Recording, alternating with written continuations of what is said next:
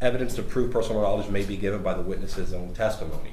So the fact that they're going to be called here to say, hey, do you have any knowledge of this case? Do you know about this dog, et cetera, and they're going to answer in the negative, that would be against the evidence code, and that would lead the jury, put them in a position where they're going to infer guilt based upon someone's lack of information in this case, especially someone very close to the defendant, such as his family members. In regards to the elderly gentleman, which if you see him, he has a face mask. He's barely audible. I believe he also has some hearing issues. I don't believe he's competent to testify. That's based upon 90.603 disqualification of a witness. And so in all, generally speaking, what the state is trying to do is say, hey, look, we're going to bring these witnesses and we're going to establish that they did nothing. And I don't expect anybody to take the stand in a case like this and admit to doing something like this to the dog. So they're getting this negative proposition and saying, hey, because these people are going to say that they didn't do it, the defendant must have done it. I believe that's unfair prejudice. That's going to conflate the issues, confuse the jury, and it's going to be an unfair, prejudicial inference that's not based upon substantive evidence.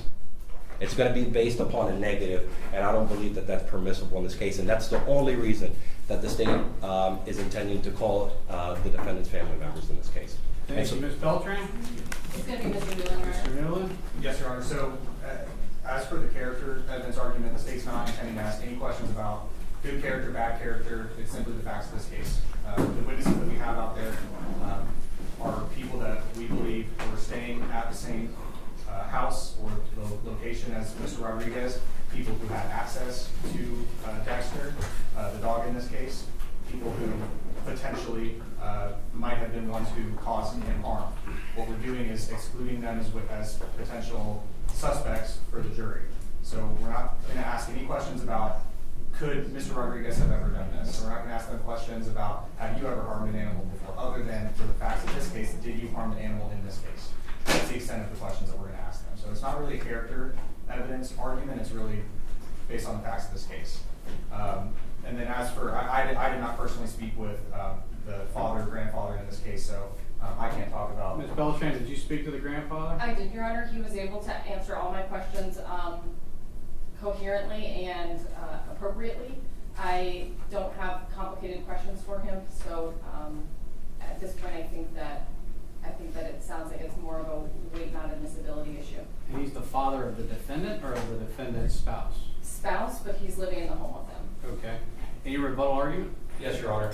I don't believe it's, obviously I should have said this earlier, but I believe it's this court's authority to determine if a witness is competent to testify or not. So in regards to him, depending upon what you rule on the other witnesses, I'd ask that his testimony be proffered outside the presence of the jury, and this court make the determination of whether he should be placed before the jury and be given testimony. All right, the court will grant that request, deny the rest of the motion, and we will put the grandfather on after these other witnesses, and we'll give the jury a break and we'll do a proffer. The court will give a ruling as to the grandfather, but the rest of the motion is denied. Anything else before we bring in the jury? Yes, Your Honor. Please let me know if this is premature so I could reserve for a later time. We anticipate, based upon the evidence that we've received and the state's opening statement, that they're going to be eliciting inconsistent statement from the defendant. Our position is that based upon case law, prior inconsistent statements can't be used as substantive evidence, and this court must give a limiting instruction to the jury to not consider that as substantive evidence. I have authority. You have 2 second DCA cases which stand for that proposition. I could continue with that now, or do you want me to wait before we get to the elicitation? I'd like you to submit the cases to the court as well as the state, and then we'll take that up later when it becomes necessary. Yes, sir.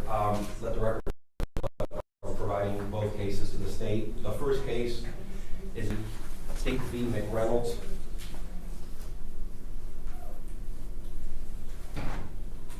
That is, I have a LexisNexis site. It's 2025 Florida, Pellet Lexus 446 50 Florida Law Weekly, D231. The Westlaw site is 258922.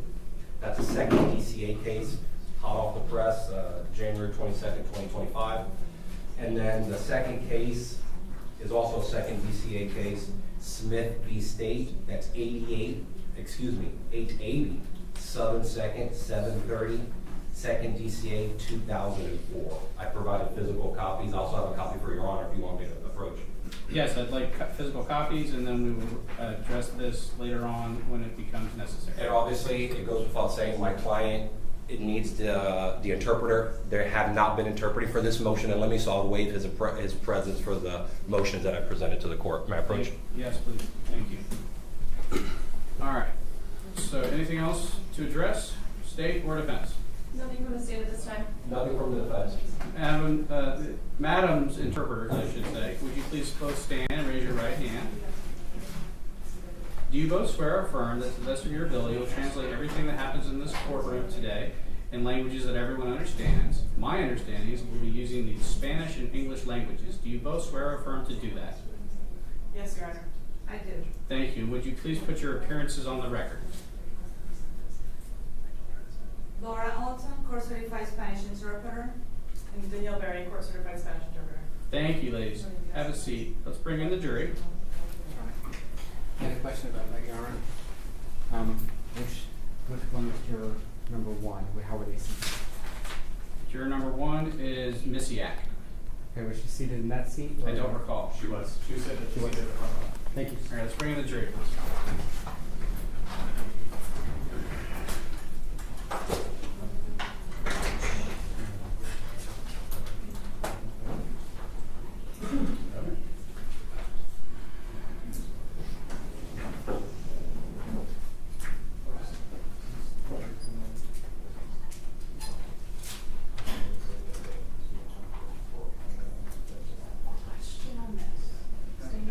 State. How am I labeled this? Is there anything on the USB drive to say what this 6 is? photos. Photos. Okay. I mean, if you want more specifics, like. Judge, may we approach on a very small matter Yes. with the state? Please don't delay the jury coming in. I believe you heard it.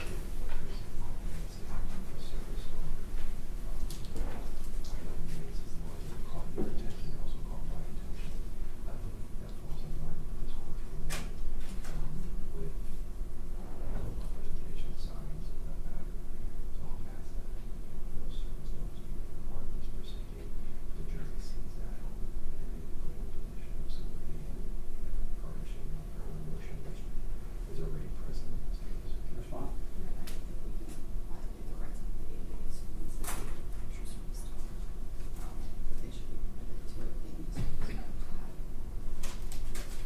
Okay.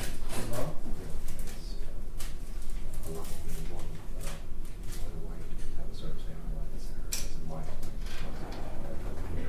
I don't think at this stage anything is occurring in this courtroom that is impinging on the right of the proceeding. I'm denying your request without prejudice. Yes, sir. Thank you.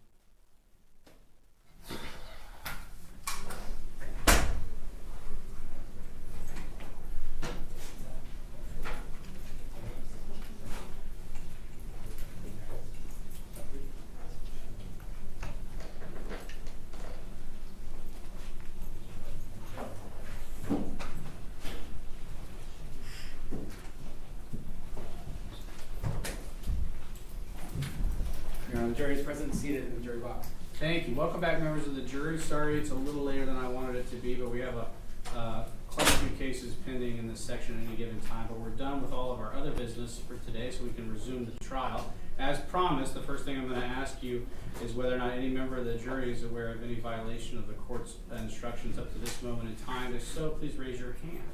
Record will reflect that no hands are raised. So we're going to resume the trial at this time. State, call your first witness, please. Yes, Your Honor, the state calls Miss Leni Conde Martinez. Miss Leni?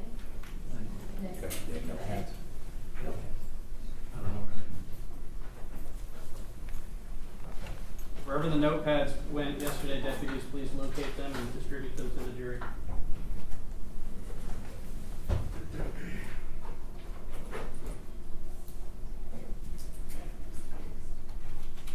More diversity.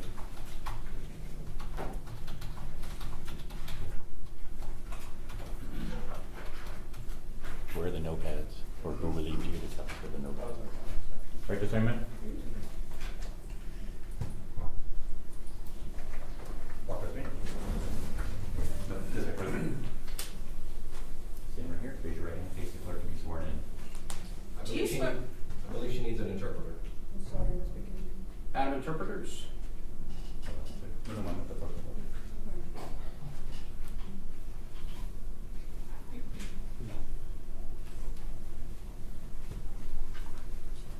Lieutenant, raise your right hand, face the clerk, be sworn in.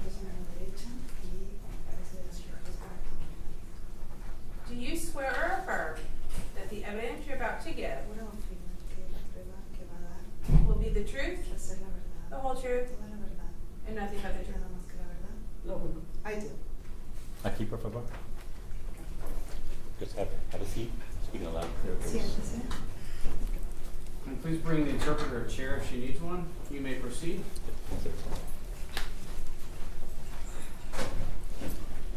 Good morning. Buenos días. Good morning. Good morning. Could you please introduce yourself to the jury, ¿Puede presentarse al jurado spelling por your favor? first and last name for the court reporter? Y deletree su nombre y su apellido para que conste en el acta? Mi nombre es Leni Conde Martinez. My name is Miss Leni Conde Martinez. And would you mind spelling that, please, for the record? Por favor, deletréelo para que conste en el acta. Neslene. Neslene.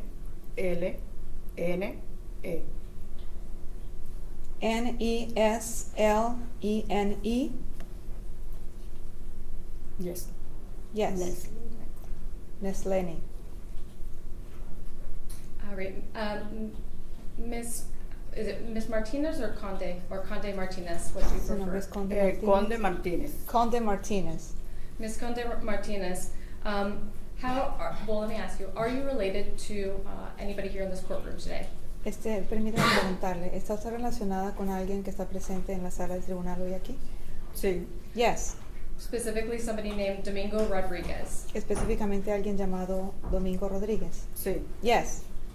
And can you indicate by explaining where he is in the courtroom and identifying an article of clothing that Okay. Mr. Rodriguez is wearing? ¿Puede usted indicar, señalando hacia el lugar de la sala del tribunal e indicando una prenda de vestir que lleva puesto el señor Domingo Rodríguez? El saco azul.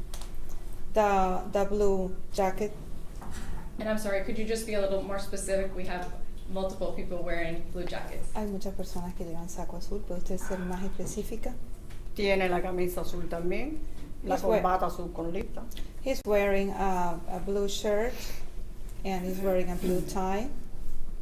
And is he to your left or to your right in the courtroom? ¿Se encuentra él a su derecha o a su izquierda en la sala del A mi tribunal? derecha. To my right.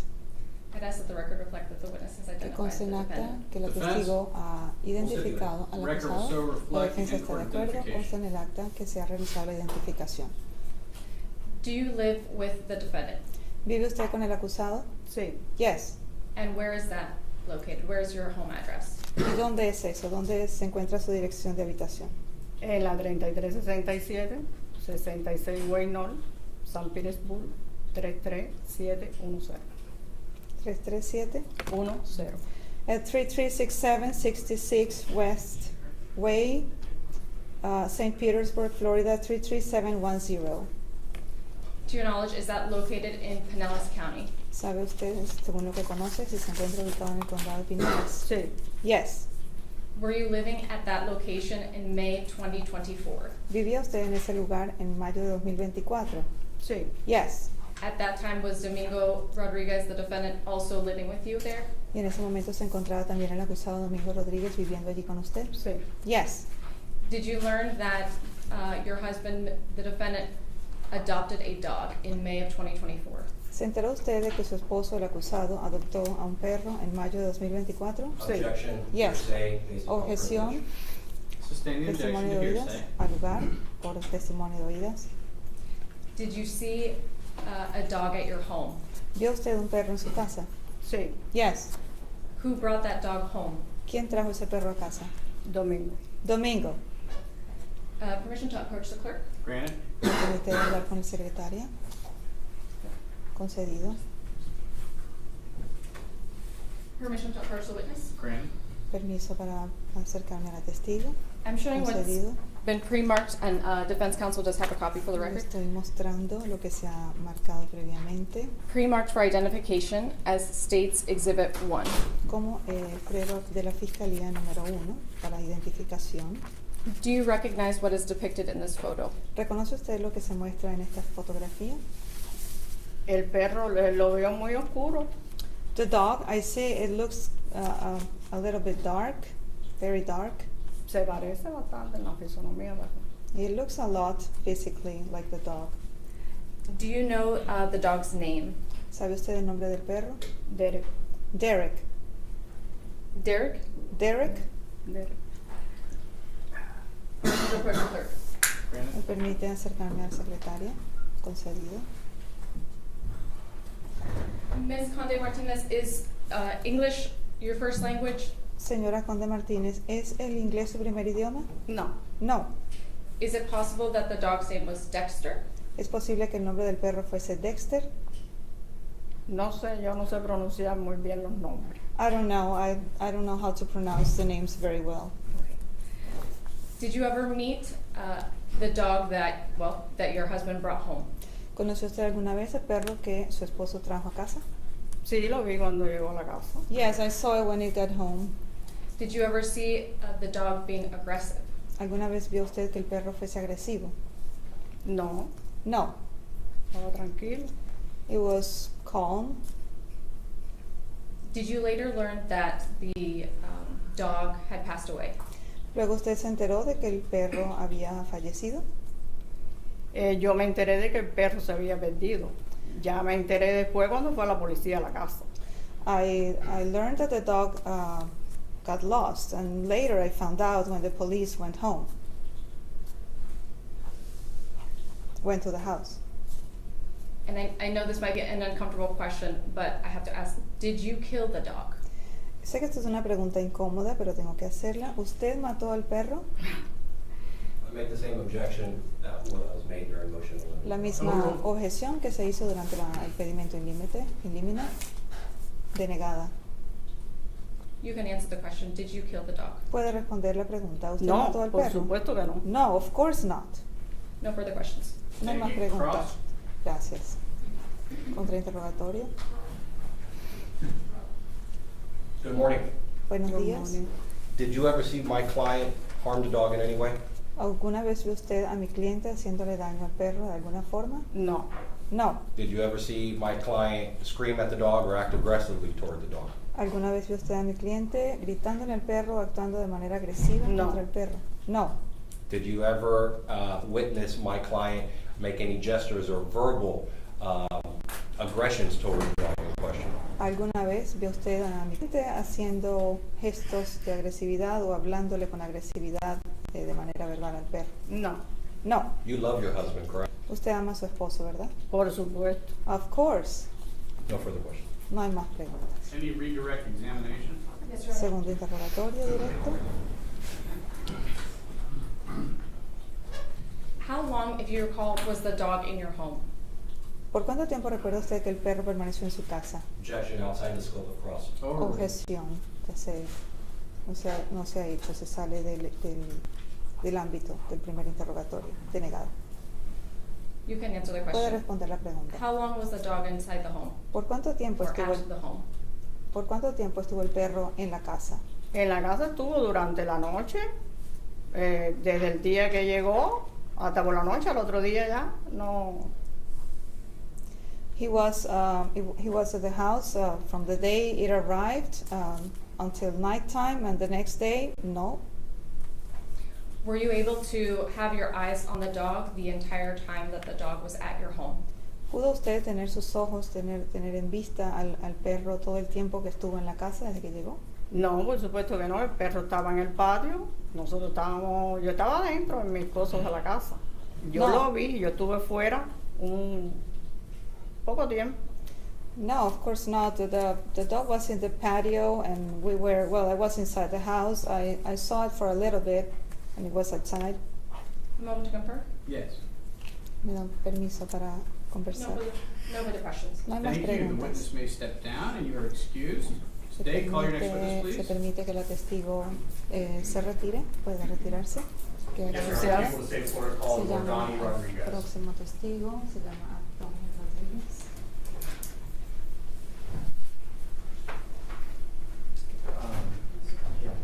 So.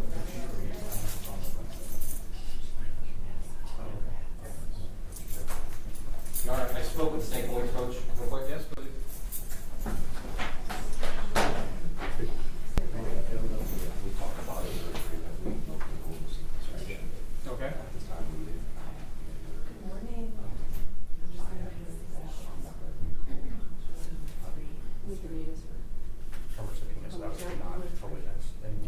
Oh, so she should be here. Okay, that's fine. Okay, and then I'll preserve for the record. Very good. Rule of sequestration has been invoked, so attorneys, please instruct your witnesses accordingly. State, call your next witness, please. Yes, Your Honor. People of the state of Florida call Jordani Rodriguez.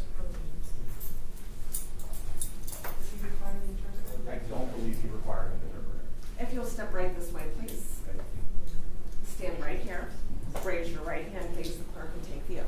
Do you swear or affirm that the evidence you're about to give will be the truth, the whole truth, and nothing but the truth? Thank you. You're just gonna have a seat over here, pull the chair all the way forward, and speak in a loud voice for the court. May it please the court? Yes, sir. Counsel. Good morning, sir. Good morning. You understand English? Yes, sir. I just want to make sure that we're all on the same page. Can you please introduce yourself to the members of the jury and spell your name for the record? Okay. My name is Jordani Rodriguez. I'm Domingo's son. And my name, spell my name? Yes, please. So my name is Yordany. And my last name Rodriguez, Rodriguez. All right, thank you, sir. And I know you said you're related to Mr. Rodriguez. Are you his son? Yes, sir. Do you currently live with Mr. Rodriguez? Yes. Can you identify your father in the courtroom today? Yeah. Can you identify him by an article of clothing? Just say what he's wearing. He's got like a blue suit and tie. Okay. Is he wearing a blue tie? Yeah. Okay. Thank you, sir. Do you currently live with your father? Yes. Is that address 3367 66 Way or 66 West Way North in St. Petersburg, Florida? 66 Way, not west. Not west, just way? Yeah. Okay. Is that located in Pinellas County? It's in St. Petersburg, yeah. Okay. Were you living at that address on the night of May 10th and into the morning on May 11th, 2024? Yes. Are you familiar with your father adopting a dog? Yeah. Would you recognize a picture of that dog if you saw it? Yeah. Can I have permission to approach Madam Clerk? Brandon? Showing defense what's marked as State's Exhibit 1 for identification. And permission to approach the witness. Yes. Mr. Rodriguez, do you recognize this picture? Mm-hmm. How do you recognize it? It's been all over the news. Is this the dog that your father adopted? Looks like it. I just only saw it for one day. Okay. Just got one time. Is that a fair and accurate representation of what the dog looked like that your father brought home? Like I said, I only saw it one day. Looks like a dog. Okay. Your Honor, the state offers into evidence what's been pre-marked for identification as State's Exhibit 1 as State's Exhibit 1. Defense? Based upon the testimony, I don't believe the predicate's been laid that this is fair and accurate. Objections overruled. It will be admitted as marked. Now, Mr. Rodriguez, that dog that I just showed you a picture of, did you have any interaction with that dog? I only saw it when I got home, like probably 10 minutes. Okay. That's about it. And since you had such a short time, next couple questions, I just have to ask them. Mhm. Did you kill that dog? No. Did you cut that dog's head off? No. I have no further questions, Your Honor. Thank you. Cross?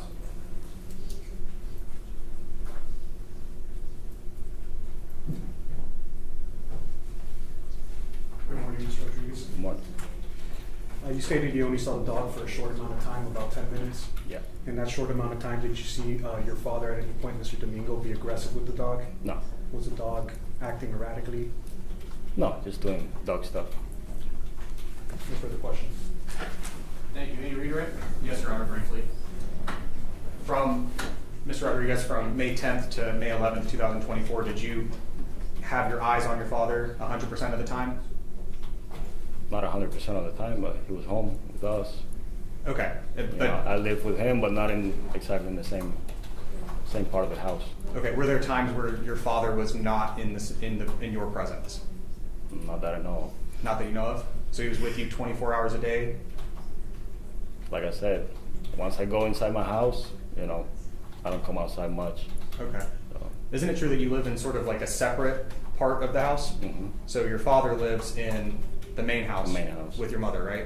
And then you live in a different part of the house, right? Yes. So let's say while your father was sleeping in his part of the house and you're sleeping in your part of the house, you would not have seen your father, right? No. Okay. No further questions, Your Honor. Thank you. Sir, you may step down. You're excused. State, call your next witness, please. ¿Qué va a pasar? Okay. Your Honor, the people of the state of Florida call Neye Conde Martinez.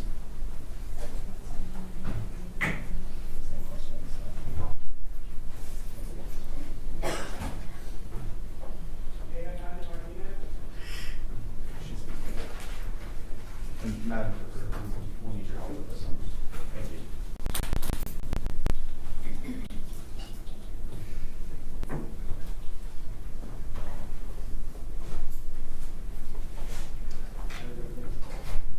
Right this way, please.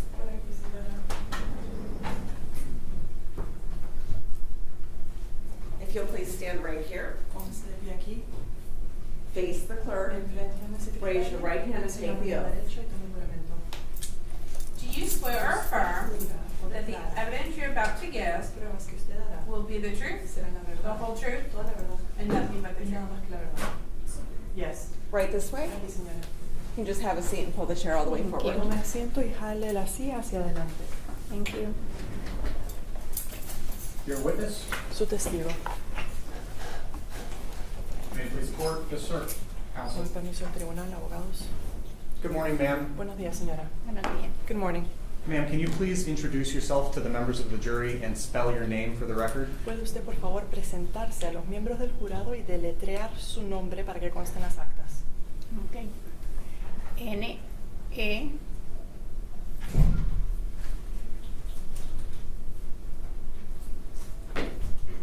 Ok, N-E. Y-O-I, no. N-E. Y-D-A. N-E-Y-D-A. And what is your last ¿Y name? cuál es su apellido? Conde. Conde. How do you spell that? ¿Cómo se deletrea? C-O-N-D-E. C-O-N-D-E. Now, ma'am, Ahora, señora. are you related to Domingo Rodriguez? ¿Usted es pariente del señor Domingo Rodríguez? Sí, cuñada. Yes, in-law. Okay. Do you live at the same address as Domingo Rodriguez? ¿Usted vive en la misma dirección que el señor Domingo Rodríguez? Sí. Yes. And is that address 3367 66th Way North, St. Petersburg, Florida? ¿Y esa dirección es la 3367 66 Way Norte, San Petersburgo, Florida? Sí. Yes. Were you living there at that address with Domingo Rodriguez on May 10th and May 11th, 2024? ¿Usted estaba viviendo ahí en esa dirección con Domingo Rodríguez el 10 y el 11 de mayo del 2024? Sí. Yes. Are you aware that Mr. Rodriguez adopted a dog around that time? ¿Está usted al tanto de que el señor Rodríguez adoptó un perro alrededor de ese tiempo? Sí. Yes. Did you ever see that dog? ¿Usted en algún momento vio ese perro? Sí. Yes. Your Honor, permission to approach the clerk? Permiso para acercarme al secretario. Showing the witness what's already in evidence that Estoy states Exhibit 1. mostrando lo que se ha presentado como la prueba de cargo número 1. Is this the dog that Domingo adopted? Este es el perro que Yo Domingo vi adoptó. el perro, lo que no sé describirlo bien porque nada más llegué de mi trabajo, lo vi en el patio y entré para mi casa a hacer, yo trabajo de 7 de la mañana a 5:30 de la tarde. Well, Y entré para mi casa y ya no salí más afuera, no pude más con control. I saw the dog, but I don't know how to describe it well because you see, I just came home from work and I saw it in the patio, but then I went inside. I work from 7 a.m. to 5:30 p.m. So once I was inside, I didn't go out much more. No salgo más de mi casa. I don't really leave my house. Okay.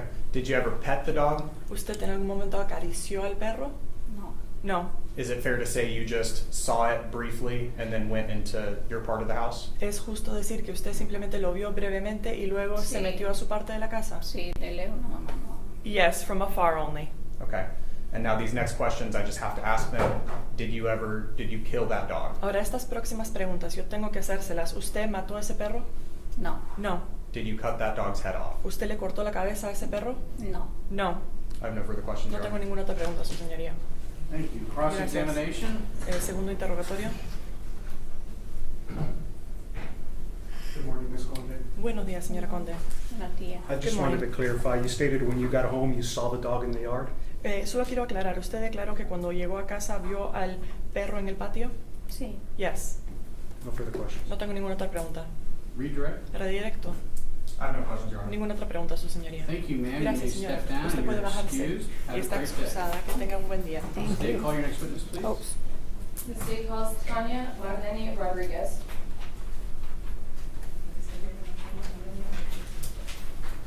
At this point, Judge, I want to object to cumulative relevance. This is cumulative evidence at this point. Cumulative irrelevance? Yes? Overruled.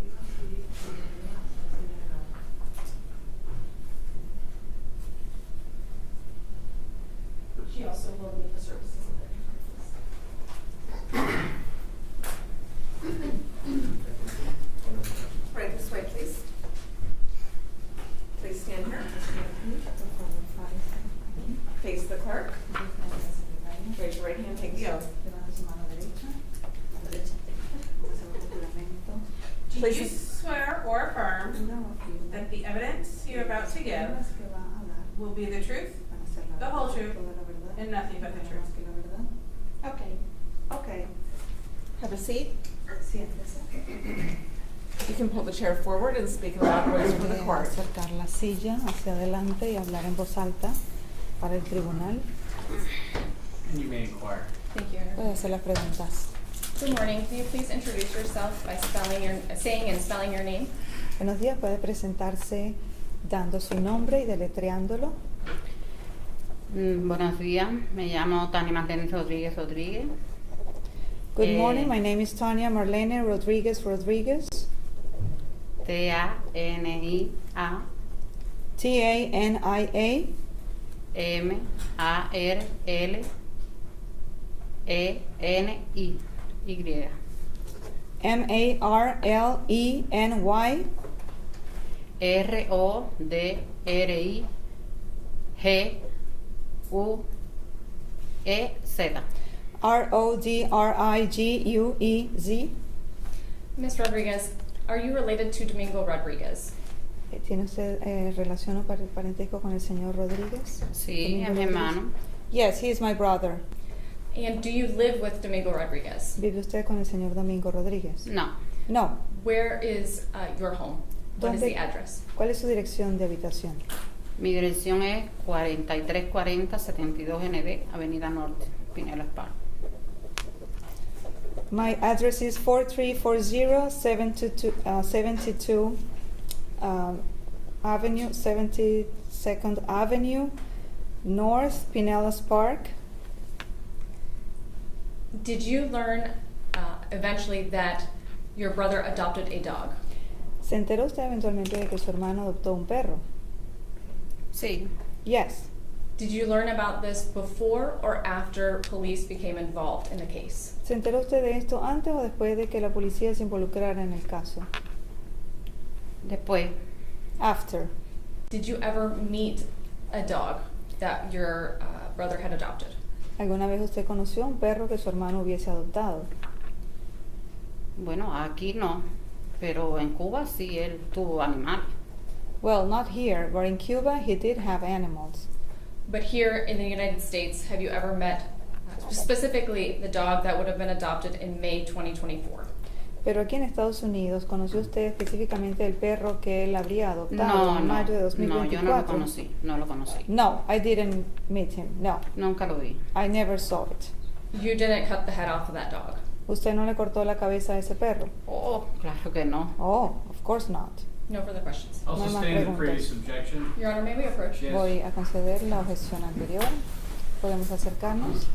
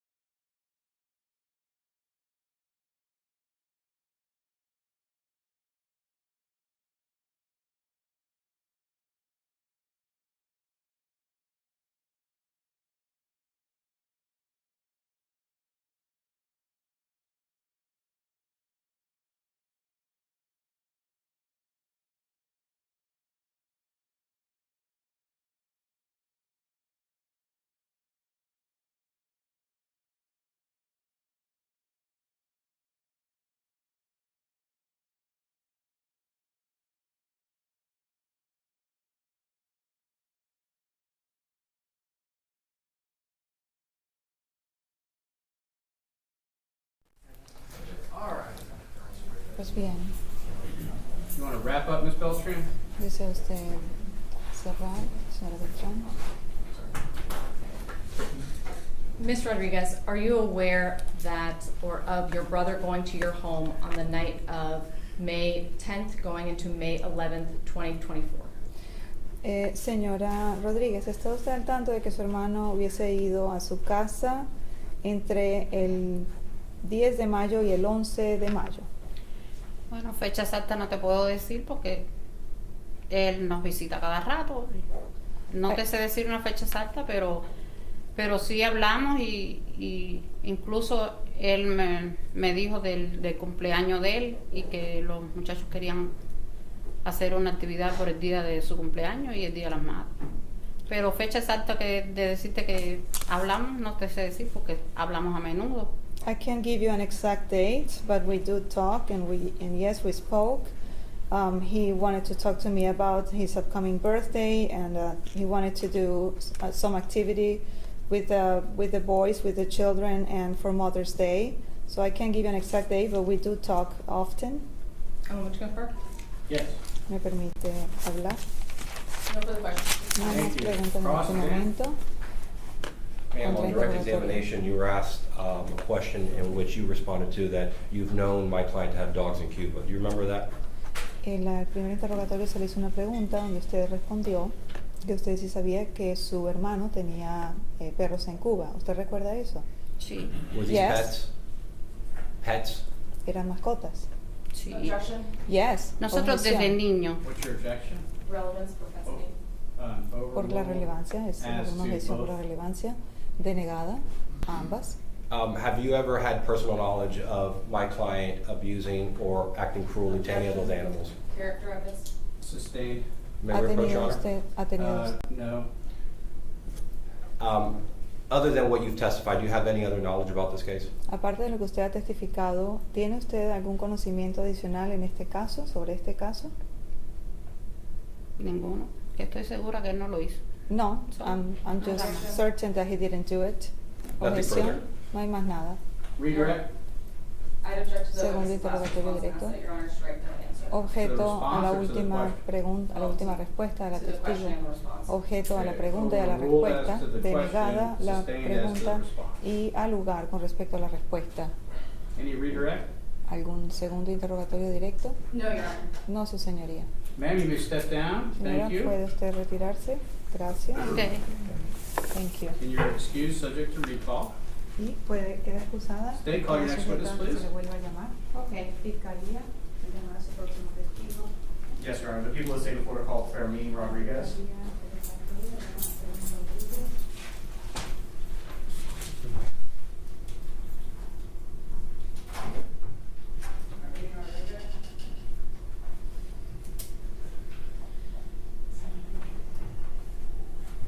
He will. Thank you.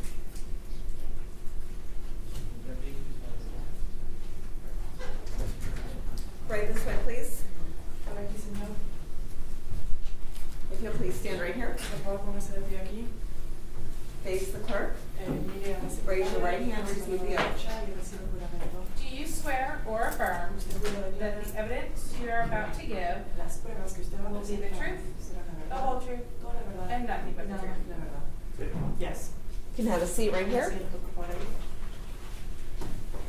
Pull the chair forward and speak in a loud voice for the court, Hable en voz please. clara y audible para el tribunal, por favor. You may inquire. Adelante. Good morning, sir. Buenos días, señor. Buenos días. Good morning. Sir, can you please state your name for the record and spell it? Por favor, señor, diga su nombre para que conste en las actas y deletréelo. Fermin Rodríguez Rodríguez. Fermín Rodríguez Rodríguez. F-E-R-M-I-N.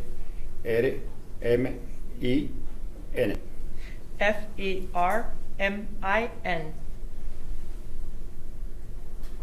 And then Rodriguez, is that spelled R-O-D-R-I-G-U-E-Z? Y Rodríguez se deletra R-O-D-R-I-G-U-E-Z. Yeah. Okay. Sir, are you related to Domingo Rodriguez? Señor, ¿es usted pariente de Domingo Rodríguez? Hermano. Brother. Do you live with Domingo Rodriguez? ¿Vive usted con Domingo Rodríguez? No. No. Do you live at the address 4340 72nd Avenue North, Pinellas Park? Yes. ¿Usted vive en la dirección 4340 72 Avenida Norte, Pinellas Park? Yes. Yes. Were you living there on May 10th and May 11th, 2024? ¿Usted estaba viviendo ahí el 10 y el 11 de mayo del 2024? Sí. Yes. Now, the night of May 10th, 2024, going into the early morning May 11th, 2024, did your brother ever go over to your house? Ahora, la noche del 10 de mayo del 2024 hasta las tempranas horas de la mañana del 11 de mayo del 2024, ¿su hermano en algún momento fue a su casa? No. No. He never went to your house? ¿Nunca fue a su casa? Okay. No. Are you aware of your brother adopting a dog? ¿Está usted al tanto de que su hermano adoptó un perro? No. No. You don't know that your brother adopted a dog? ¿Usted no sabe que su hermano adoptó un perro? No, tampoco voy a saber. ¿Perdón? Que no. No, that no. Okay. And so because you don't know about it, you didn't kill the dog, did you? Y como usted no sabe sobre eso, usted no mató al perro, ¿verdad? No. Uno va a matar si no vi perro. No, how would I kill a dog I didn't see? Right. And you're laughing, but you didn't cut the dog's head off either, right? Y usted se está riendo, pero usted tampoco no le cortó la cabeza al perro, ¿verdad? No, no, no. No, no, no. Okay. I have no further questions. Ninguna otra pregunta. Cross? Contrainterrogatorio. Good morning. Buenos días. Bueno, Good morning. Do you see your brother? ¿Usted ve a Yes. su hermano? Yes. Have you ever been told that you guys look alike? ¿Alguna vez le han dicho que ustedes se parecen? sí. Yes. Okay. You were asked about specific dates, May 10th, May 11th. You remember that question by the prosecutor? Le preguntaron sobre las fechas específicas, el 10 de mayo, el 11 de mayo. ¿Usted recuerda esa pregunta? Sí. Yes. What time do you usually go to bed? ¿A qué hora normalmente usted se va a dormir? Bueno, yo trabajo toda de noche. Well, I work all until the night. So you weren't at your house at that time? Así que usted no estaba en su casa en ese momento. Bueno, el día específico sí, no sé si sería ese día que yo estaba en la casa o no, porque Well, that specific date, I don't know if I was in the house or not. What's your normal work schedule? ¿Cuál es su horario de trabajo normal? yo suelto a las 7 de la noche. I get out at 7 p.m. What time do you usually go to bed then? ¿Y normalmente a qué hora se va a dormir usted? Yo duermo, me pongo a ver la televisión y eso, y duermo después que pase el noticiero y eso. Después que pase? El noticiero. I start watching TV and stuff, and then I go to bed after the news. And what time would that be? ¿A qué hora sería eso? El noticiero se termina a las 12 más o menos me acuerdo. The news ends around 12, so around 12 I go to bed. Do you have any windows that lead out to the front side of your house in your bedroom? ¿Tiene usted ventanas en su dormitorio que dan hacia la parte delantera de la casa? Sí, pero tienen cortina. Yes, but they have curtains. Nothing further. Ninguna otra pregunta. Redirect? Redirecto. No redirect, Your Honor. Ningún redirecto. Sir, thank you. You Muy may bien. step down. Señor, gracias. You're Ya. subject to recall. Está excusado, pero puede ser rellamado. And the next witness, was that discussed earlier today? Yes, Your Honor. All right, members of the jury, we're going to take a quick break. We should not be too long. We're going to have you back in and resume testimony at that time. Please take the jury out. Yes, Your Honor. Please leave the notepads overseas, just turn them upside down for me. And then you're gonna follow the deputy out that way. Thank you, folks. And stage, if you could remain seated, please.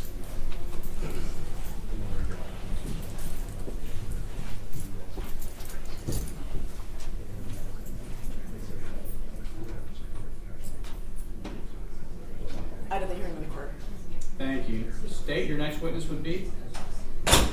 Juan Conde Marcos. Yes. All right, please ask that person to step in for a proffer.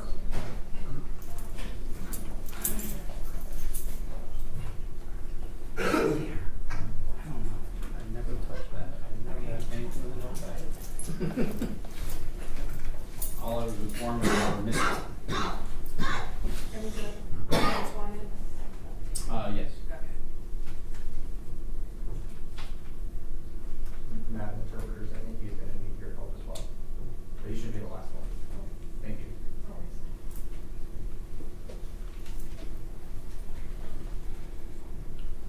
I remember they used to be in like manila Step back in envelopes. as soon as you can. And they used to be in manila envelopes with like the number outside so they could stick it in the envelope at the end of the night. And then they were kept somewhere and then given back to them.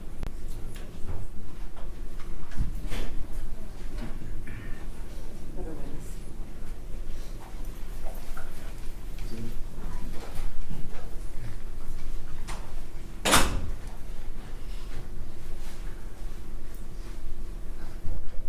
Right this way, please.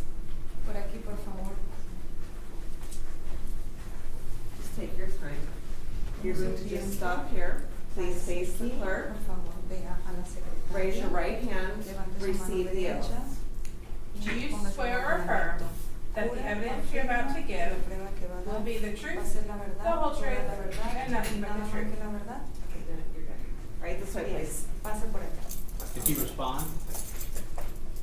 ¿Usted respondió? Dijo que Sir, sí. please stop. Señor, para un momento. Here, so you need to face the clerk. Face the clerk. Please translate. Vea hacia la secretaria. He's going to receive the oath. Tiene que ponerse bajo juramento.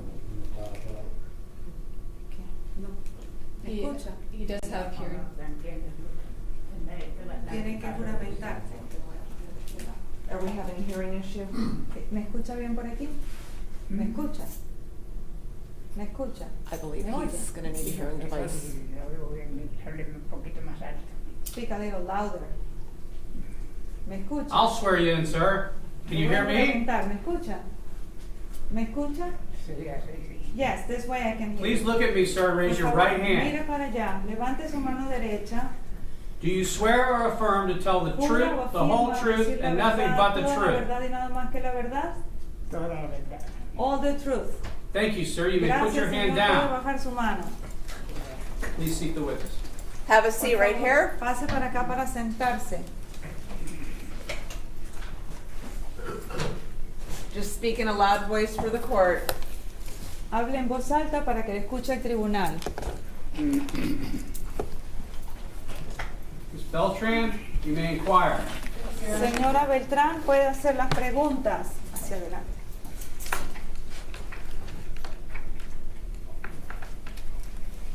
Good morning, sir. Buenos días, señor. Buenos días. Good morning. Can you please tell me your name? ¿Puede decirme su nombre, por favor? Juan. Juan. Do I spell that J-U-A-N? Se deletrea J-U-A-N. No, no sé. Se deletrea J-U-A-N. Juan. No sé, yo soy analfabeto. I can't read. I don't know how to read. What is your last name? ¿Cuál es su apellido? Conde. Conde. Do you have another last name? ¿Tiene usted otro apellido? Marco. ¿Cómo? ¿Marco? Marco. Marcos. Do you have a son? ¿Tiene usted un hijo? ¿Usted tiene un hijo? 6. 6. And of those 6, how many are men? Y de esos 6 hijos, ¿cuántos son varones? 1. 1. Do you have a son named Domingo? ¿Tiene un hijo que se llama Domingo? Yes, no. That's my mistake. Do you have a son named Fermin? Usted tiene un hijo llamado Fermín. No me acuerdo. I don't remember. That's my mistake. Is Domingo somebody who's related to you by marriage? Domingo es pariente de usted por matrimonio. Sí. Yes. Who is he married to? ¿Con quién está casado él? Una hija mía. With one of my daughters. Which daughter? ¿Cuál hija? Leni. Miss Leni. Disregarding my questions about the names of your sons, can you please give me the name of your biological son? Vamos a olvidar la pregunta que le hice de sus hijos. ¿Me puede decir el nombre de su hijo biológico? ¿Su hijo? ¿El nombre de su hijo? The one male that you had stated you had. No me acuerdo. El hijo que usted dijo que tenía, el hijo varón que usted tiene. Directo. No me acuerdo. Roberto, I don't remember. No, I don't recall. No me acuerdo bien. I don't remember. Do you know where you are now? ¿Sabe usted dónde está ahorita? Do you know what? No. The record reflect that he shook his head no. Thank you, sir. No, he said no. May I have a moment, Your Honor? Yes. Me da un momento, por favor, su señoría. Your Honor, we'll concede at this time that we'll not be calling him as a witness. Will not be calling him as a witness. Correct. No lo vamos a And llamar does the como defense wish testigo. to call ¿Estamos this de person as a acuerdo? witness? Absolutely. La defensa desea llamarlo como testigo. Totalmente no. Su Sir, señoría. thank you for being here Señor, today. gracias por haber venido hoy. You may step down and leave the courtroom. Usted puede salir de la sala del tribunal. We're going to take a 10-minute comfort break, Vamos a and I'll tomar see you all in 10 un minutes. receso de 10 minutos y luego vuelvo All a rise. 10 minutos, todo de pie. Circuit court is in session. Se levanta la sesión del tribunal.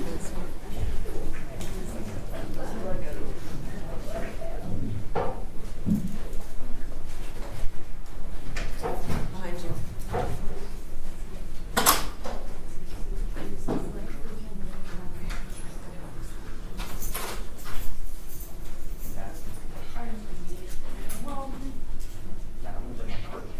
I just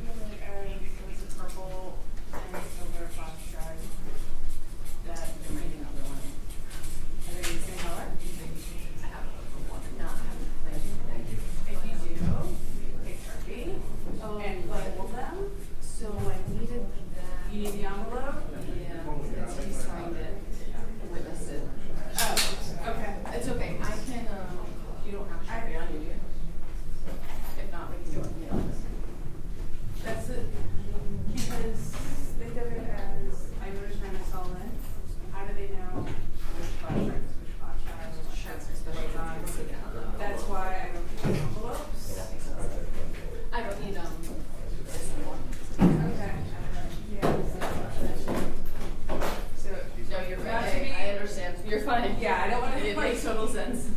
But, yeah, so once it goes outside of my control, what the heck is going on? That's fair.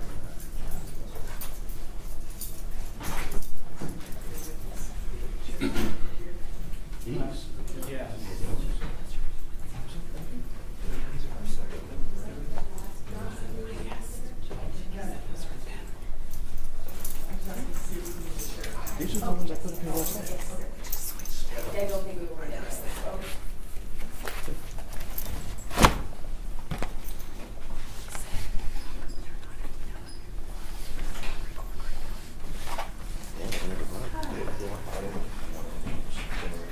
This is how it was handed to me last night.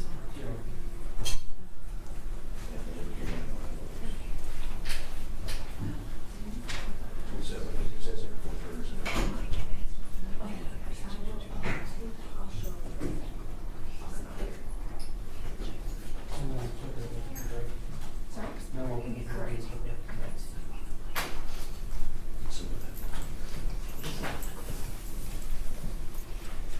Joe.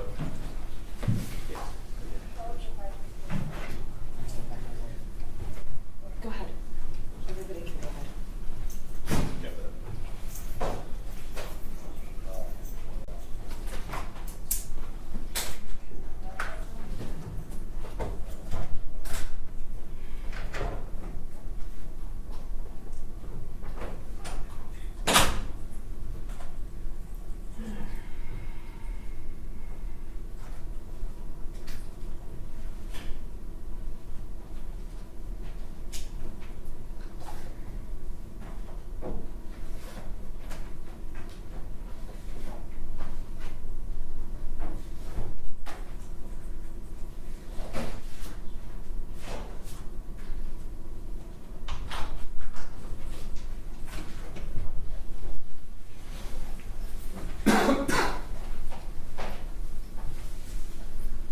Feel good so far?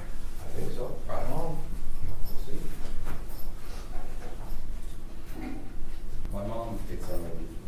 What's that? My mom, I think she's a little biased. Yes. My wife too. Yes, I'm sure. I'm sure. That's not a bad thing, though.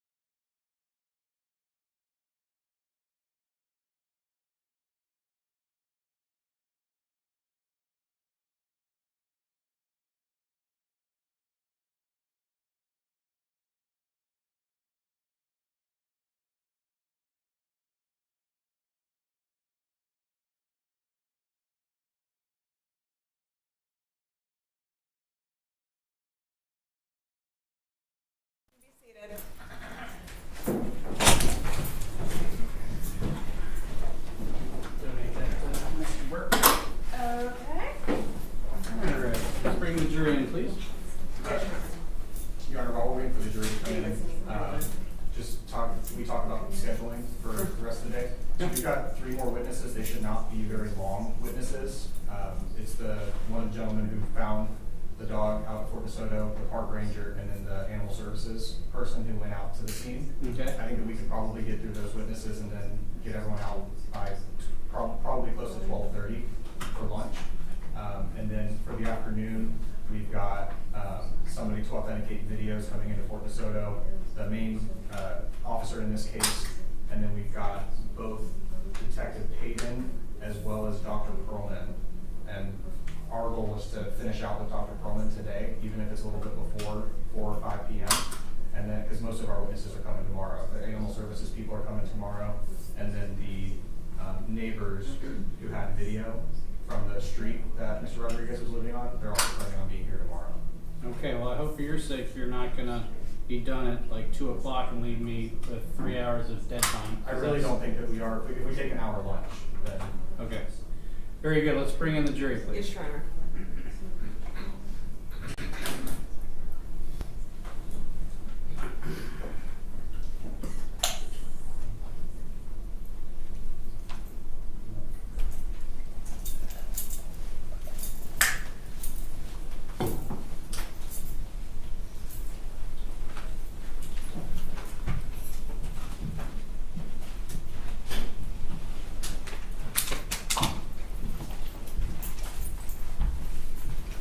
Your Honor, the jury is present, seated in the jury box. All right, thank you. Welcome back, members of the jury. State, call your next witness, please.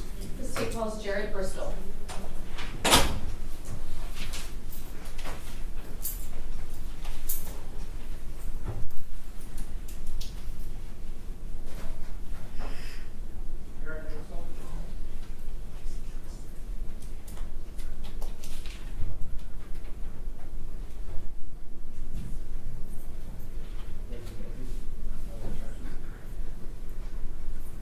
Right this way, please. You're just going to stand right here. Face the clerk. Raise your right hand. Receive the oath. Do you swear or affirm the evidence you're about to give will be the truth, the whole truth, and nothing but the truth? Yes. Thank You're you. just going to have a seat over here. Pull the chair all the way forward and speak in a loud voice for the court. Okay. Your witness. Thank you, Your Honor. Good morning. Can you please introduce yourself to the jury, spelling your first and last name for the court? I am Jared Bristol, JARED, BRISTOL. Mr. Bristol, tell us a little bit about yourself. Do you work? Do you study? I work at Publix, and I also am a student at St. Petersburg College. Can you give me a couple things you do for fun? Fishing, video games, aquarium keeping.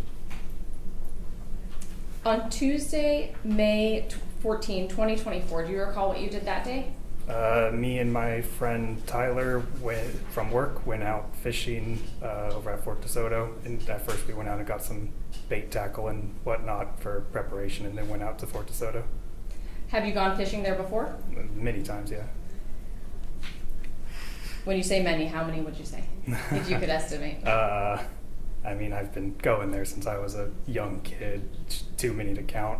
Okay. Are you familiar with Fort De Soto? Yeah, yeah. Is there a specific fishing spot that you go to? I generally prefer East Beach or the pier. Can you generally describe how you would arrive there? So when you're going into the park, it tees off. You can go either right, which takes you to the pier and the fort, or you can go left, and that takes you over to East Beach. To where? To East Beach, the point. So would you have gone left to go there? Yeah. Is there a specific type of fishing you do? When we're over there, we usually do shoreline fishing, wading out in the water. What kind of fish do you catch? Over there, usually redfish, snook, sheep's head, drum.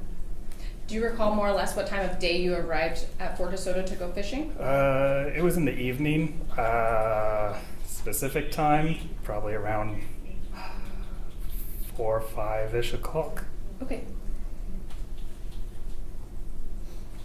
Now, in that area where you go fishing in at East Beach, what does that area look like? Is there vegetation? Is there sand, rocks? Yeah, so when you go out there, it's a lot of mangrove cover, but it eventually opens up on the right side of it's a bit sandy, beachy area, and then on the left side, it's a lot more mangroves with little fishing cutouts. What do you mean a fishing cutout? In the mangroves, there's kind of like just a area. It's a small clearing where you can walk through the mangroves to get access to the water. Now, in that mangrove area, are there bugs or other wildlife? Oh yeah, you'll see raccoons out there, crabs, fiddler crabs, mangrove crabs, plenty of insects living in the mangroves. You see fish out there, hopefully? Hopefully. Your Honor, permission to approach the clerk? Granted.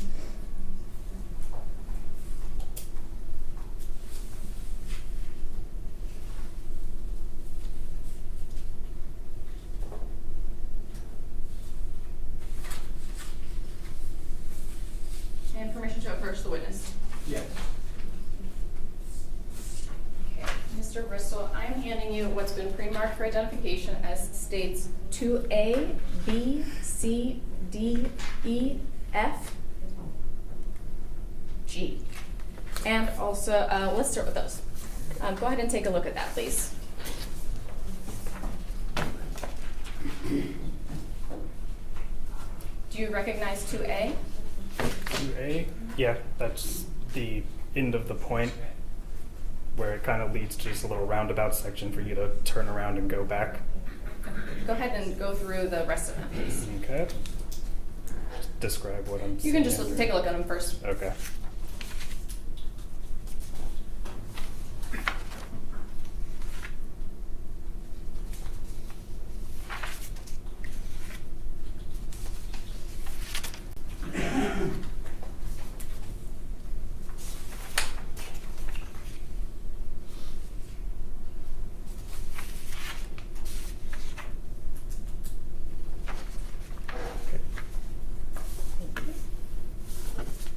And I apologize, I did not provide or show defense counsel. I'm handing copies to defense counsel right now.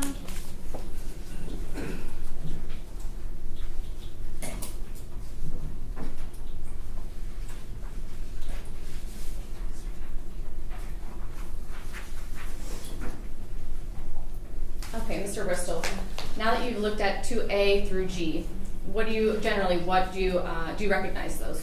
Yeah, that's the area where we went fishing, and I normally go fishing. I believe, I don't remember which picture specifically it was, but it definitely showed the little mangrove area with the cutout that we access to go fishing. Now, do each of these photos fairly and accurately depict the Fort De Soto fishing area and the area surrounding that area, the fishing spot that you went to on May 14, 2024? Correct, yes. Permission to, or at this time the state would move into evidence states 2A through 2G. Defense? No objection. Will be admitted as marked. Permission to publish. Granted.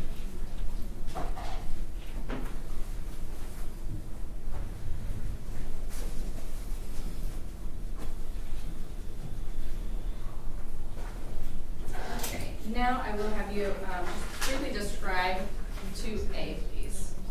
Okay, so that's the end of the East Beach at Fort De Soto. It's just the little curved road. It's facing towards the Gulf side. So, well, the input from the Gulf, and so it's a bit sandier. But on the other side, you'll end up seeing mangroves.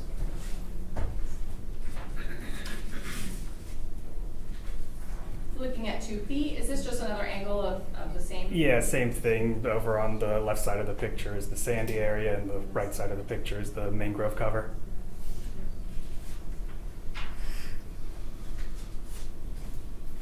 Looking at 2C, is this, what is this? Where are we getting close to in this? So that photo is the mangrove cover that I think you can see the palm tree right there. That's kind of like with the little wood posts. That's the area where the cutout for access to the water is. Would it assist you if I could give you a pointer to identify certain spots? Sure. Permission to approach him? Yes. Am I allowed to stand? May the witness stand? Yes. Okay. Okay, now we're looking at 2D. If it helps you to stand and Okay, well, use that that one's- pointer, go ahead, please. that What one's- are we looking at here? That one's pretty easy. That's the mangrove cutout that I was just describing. That's where we go to access the beach area. Do you walk down that little pathway? Correct, yes. Now, I'm gonna go relatively quickly through the next two. Here, are we just seeing the mangroves in that area? Yeah, yep. And that's just off to the left side of the cutout. And 2F? Same thing, just a bit deeper in the left side of the cutout. And 2G?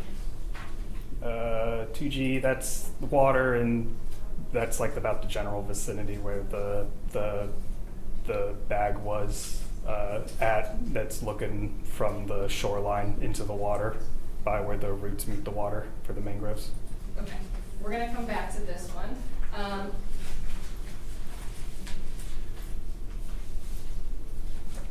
Now you mentioned bag. I'm gonna back up just a bit.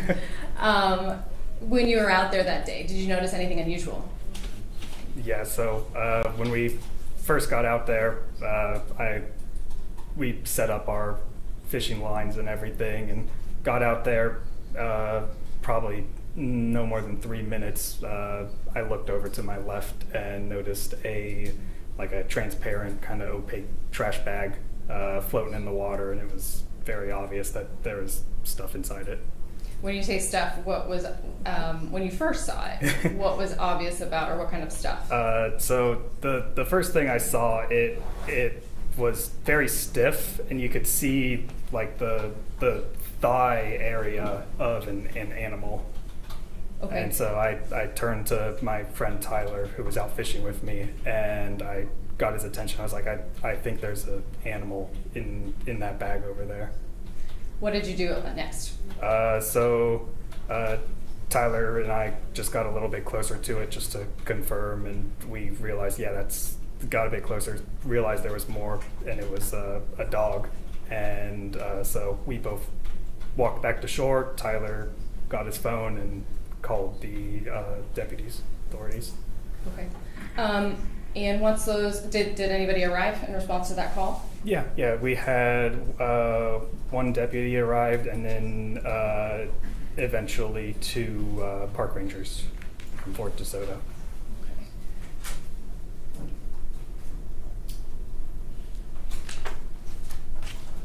Now, when you first saw the bag, was it like a sealed bag? Can you describe it a little bit more, please? I mean, it was a clear or like opaque trash bag, so it was tied off at the end and everything. But I mean, it had water in it, so it was able to stay afloat because it trapped air from it being tied off. But it was a little bit submerged.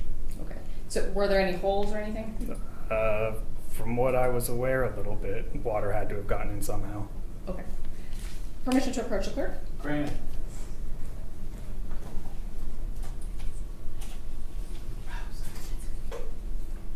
Permission to approach the witness? Yes.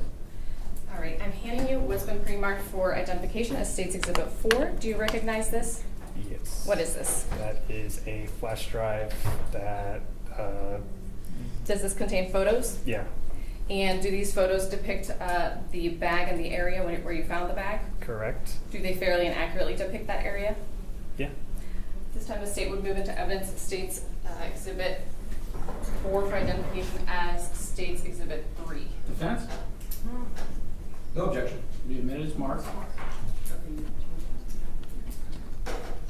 Okay, as State's Exhibit 4. Any objection? For publication? For admission? Oh, no objection. Admitted? And permission to publish. Granted.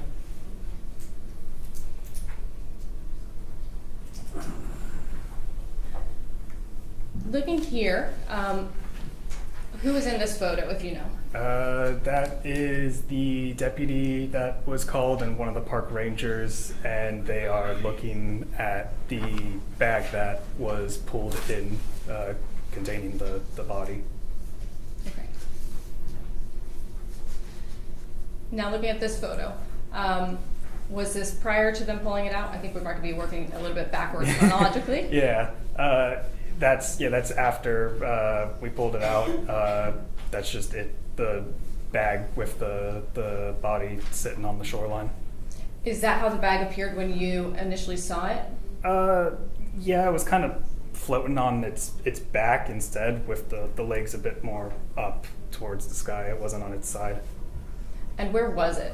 Off to the left side of the cutout, probably about 15, 20 feet away. Okay. Let's see the next one.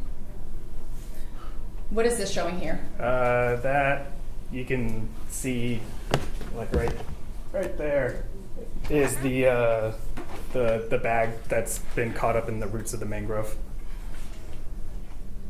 Do you know who took these photos? My friend Tyler.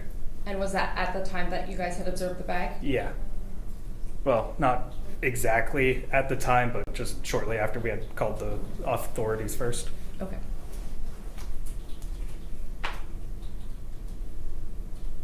And this photo? The same thing. It's a bit closer up. You can see the bag just nestled into behind the leaves of the mangroves.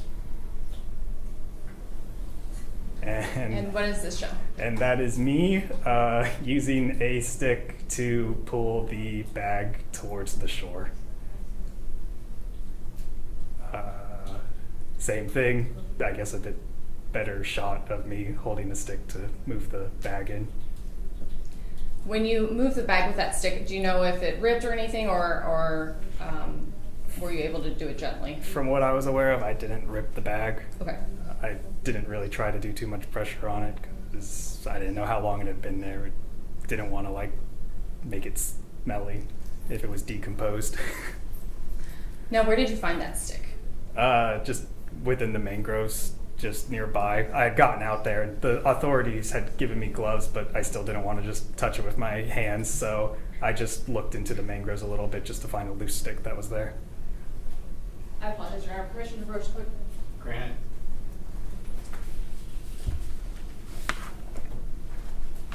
Looking again at states 2G,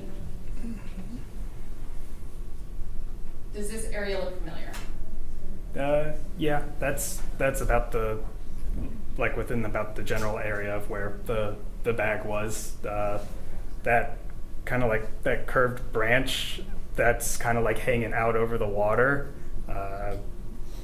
It was kind of that's the one that was out in the previous photos that was covering the area that was being foliage cover.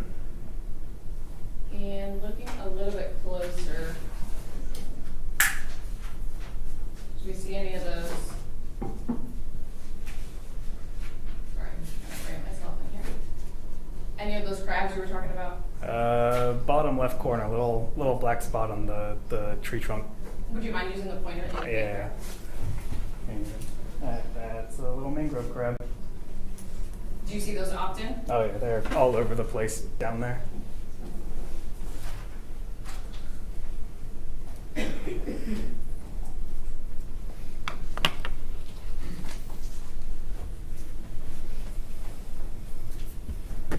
After you pulled the bag towards the shore, what happened with the bag? Afterwards, the park rangers eventually came out with a brute, the big old black trash bags, and they moved the body with the bag into that trash bag. Based on your observations, do you know why they did that? The bag had a little bit of rips in it. And when you say the bag had rips, which one? The transparent bag that it was originally in. Okay. When you were out there, did you ever see, well, let me ask you this. What did you notice, if anything, about the dog's body itself? As I was bringing the body in, I noticed that it was a bit shorter than it should have been, and as it kind of rotated, I realized it did not have a head. Did you ever find the head or see the head? No, didn't find it, didn't look for it. After that, did you guys stay out there to continue fishing, or your attempts to fish? Tyler and I moved over to the right side of Fort De Soto to the pier, but we didn't stay very long afterwards. Moment to convert. Yes.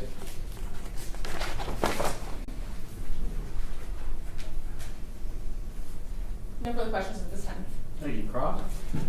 Yes, Your Honor. May I inquire? Yes. Jared, may I call you Jared? Yeah, Are you nervous? sure. You're here with Mom and Grandma today? Yeah, Okay. I want to ask you some questions about your testimony, okay? okay. You testified when shown some of these pictures, and in just a second, I'm going to bring them up for you to review again. You said that the bag was about 15 to 20 feet away, correct? Yeah. And that was, if you're looking out into the water from that clearing, that would have been on the left side? Yeah. Was that 15, 20 feet away in the water or brushed up against the mangroves? Brushed up against the mangrove. So like you go out there, and like once you get past the mangrove line, if you just immediately looked left, it was about that way. How deep is that water at that time? Depending on the tide, but I mean, it can get to be about like waist height or so. Now, when you were out there and you noticed the bag, you were on a kayak? We were wading out there in the water. We were not in a kayak. Did you have any special apparel on? No, I had shorts and a t-shirt. About how high on your body did you get wet? I mean, it showed in the pictures, but I think it was probably about to like my like Let the record, lower thigh. let the record reflect that he was pointing to his the part of the thigh he just testified to. Now, is it your testimony that somebody would be able to get to that portion of the mangroves by foot? Yeah. They would have to get wet, though, Yeah, correct? they'd have to get. I mean, they could probably walk through the mangroves. I mean, they're not super dense out there. Now, you would agree with me that the tide was coming into the mangroves at around this time, correct? I mean, I'm not familiar if it was. I don't know if it was high or low tide. I'm sure if you bring the pictures back up, I could tell you a bit better because you'd be able to see where the tide line is, but.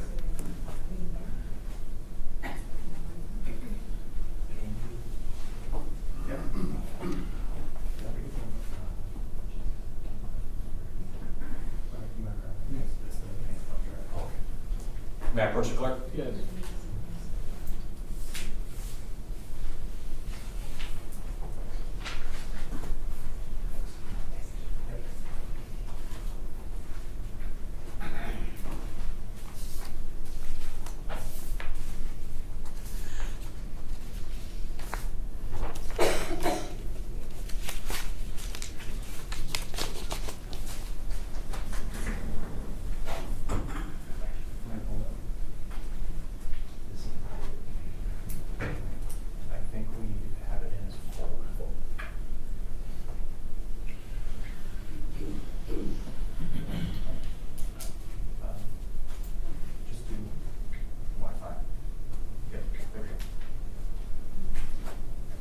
Do you see this picture? It's been entered into evidence already. Yeah.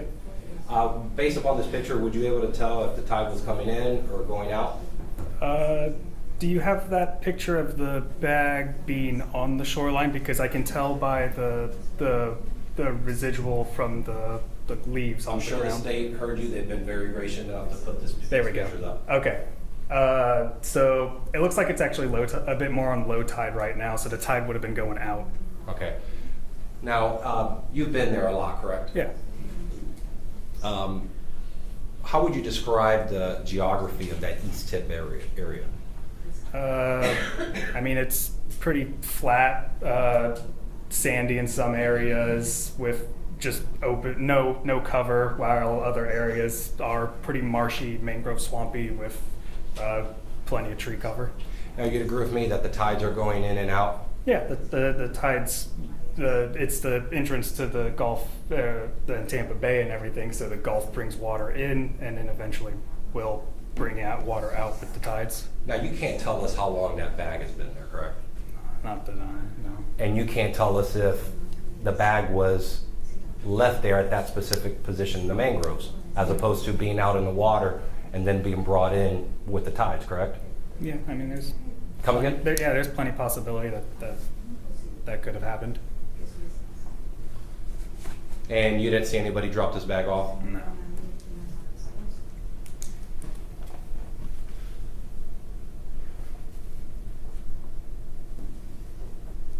Now, when you said that you were using a stick to bring the bag in, was that at the direction of somebody, or did you decide to That do was that on your own? myself not wanting to touch it. No, but did somebody tell you to bring the bag in? Oh yeah, the officer, deputy told us to bring it in. He was in uniform, so he couldn't get in the water, and I had already been out there, so my shorts were already wet.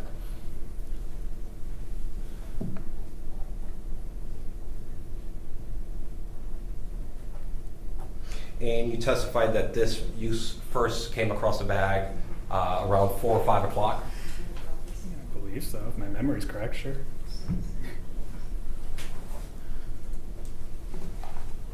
May I have a moment to confirm? Yes, sir.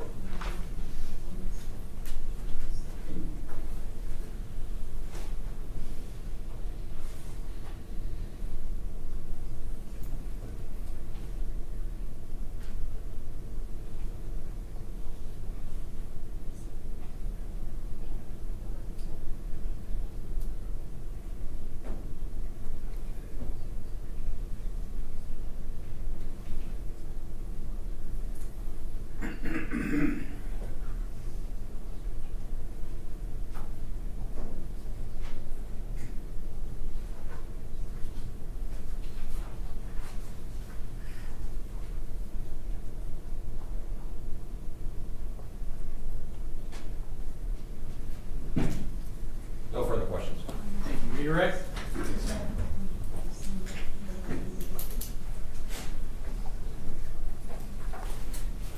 Based on your familiarity with the tides in that area, is it possible that somebody could have initially left that bag, or brought the dog out there, put it in the bag, and then deposited it in the water, and it could have floated out and then floated back in?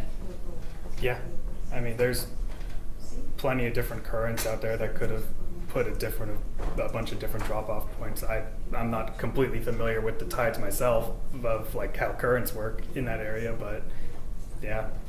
You would say that that's possible? Yeah, it didn't have to be placed specifically there. It could have been put somewhere else. Recross? Moment to confirm. Yes. I apologize. No further questions. One recross? Are you addressing the court, sir? Yes, sir. If I may What's your recross on the request? question? Yes, go ahead. That last question, you said that there was multiple drop-off points, correct? I mean, sure. No, I don't. I mean, like he could have. I mean, whoever did it could have just put it in the Gulf on the beach side, and the currents took it in. They could have put it over by Skyway, and the tides brought it out, and it just eventually come there. I mean, it's a big waterway area. There's plenty of places to put anything in there. You drop a can in the water, and it'll float wherever. No further questions. Thank you. Anything else from the state? No, Your Honor. All right, sir, you can step down. You're excused. Okay. The state's okay with releasing him with defenses. All right, you are released subject to recall. Have a nice day. Call your next witness, please. Yes, Your Honor. The people of the state of Florida call Mark Warchola.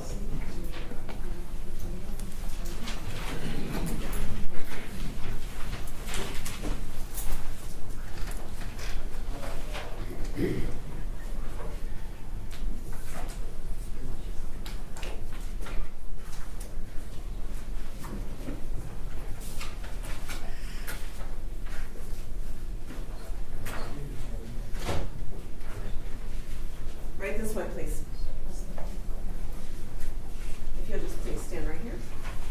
You're going to face the clerk. Raise your right hand. Thank you. Do you swear or affirm the evidence you're about to give will be the truth, the whole truth, and nothing but the truth? Thank you. Just have a seat right here and pull the chair all the way forward and just speak in a loud voice for the court. May it please the court? Yes, sir, you may inquire. Warchola. Good afternoon, sir. Can you please introduce yourself to the members of the jury and spell your name for the record? M-A-R-K, Brian, B-R-A-I-N, W-A-R-C-H-O-L-A, Warchola. All right, and Mr. Warchola, where do you work? Fort De Soto Park. How long have you been working there? 31 years and 7 months.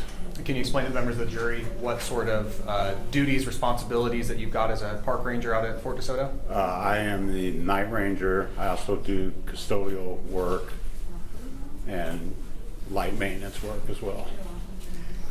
Now, I want to talk with you. Were you working on May 14th, 2024 out at Fort De Soto? Yes, I was. What capacity were you working that day? Starting your night shift? Yes, I was. Can you explain to the members of the jury, did anything odd happen while you were working that shift? A call came across the radio for a deputy assist. And what does that mean, deputy assist? That means that the deputy would like you to come down there and help him out. Okay, and just so I'm clear, that means that a deputy had been out there and they're calling you to, as a park ranger, go out and help them out, right? Correct.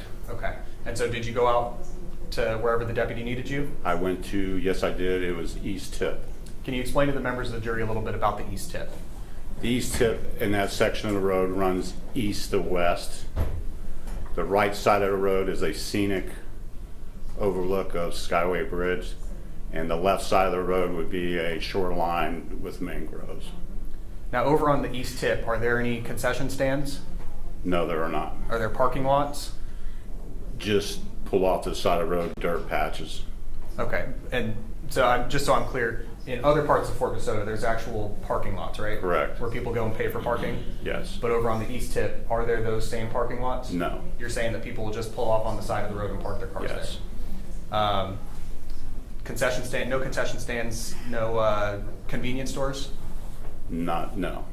Would you describe that part of Fort De Soto Beach, the East Tip, as a secluded part of the beach? The left side of the road and the very end of it is secluded. And why is that?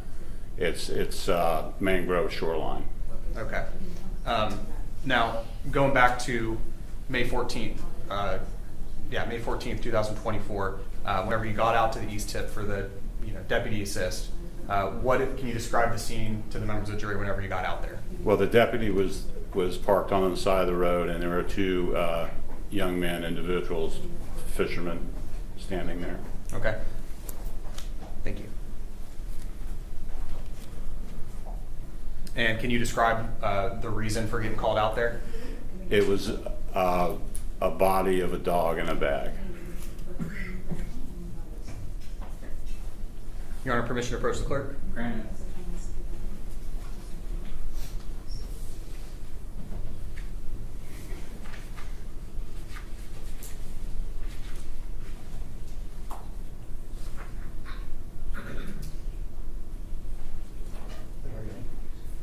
Your Honor, permission to approach the witness with an exhibit? Granted.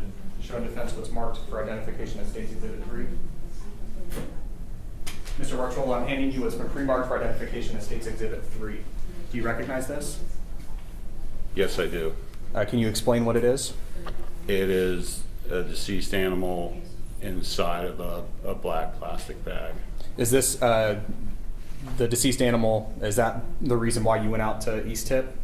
Yes, it was. Okay, in this picture, is this a fair and accurate representation of the animal in the bag whenever you saw it? It was in a different bag. Okay, but so the animal, can you explain that a little bit? Okay, so when I seen the animal, it was in a clear plastic bag with some rips and tears in it, and it was placed in that bag because it was falling through the bag that it was in. So just so I'm clear, the black bag was a secondary bag after we realized that there's some holes and stuff in the transparent plastic bag. Correct.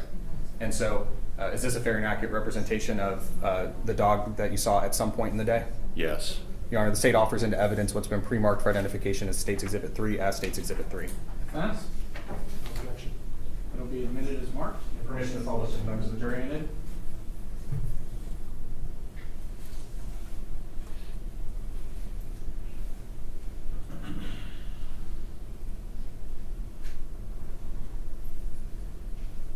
And Mr. Warchola, I'm showing you and publishing to the members of the jury what's now in evidence as states Exhibit 3. Can you kind of just describe to the members of the jury what it is that we're looking at? You're looking at a deceased animal that's had its head cut off. Now, earlier we were talking about the transparent bag versus the black plastic bag. Do you recognize, or do you see in this photograph the clear plastic bag kind of tucked under the dog? Yes, I do. Do you mind standing up and pointing that out to the members of the jury? Okay. And so just to be clear, you can go grab a seat. Thank you, sir. And so to be clear, was the dog and the plastic bag, the original plastic bag, were they contained in this larger black plastic bag? Yes. Everything was put into the black plastic bag? Yes. Thank you, sir. Thank you, ma'am. Now, Mr. Warchola, did you have any other involvement in this case after you went out to East Tip and spoke with the deputies? I put it in the bag, and then it was transported to our maintenance road out of public view. Do you know who transported that? Was it somebody with Animal Services? I believe it. I don't recall. Okay, if you don't recall, that's fine. If you don't remember, that's recall. okay too. Your Honor, may I have a moment to confer? Yeah.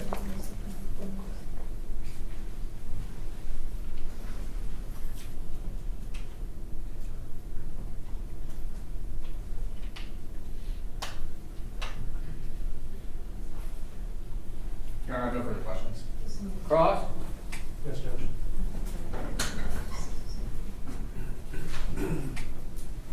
Good afternoon, Mr. Warchola. On May 14th, when you came across the bag with the body in it, you didn't conduct any additional interviews with anyone there? No, I did not talk to anybody else. The gentleman had left. They took off. And by the gentleman, you mean the young man who was fishing? The fisherman, yes. And you didn't see the dog until it was brought to shore, correct? You didn't see it when it was out on the walk? No, I did not. How many other park rangers were present with you at that time? No other park rangers were with me. And did you discuss what you thought may have happened with the officers in this case? Briefly. What did you tell them? I said it appears to be an animal with its head chopped off. Moment to confer. Granted.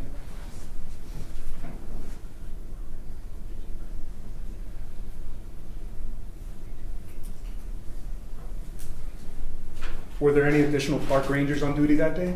Yes, there was. And did they tell you anything about what happened? No, they did not. Overruled.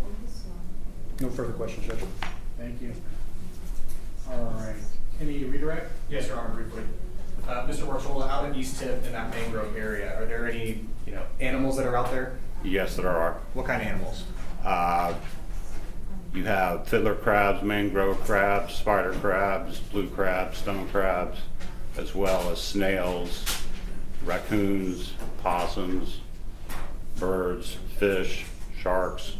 Fair to say a lot of wildlife? Yes. Okay. Your Honor, I have no further questions. All right, thank you. Sir, you may step down. You're excused, subject to recall. Thank you. State clients with us. This state calls Anika Wooten.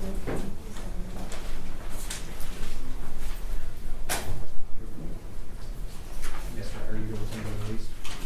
No? Okay. Then, yeah, I'll just give you 10 minutes. Okay.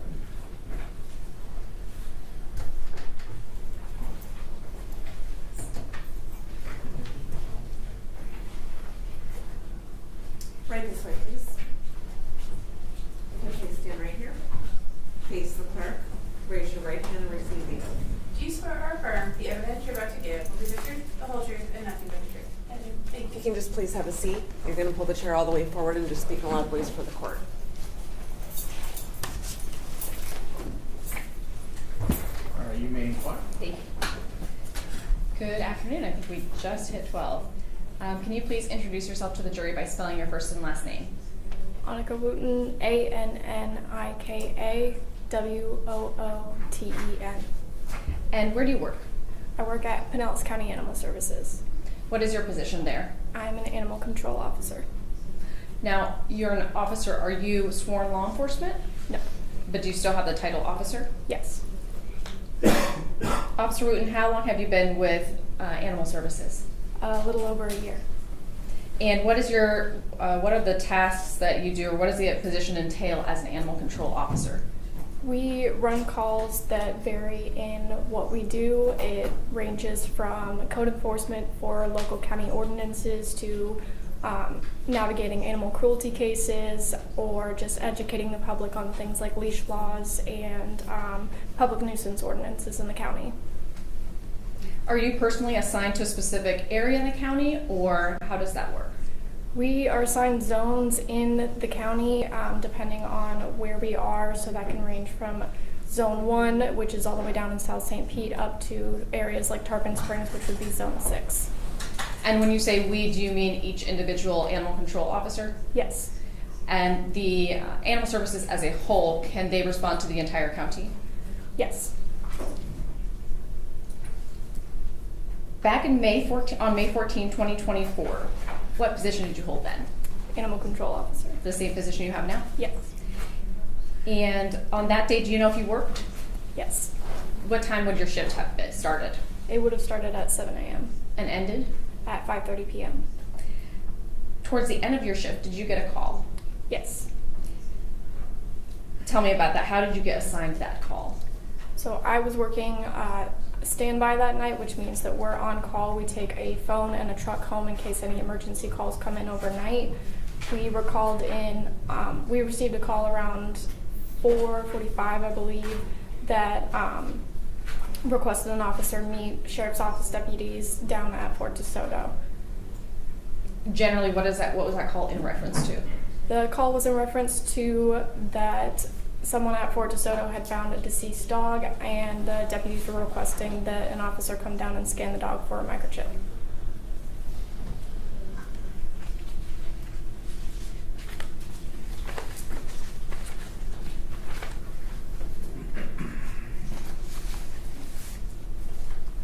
All right. May I have permission to approach the clerk? Granted. I'm handing defense counsel a copy of states pre-marked 5A, B, C, and D.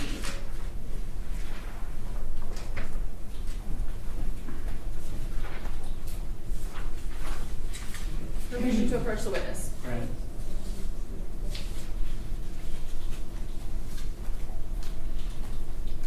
Officer Wooten, looking at 5A, do you recognize that photo? Yes. And what does that depict? That is one of the Animal Services trucks. Is that the one you were operating on May 14, 2024? Yes. Is that a fair and accurate depiction of that truck? Yes.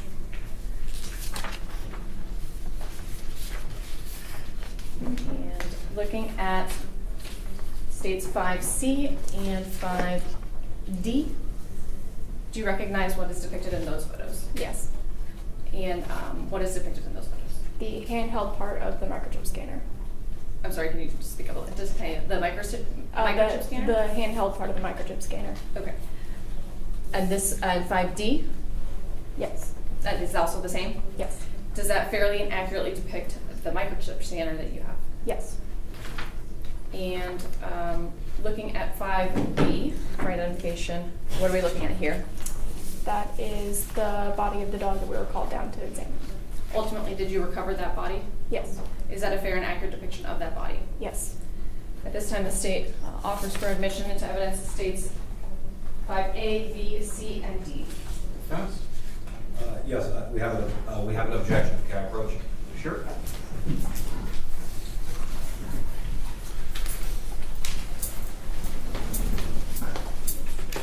Exhibits, please.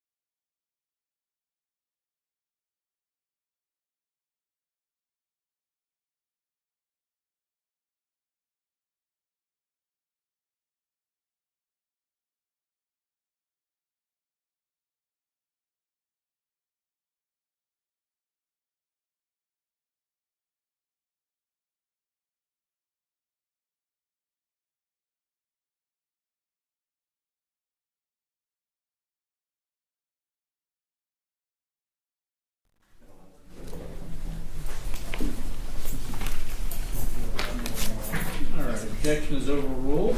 The evidence is admitted as marked. Permission to publish? Granted. Looking at State's Exhibit 5C.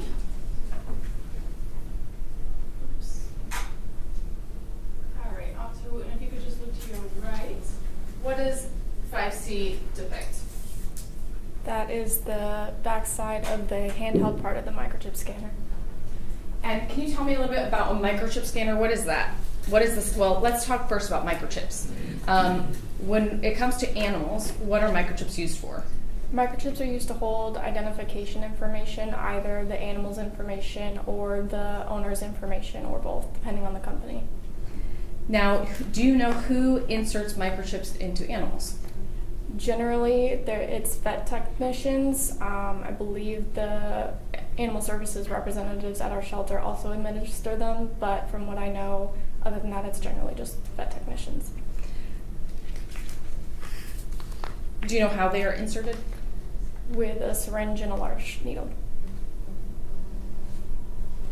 Is it standard practice, to your knowledge, for animal services personnel to chip the dogs that come into their facility? When they are adopted out. Okay. So the dogs that are being put up for adoption? Yes. And now, are there other, as opposed to what?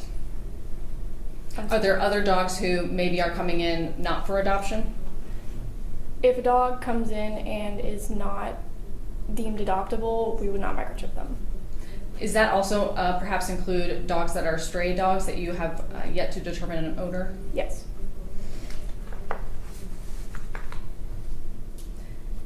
Do the microchips that Animal Services, that Pinellas County Animal Services uses, do those contain GPS devices? No. Is it fair to say that they simply store information? Yes. Related to the dog and owner? Yes.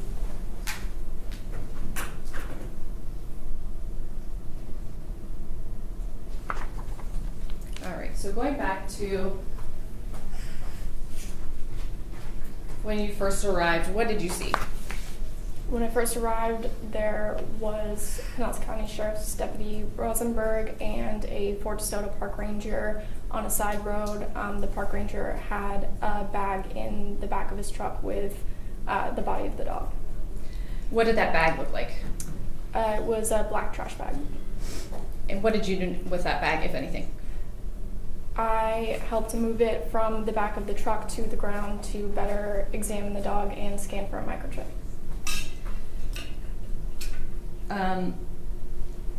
When you say examine the dog, for what purpose? To see the injuries of the dog, to see if there's any possible things to either take pictures of or to also impound anything that the dog was found with or the dog's body itself. Now, is it standard for animal services to come and recover deceased animal remains or carcasses? It depends on the situation. For things like this, usually officers check in with their supervisors to see what they want to do with the remains. But it's not uncommon that you would be called to a dead animal, is that correct? No.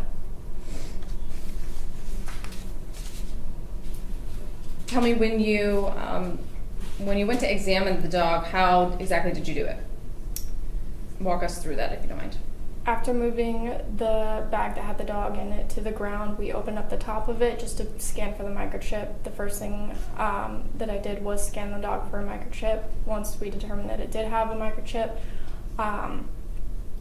we moved the dog onto some paper just to help prevent anything from getting onto the road, and opened the bag more to get pictures of initially what the dog looked like with the bag in it.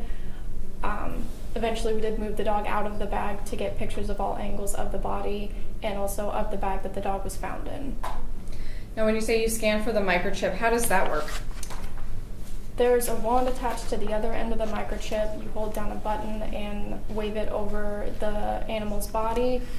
It works similar to a metal detecting wand at a security checkpoint. Just when the wand picks up where the microchip is, it lets out a sound to let you know, and it shows the number that the microchip has registered to it. Did that happen in this case? Yes. Looking at State's Exhibit 5D, what are we looking at here? That is the number that showed up when the wand was waved over the dog's body. Now, where do you wave it over the dog's body? What area of the dog? We wave it over the entire animal's body. The chip is generally found towards the nape between the shoulder blades, but we check everywhere just in case the chip is moved after implanting. And do you know where the implantation site normally is? Is that it also in that area? Yes. In this case, where were you able to scan or where did the wand detect the microchip? It was near the nape between the shoulder blades on the back.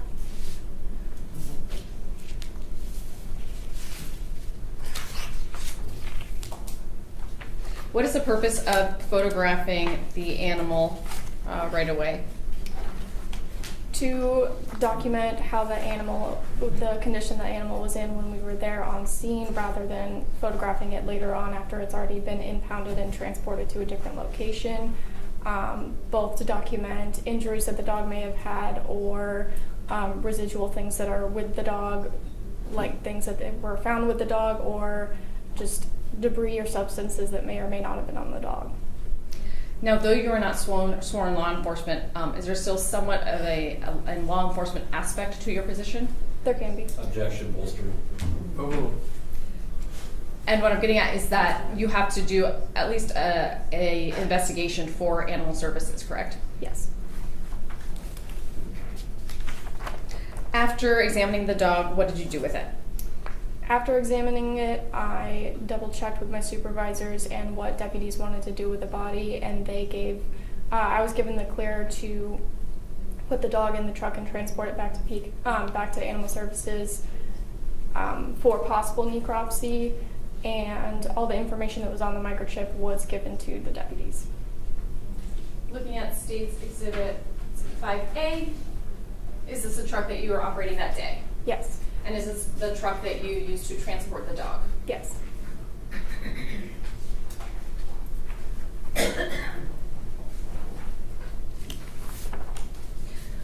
Once you've transported the dog to, where exactly are you transporting the dog to? I transported the dog back to Pinellas County Animal Services to store in the freezer that we have for deceased animals. Where is Animal Services located? On Ulmerton Road in Largo. Here in Pinellas? Yes. Would make sense if you're Pinellas County Animal Services. Tell me about that freezer. Did you put the remains in that freezer? I did.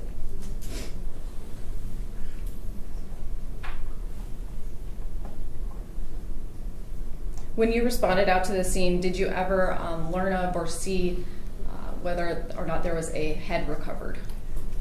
When I arrived on scene, I was told that there was not a head and that a head had not been found. Did you have any other involvement with the dog's remains once you placed it in that freezer? I did not. Moment to confer, Your Honor? Yes? No questions at this time. Cross? May I inquire? Yes, sir. Ms. Wooten, good afternoon. Yes, sorry.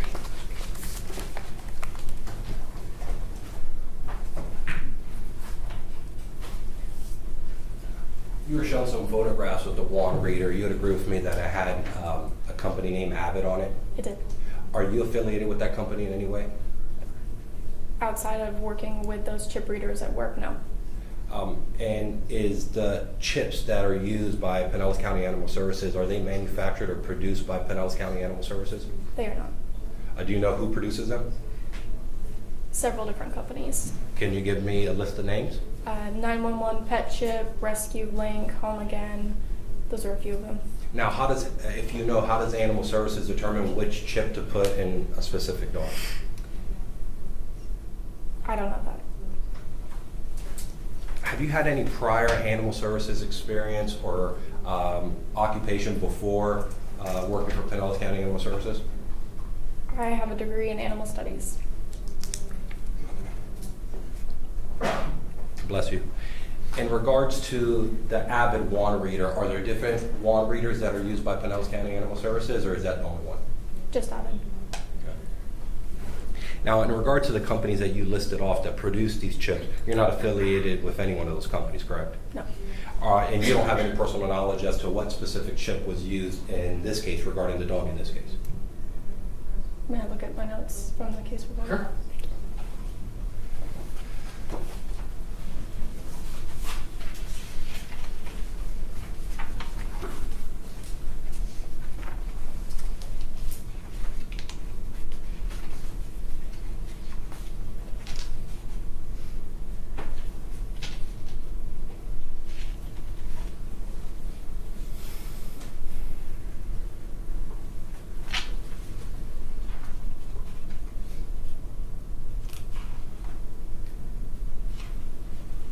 And may I ask what you're looking at, just so the record's clear? I'm looking at an animal view report, which is all the information that our computer system has on the dog and the microchip.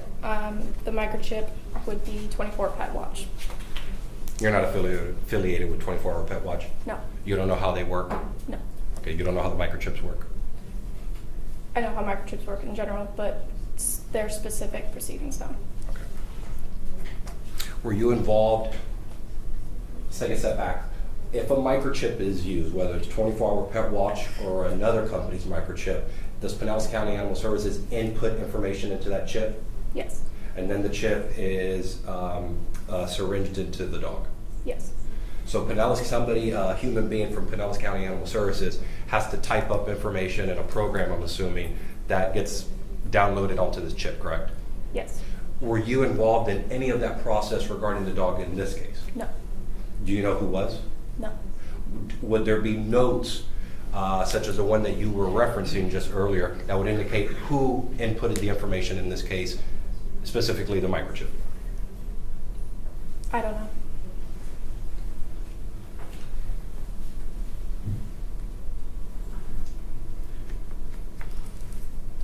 Now, obviously, when you came at the scene and you saw the body of the dog, it's impossible for you to have identified which dog this was, correct? I'm You not found sure I out later, understand. correct? I'm sorry? That you found out later the identity of the dog, correct? Yes. You didn't know the identity of the dog once you came across it on the scene? No. And there was no visible collar that had a name on it, correct? No.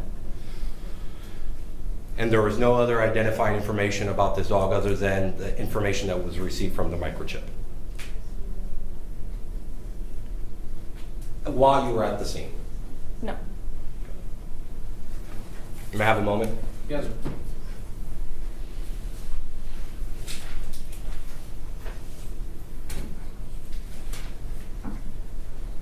And my last question is, you're not a records custodian for the Avid Juan Reader, that company? No. And you're not a records custodian for Pinellas County Animal Services? No. And you're not a records custodian for 24-Hour Pet Watch? No. No further questions. Redirect.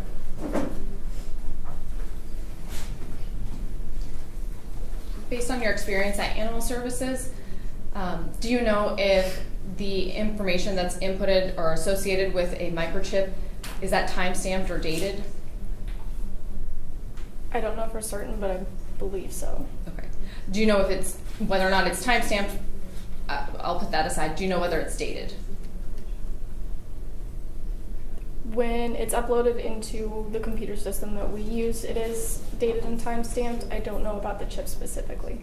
Okay. Now, being a animal control officer, fair to say you come into contact with a lot of dogs. Is that a yes? Sorry, just for Yes. the record.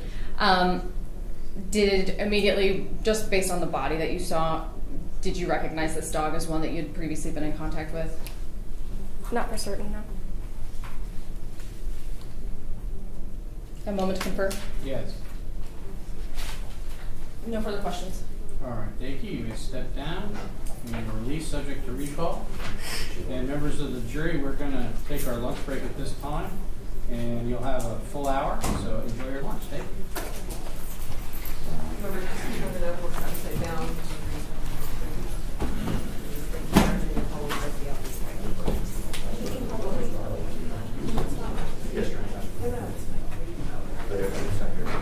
Yeah, I would imagine not. Okay. Not a problem. All right. didn't even know it was a Risen Against Law. But when they picked up the notebooks, were they picking that up as well? It was great. I will look for you. Thank you very much. You're welcome.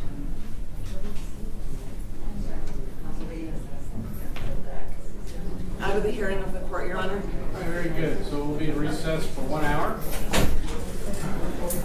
All rise.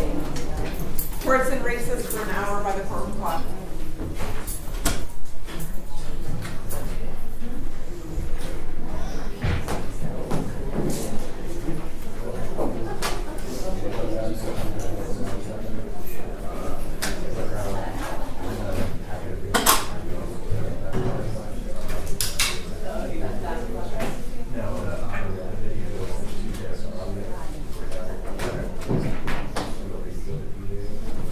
Want me to?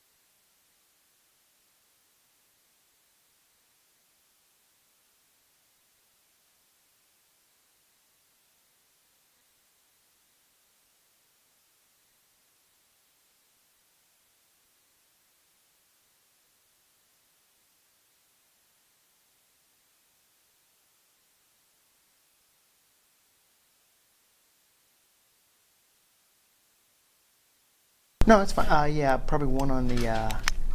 Oh, he's coming in. I'll just have him do it, so he doesn't. So he feels like he's.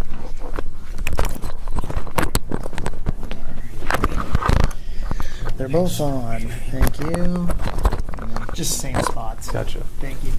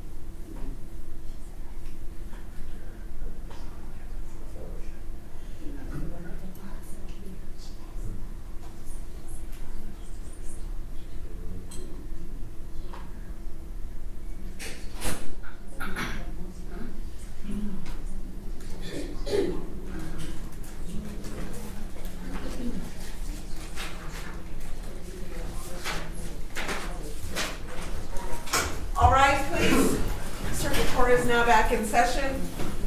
Thank you. Be seated, everybody. Have a seat. lunch. Please bring in the jury. We don't have to attorneys. No problem. Hold them at the door. Thank you. Davidson, please stand by.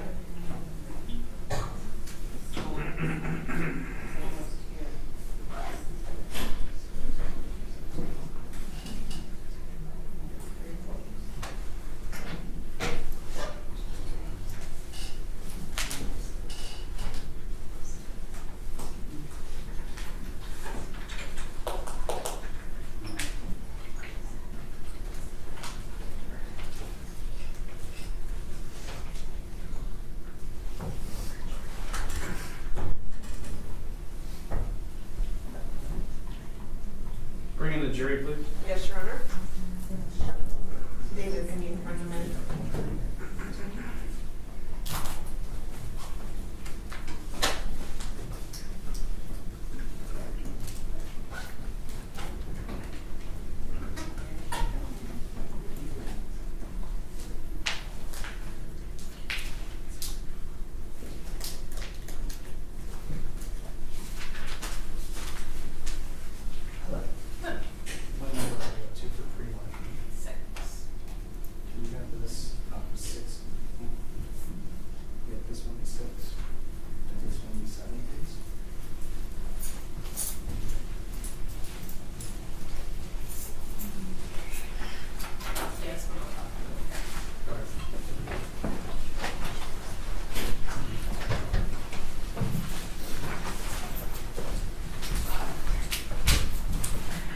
Your Honor, the jury is present and seated in the jury box. Thank you. Hope you all had a nice lunch. State flag next witness, please. Yes, sir. People that say before they're called Nathan Sean.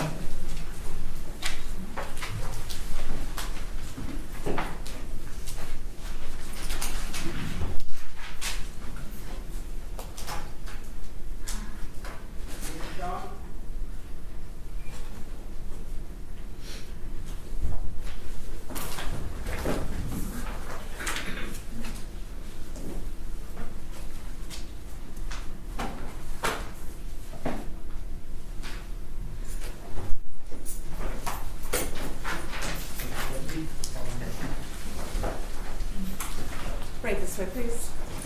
If you'll please stand here. Face the clerk, raise your right hand, receive the oath. Do you solemnly swear or affirm that the evidence you are to give will be the truth, the whole truth, and nothing but the truth? I do.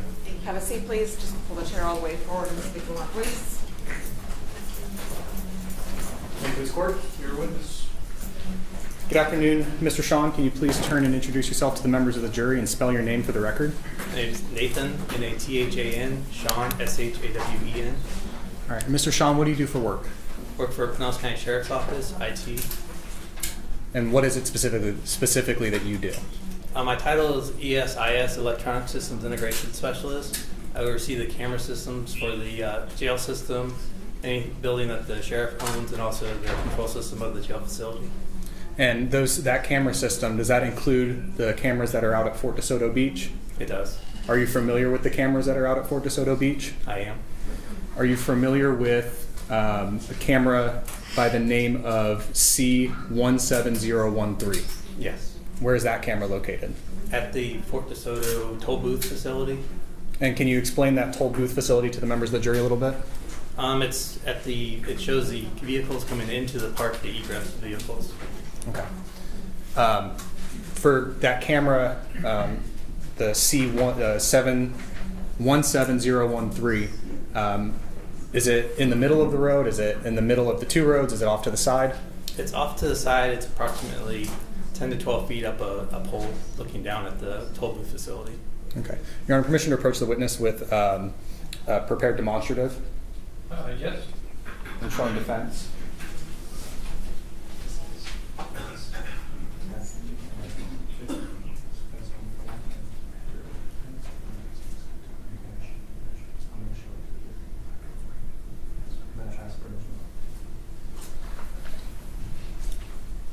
Mr. Sean, I'm handing you, can you explain what it is that I'm handing you right now? This is the overview top-down of the toll booth facility at Fort De Soto Park. Okay, is it a map? It's a topological map. Okay, and on the map, are there camera locations that are marked? Correct, yes. Is that something you prepared? Yes. And does that map show where those cameras look toward, like the direction that they're facing? It does. Your Honor, permission to publish this demonstrative, or would it aid in your testimony and help explaining to the members of the jury about these cameras, if you were to step down and interact with that? To show them, I could show them. Okay. So, yeah. Your Honor, permission to publish to the members of the jury? I would object, Your Honor. I told the state that this was coming. We don't have any testimony that he prepared this. This is computer-generated imaging. So at this point, I'd say lack of foundation. Okay, overruled. So permission to publish to the jury? Great.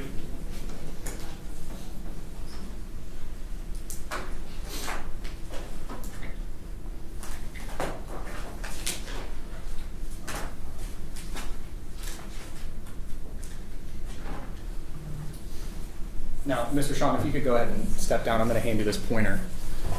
Can you please indicate to the members of the jury the camera that we've been talking about, the 17013 camera? Okay. And the direction that it's facing, is it facing toward the exit of the park or the entrance of the park? The entrance of the park. So the entrance of the park here, so they're coming this way. So these are parks. These are cars coming through the toll booth. These are cars leaving the toll booth. Okay, and so just for the record, we've got a picture of a road in the middle. There's a road on the left, there's a road on the right, and Mr. Sean has indicated that the left part of the road shows vehicles entering, and the right part of the road shows vehicles exiting the park. Is that accurate? Correct. Okay, so the camera C17013, is that at ground level, is it at waist level, or is it a little bit higher up? This one is approximately 10 to 12 feet up in the air. Okay, so it's up in the air about 10 to 12 feet? Correct. And is it, are you able to see into, let's say, the bed of a truck from that angle? Yeah, it's down at an angle like that, so it can see vehicles coming into the park. Okay. I want to talk with you about a second camera that's indicated on this. It's camera, I think it's 17008. Are you familiar with that camera? Yeah, that's this one here. Okay. And just so the record's clear, you're indicating right in the middle of that map, there's a little label. Can you tell the members of the jury what direction that camera faces, what level it's at, and what it would capture? That camera is approximately like 5 feet high. It's facing, there's a gate that's right there. That's an automated gate that's fixed. It's that shows the vehicles coming into that gate. Okay. And so you can go and grab a seat. Thanks, sir. Now, Mr. Sean, these cameras, you said that you oversee those cameras? Correct. Were those cameras operational on May 11th, 2024? Yes, I believe so. Yeah. Were they working correctly on May 11th, 2024? As far as I know, yes. Okay. Any indication from the cameras were malfunctioning? No. Okay. Permission to approach the clerk, Your Honor? Yes. And permission to approach the witness? Yes.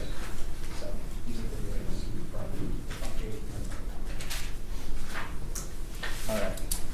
Now, Mr. Sean, I'm handing you what's been pre-marked for identification as State's Exhibit 6 and State's Exhibit 7. So the first one is State's Exhibit 6. Do you recognize that one? Yes. Have you had a chance to review what's on that disc specifically? Yes.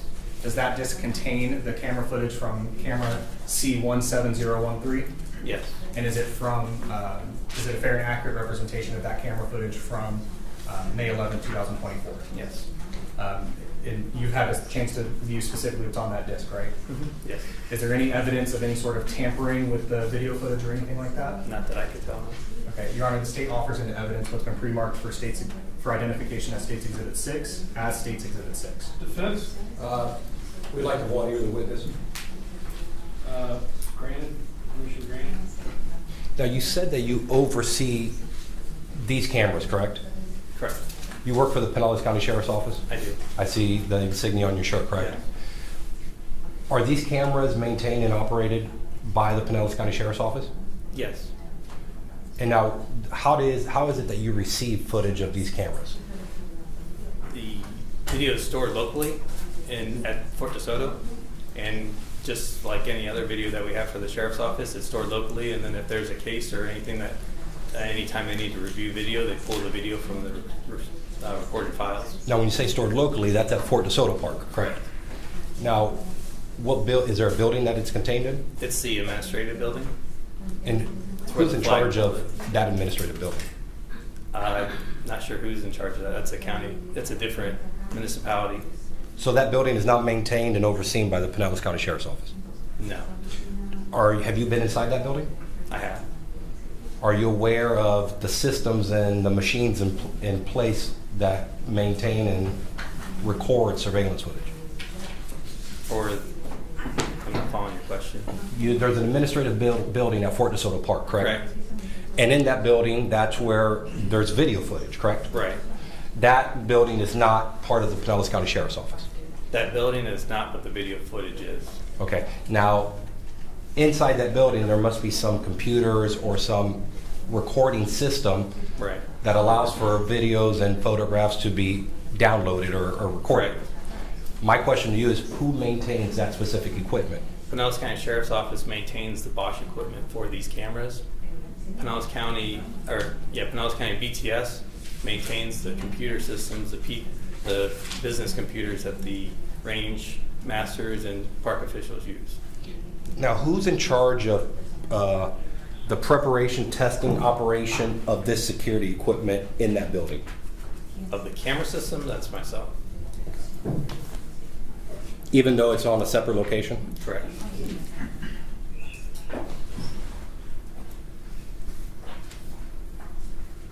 And are you familiar with the operating condition and capability of the equipment inside that building? As far as the Bosch video system? Yes. Yes. No further questions. Thank you. Any objection? No objection. All right, be admitted as marked. Now, Mr. Sean, I'm now approaching you and handing you what's been pre-marked for identification as State's Exhibit 7. Do you recognize this one? Yes.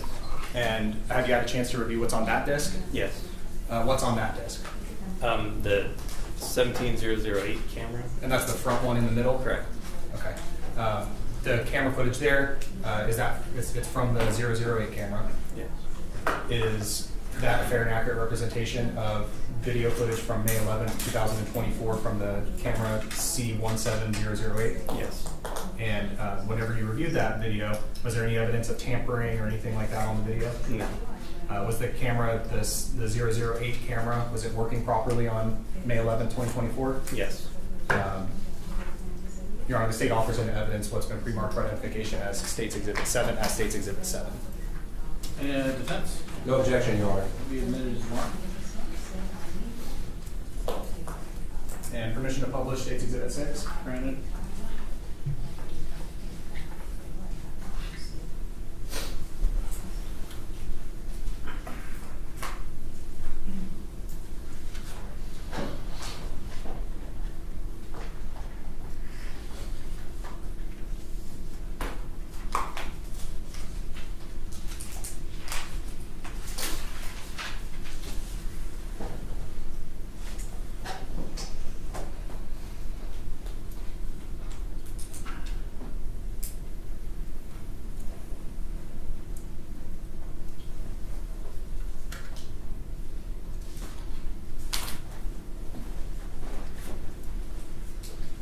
Your Honor, before we play the video, could we have the instruction on an edited recording? Sure.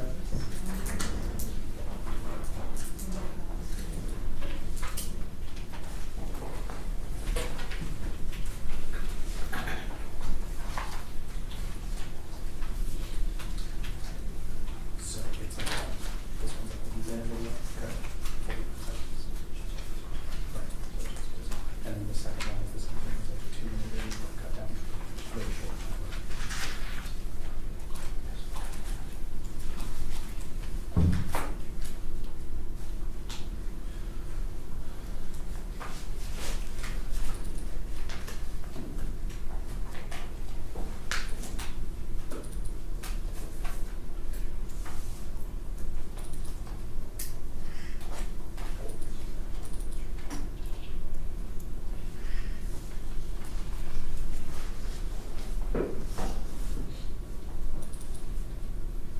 And is this audio, video, or a combination?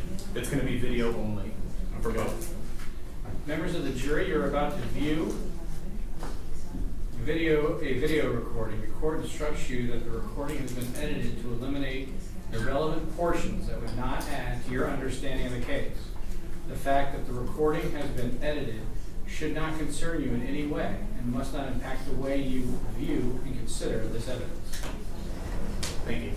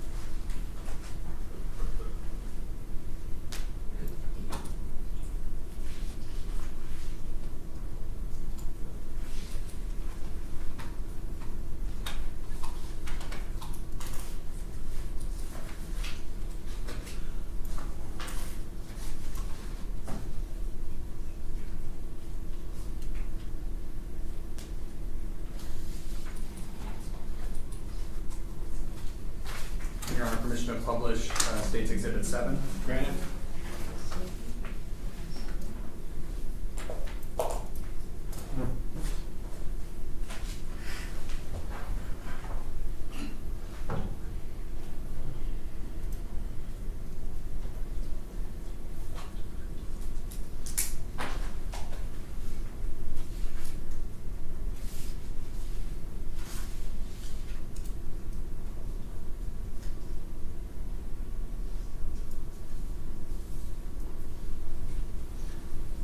Now, Mr. Sean, outside of collecting those videos, why did you collect those videos? I was contacted by the deputy who was working the case to pull the video for him. Sometimes if the deputy has a problem pulling the video for him, they'll reach out to us for assistance. And so outside of pulling the video footage from the cameras that you were requested, did you have any other involvement in the investigation in this case? No. Your Honor, I have no further questions. Cross? Yes, Your Honor.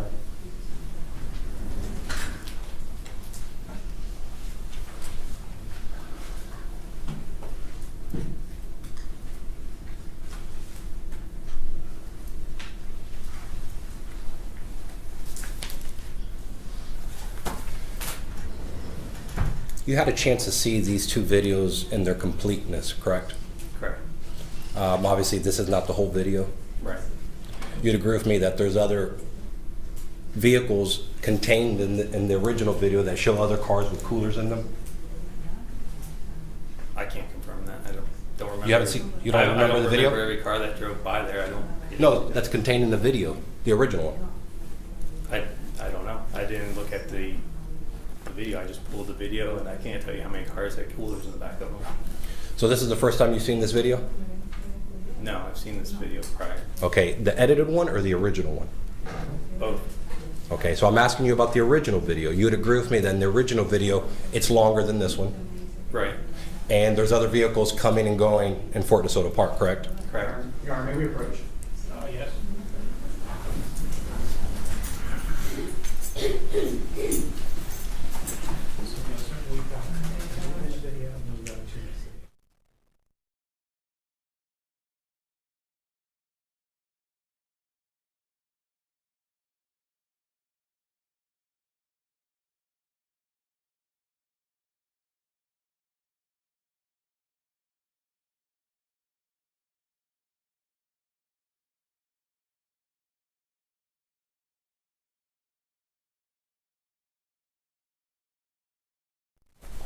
Now, if I understand your testimony correctly, is it that you don't know or you don't remember the original video containing other trucks with coolers in the back?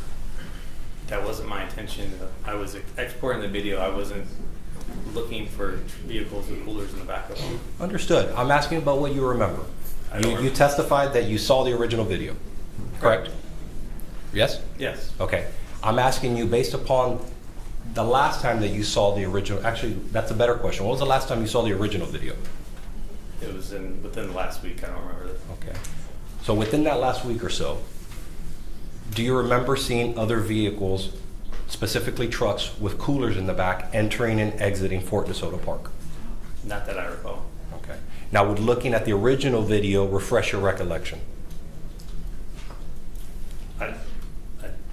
You could look at it and see if there's trucks with coolers in the back.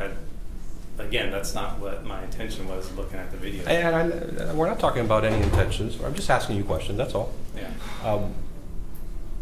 May I have a moment to confer? Yes, sir.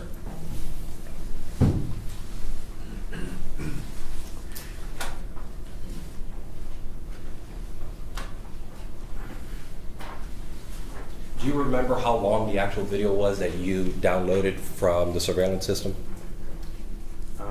Originally, I don't. It was. I don't. It's a lot longer than this, though. Right. Nothing further. Now, you hand your redirect? Yes, Your Honor. Mr. Sean, whenever you watched the video for the first time, was that in our office at the state attorney's office for trial prep? When was the first time that you watched that video? The very first time was when I pulled the video for the deputy for the case. Okay, and when was that? That was several months ago. Okay, so fair to say you don't remember exactly how long that video was because it was a long time ago? Correct. All right, and then whenever we sat down and prepared for today's trial, that happened over at the state attorney's office, right? Right. And I showed you that cut down edited copy, right? Correct. Okay. You didn't, did you cut that video? I did not. Okay. Your Honor, I have no further questions. Thank you. Witness may step down. You'll remain subject to recall.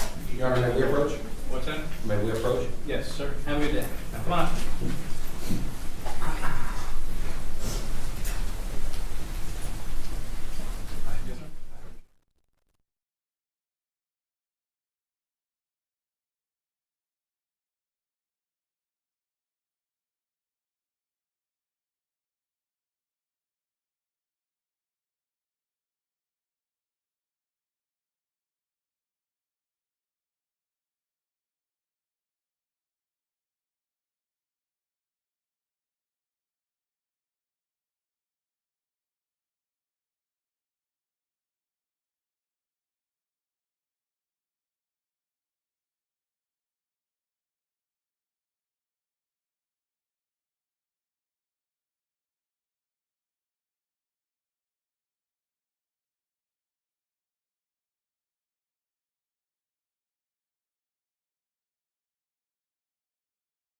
In this case, just so you all know that. Yes, sir. People are talking about being released.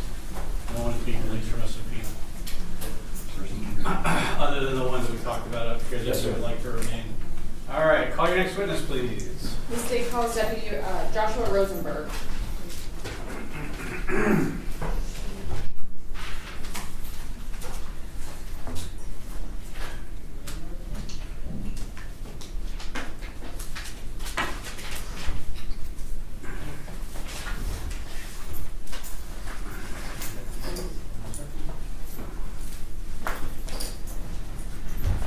Right this way, please. Just stand right here. Please face the clerk, raise your right hand, take the oath. Do you swear or affirm the evidence you're about to give, the truth, the whole truth, and nothing but the truth? Yes, ma'am. You can have a seat here and just pull the chair and speak a loud voice for the court. Thank you.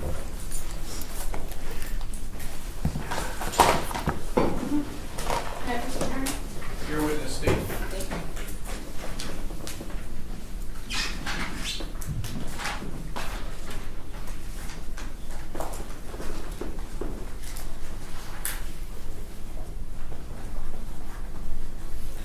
Good morning, Deputy Rosenberg. How are you? Good, how are you, ma'am? Could you please introduce yourself to the jury, spelling your first and last name for the court reporter? Yes, my name is Deputy Joshua Rosenberg. It's Joshua, and last name is Rosenberg. With who are you employed? Pinellas County Sheriff's Office. How long have you been with the sheriff's office? I have been with the Sheriff's Office coming up on 3 years now. And you had mentioned, you said deputy. What are your position, or what are your duties as a deputy? Routine patrol, investigations, citizen contacts.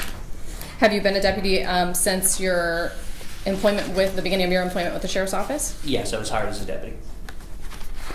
Does that include, I take it that would include May 14, 2024? Yes, ma'am. On May 14, 2024, were you on duty that day? Yes. And in your capacity as a deputy, what were you tasked with that day? I was tasked with investigating an animal cruelty case.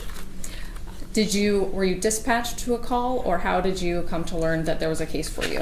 I was contacted by my, at that time, sergeant, and informed me that the case was going to become available and requested if I would like to take it. Okay. Is that typically how case assignments work? Typically, if a sergeant knows that you're interested in investigations, they will foster that and allow you to follow up. And with respect to, this investigation, was there a certain location that you were dispatched to?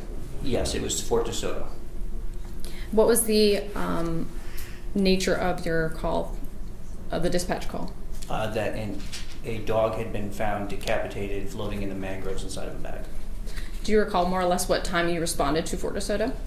Approximately 6:30 p.m. When you arrived, what did you observe? The dog was partially removed from the bag. We were on an access road that's not accessible to the public at that point. When you say the bag, we've heard some testimony about at least 2 bags. Can you explain which bag you're talking about? The bag the dog had been found inside of, it was, I believe there was a black bag and then a clear bag. What was your first task with respect to this investigation? I was briefed by the deputy who was initially on scene about where the dog had been found, and then we were awaiting our crime scene techs to come for further photographing of the animal. With respect to an investigation like this, where you are what in that scenario, what would you call yourself? Do you have, is it like case agent? Do you have a specific title? Case lead, case agent. Do you have authority to direct people, for example, from crime scene? Yes. And in this case, did you make any requests? I requested that they photograph the deceased animal as well as the area that the animal had been found on the East Beach. To your knowledge, was that completed? Yes.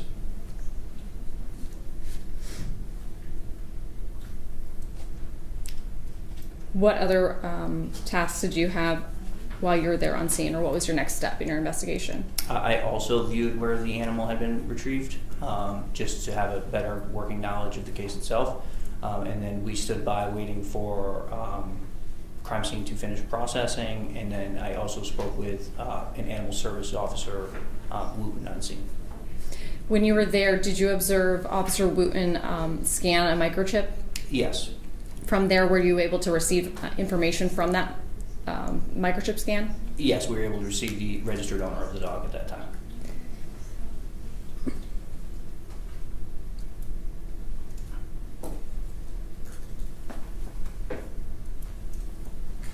Upon receiving that information about the registered owner, what was your next step? We tried to determine whether or not that owner had been in the area, and I utilized law enforcement databases to find the registered owner's vehicle. Did it appear at that point that the vehicle had been in the area? Yes, it had hit on cameras that we have in the area. With that in mind, what was your next step? Following that and speaking with Animal Services, it was determined that we would need to interview the registered owner. Around what time was it determined that you would conduct an interview? By the time CSI had finished up, it would have been later in the evening, maybe 9, 10 o'clock, somewhere around there. Were you able to locate the suspect's home? Yes. And what happened? Did you go to the home? Yes, I went to the home. We attempted to make contact with them, but he was not home at that time. So what did you do? We planned to return later because we had been informed at that time that he would be back later. Did you in fact return? Yes. And when you returned, was he there? He was. What did you do when, did you make contact with him? Yes. Your Honor, no reproach. Please take the jury out. Yes, Your Honor.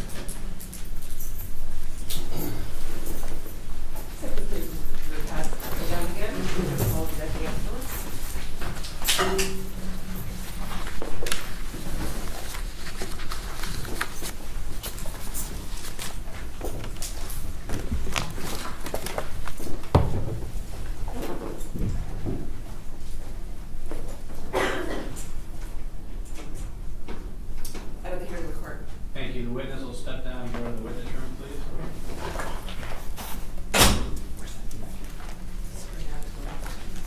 And what is your objection, sir? You want me to wait? No? Hearsay, Your Honor, they're hearsay. This testimony is trying to circumvent the hearsay problem that I brought up before to this court regarding the identification of the individual and the identification of the dog in question. The only way that they came to determine the suspect and determine the location of the home is all based upon hearsay. We're talking about the license plate, the registered owner of the vehicle, the owner of the dog. All that is obtained through inadmissible hearsay. So any result therefrom is inadmissible, and it lacks any exception to the hearsay rule. So let's talk about all these issues now, and in the future, the court would like these to be raised in pretrial motions in limine. And because we've had the discovery of this case for quite some time, so I think it would have been a better use of the court's time if we had this, what I consider a major evidentiary issue, handled pretrial. But can I have the response to the hearsay objection, including the objection to the thing? To my recollection, all this jury has seen regarding what you're saying is hearsay is a series of numbers and that one photograph. That's correct. Okay. And from the video we just watched, I don't recall any zoomed in license plate pictures or anything like that. No, Your Honor. However, the issue is... I want to get to the issue that I had. So that's all the jury has seen at this point, correct? That's correct. All right. So response to the hearsay objection, to the tag thing, to the numbers that they saw in the photograph, and I presume the testimony later on is going to be that that number matched up to the alleged actual dog in this case, so on and so forth. And I assume you're going to be calling a witness to establish that. So I'd like to hear the state's full response to the hearsay objection so that we're not taking up this jury's time with, 20 bench conferences during the course of this trial. Yes, Your Honor. So with respect to the past few witnesses, I have not listed testimony that Domingo Rodriguez was the person identified through that microchip number. I also have not listed testimony as to what information, even the dog's name with respect to this microchip number. We do anticipate calling Captain Lindsay Martin from Animal Services. At that point, she is a custodian of record. She will testify to the adoption paperwork, which she maintains as a normal course of business. That adoption paperwork will have the information. It's a letter to Domingo Rodriguez from, it's from 24-Hour Pet Watch, and it has the microchip information. Again, she's a custodian of records. Of these records, they are maintained in Pinellas County Animal Services regular course of business. There will also be entered into evidence through Captain Martin, the adoption contract that is also maintained by Pinellas County Animal Services. That adoption contract also has the chip number, and it has the defendant's name, and it has the name Dexter on it. With respect to the license plate, I have not listed any testimony that is in reference to any specific license plate. I have essentially elicited testimony that would suggest that the officer, the deputy, through the course of his investigation, ended up at some house. As far as filling in the blanks, we anticipate doing that with additional testimony, but I don't believe that at this point we have elicited any From another witness. Well, and this officer. That's what I'm going to get. That's what I want to get to next. Yes. Because I see a lot of things baked into this. All right. So, is this physical microchip in evidence? No, Your Honor. Okay. What happened to the physical microchip? I would imagine it stayed in the dog and went with its remains to the veterinarian who performed the necropsy. Okay. Is there going to be a witness, not this witness, who will attempt to take the stand and testify the number that's in that one photograph is associated with the dog that you're alleging was involved in this case, and therefore, strengthening your case, I guess, against the defendant, and that this was the dog he had. It looks like the dog here, and the chip number that we saw a picture of that came from this dog, from the microchip in this dog, that is matched to the dog you're alleging in this case. So It won't necessarily be a photo of the dog with a microchip, but it would be. No, photo, they've seen a number, okay? It's in Understood. evidence as a number. Is there a witness that's gonna be able to testify that that number is associated with the dog that is the subject matter of this, that you are alleging is the subject matter of this case?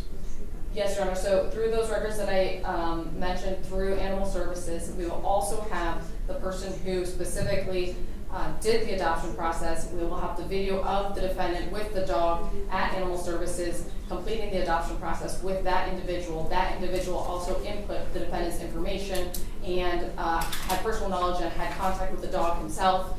And Which would be totally irrelevant if it was some other dog, right? So what I'm saying is, the number that was in the photograph that's now in evidence that said it came from the chip inside the dog that was located at the park, that number, is there a witness that's going to testify that that number is associated with the dog that you're alleging is the subject matter of this case? yes, Your Honor, because it would be the witness that input that information to associate the defendant and the dog to that number. So that number is written down on a piece of paper? That is correct. It is written down on the adoption paperwork. Okay, that's what I'm getting to. And you're going to be attempting to bring that into evidence to a records custodian That is correct. as a business record? That is correct. Okay. And then the license plate information, that was, I assume there's going to be testimony that we ran this license plate in a database and we are associating this with the defendant, so on and so forth. Who are you going to be doing that through and how? So the deputy will testify that he arrived at the home, met with the defendant, got the license plate, looked at the license plate. Well, he's not going to testify to that part. He's going to testify that we received, really it's just going to be through a business records exception from the Florida Department of Transportation. So you have documentation that you're going to be trying to bring in through business record exceptions, associating the license plate with the defendant. Not associated with the license plate with the defendant. The records are going to associate the license plate with the location. Deputy will testify to vehicle and seeing the license plate at the defendant's home and defendant acknowledging that that's his vehicle. Okay. Okay, so there'll be some testimony. Okay, I understand. So any assertions that are being made by a license plate are going to be made through another witness, not this deputy?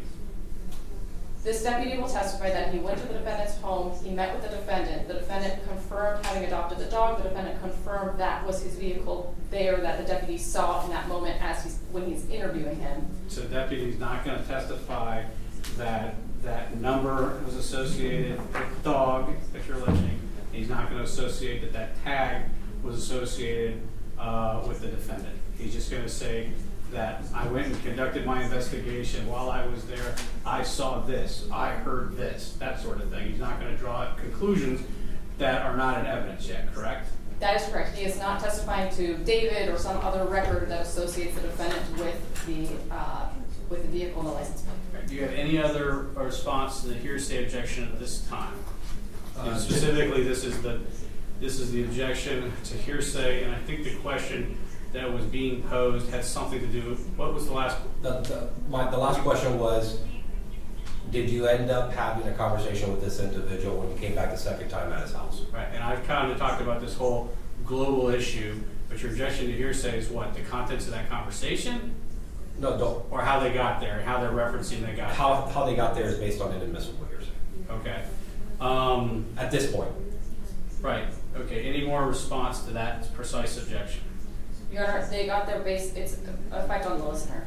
Okay. And if it's an effect on the listener, then we'd ask that the jury not consider it for its truth since it's not being offered for its truth. I'm going to overrule the objection because I don't think this jury has heard any hearsay or is about to hear any hearsay. And that's why I was very detailed on exactly what this jury has seen and what this jury has heard.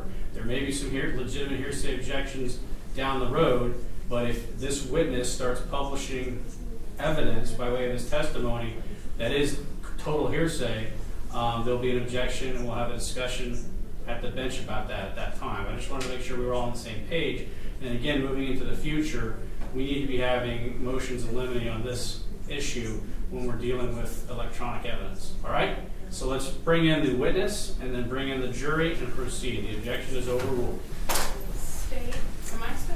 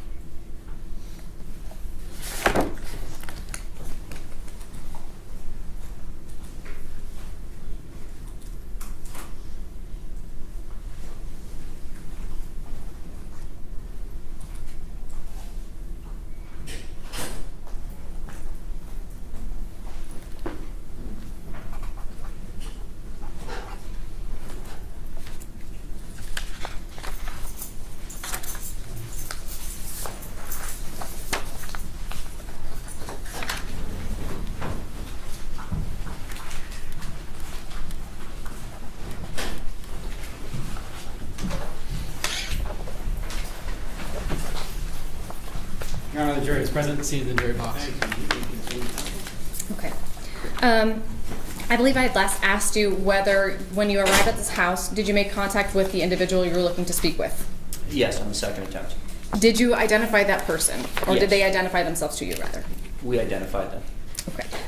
Do you see that person that you spoke with here in the courtroom today? Yes, ma'am. And could you please indicate where they are seated and by an article of clothing? It's the gentleman wearing the blue sports jacket and the light blue undershirt. Are they to your left or to your right in the courtroom? They're to my right. I'd ask that the record reflect that the witness has identified the defendant. Defense? Stipulate that they have identified the person that they spoke with. Okay, the record reflect the in-court identification. When you spoke with this person, what was the intent as far as, what did you plan to ask him? We intended to inquire about the dog that we had found.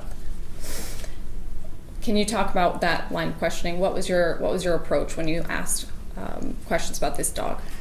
We confirmed that it was his dog and what had happened to the dog in general. And when you say we confirmed, did the defendant tell you that it was his dog? Yes, he confirmed it was his dog.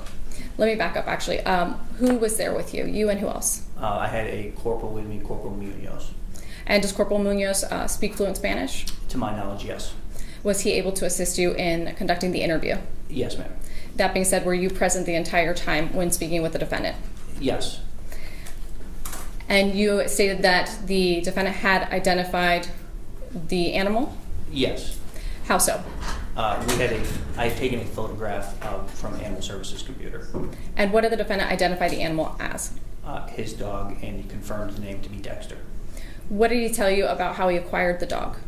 That he confirmed he had adopted it that Friday prior to my interaction with him. Now, you say Friday prior. What time or date was this interview? The interview would have been on May 15th. And when did your investigation start again? May 14th. What day of the week was, what day of the week was the 14th, if you recall?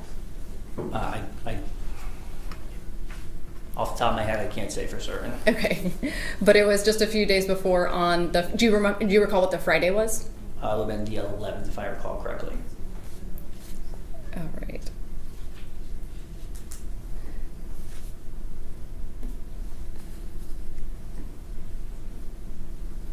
And where did he say that he adopted that dog?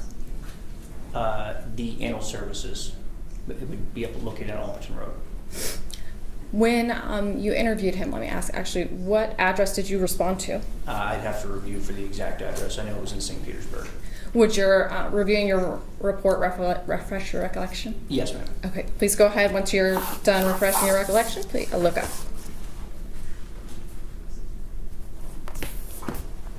Okay. Has your memory been refreshed? Yes. And what address was that you responded to conduct this interview? 3367 66th Way North. So the defendant had mentioned that he had gone to Animal Services. From where did he say where he went next? After picking up the dog? Correct. Not that I recall in discussing after that. What was the next question that you had for him, or the next line of questioning you had for him after he admitted to having adopted that dog? We inquired if he knew where it was. And did he? He indicated that it had been let out or ran away. What were the details of that, of saying it was let out? When did he say that it was let out? From my recollection, that was his initial take on it, that the dog had been let out, is what he had told Animal Services, and then he then believed that it had escaped when we talked to him. When you say let out, what was your understanding of what the defendant was saying as far as let out? Let out. Sustained. Did he indicate where he meant when he was talking about letting out the dog? That the dog had been let out by his wife. Do you know if that was through the front door or the back door? It wasn't disclosed. Can you describe that property? It's a fully fenced-in home. It's a blue house, if I remember correctly. It has a white fence. And I think, if I remember correctly as well, the rear of the home has a cinder block wall, like 6 foot, 5.5 feet, 6 feet tall. Is that fence fully enclosed? Yes. When you arrived, were any of the fence gates open? No. Permission to approach the clerk? Grant. I'm handing defense a copy of what the state will retrieve as 8A through 8J.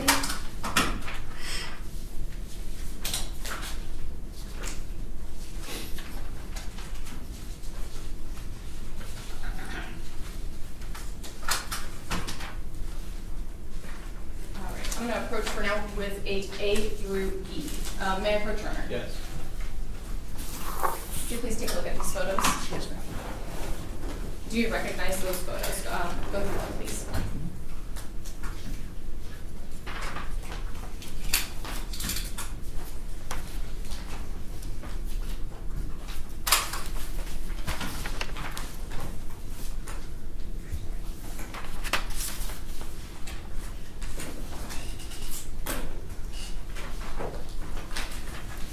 Yes.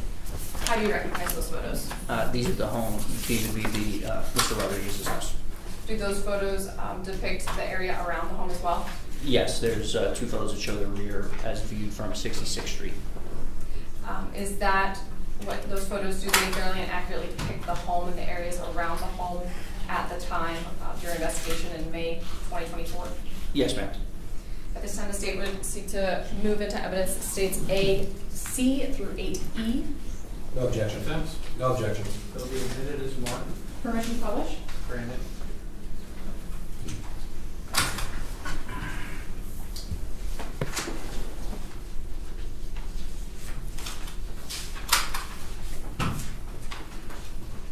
Starting with 8A, what are we looking at here?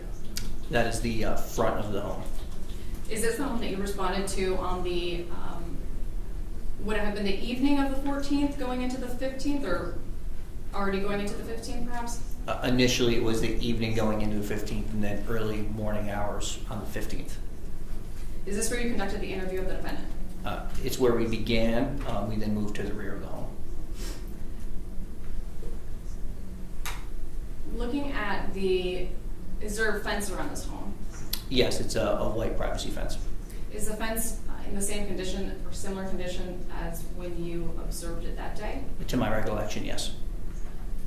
Noticing specifically, is there a gap underneath what would be, I guess, the left side of the fence when we're facing the photo? Yes, it's a small gap. Did you observe this gap in person? Yes. Looking at states 8B, what does this photo depict? That's also the front, just from the other side. Does that gate look in the same condition as it was back in May 2024? Yes. Are you able to perceive a gap under that side of the fence? Yes, another small gap there where the gate is. Is this gap smaller or larger than the one on the left side of the house? I believe this side is smaller.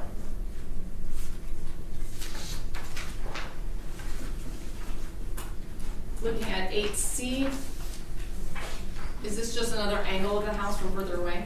Yes, that's the same house over there on the left with the gray truck. Looking at 8D, what is this view? That is the vacant lot directly adjacent to the rear of Mr. Domingo's home on 66th Street North. Are you able to articulate where, or can you see any of Mr. Rodriguez's home in this photo? At the top of that photo, where the concrete wall is, where it's kind of like a lightish blue gray, and then it goes into a solid gray. Just on the other side is where his home is. That would be the roof there, either to his main home or he has a finished patio area. Is there any structure between the back of the defendant's home and 66th Street, other than this concrete fence? It's like a covered patio area between the back of his home. So it's his back of his home, the covered patio area, and then the concrete block wall.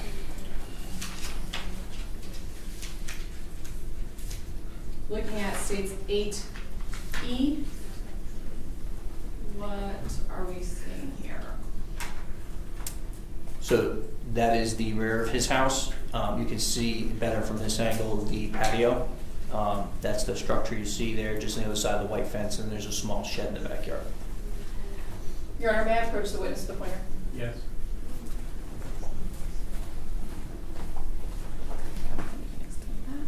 And may the witness stand in providing his testimony? Yes. Go ahead, as you could, and using that pointer, indicate the things that you've been describing. So this is the patio area right here. It's covered. It's like it's open on the front, but there is a wall here. There's like a bar area, a seating area there, and then this is the shed that's in the backyard, and then the main house can be seen here where the window is. Now, looking at this angle from the back of the home, does it appear that the fence continues to be fully enclosed around? Yes, ma'am. Did you notice when you were there any gaps in the fence? None other than the ones underneath the gates up front. All right, thank you. You can take your seat.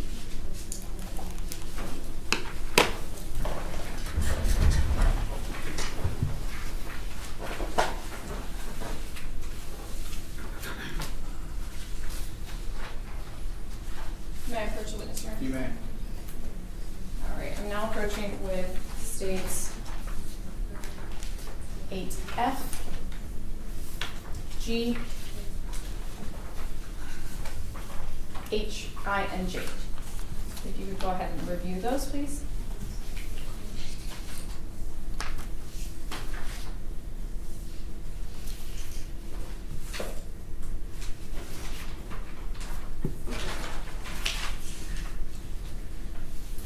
Okay, review them. Are those photos familiar? Yes. Do these photos depict various items around the defendant's property? Yes, as they were that night. Did you take several of these photos? Yes.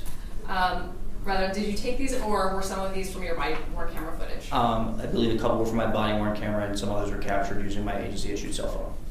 Do these images, let's look at states 8, G, and F. What do those generally depict? These are the gate that is on the left side of the home. Does that fairly and accurately depict the gate at the time of your investigation? Yes. And looking at 8I, Yes. what is that? That is a cooler. Does that fairly and accurately depict the cooler? Yes, it is an accurate depiction of the cooler. 8J,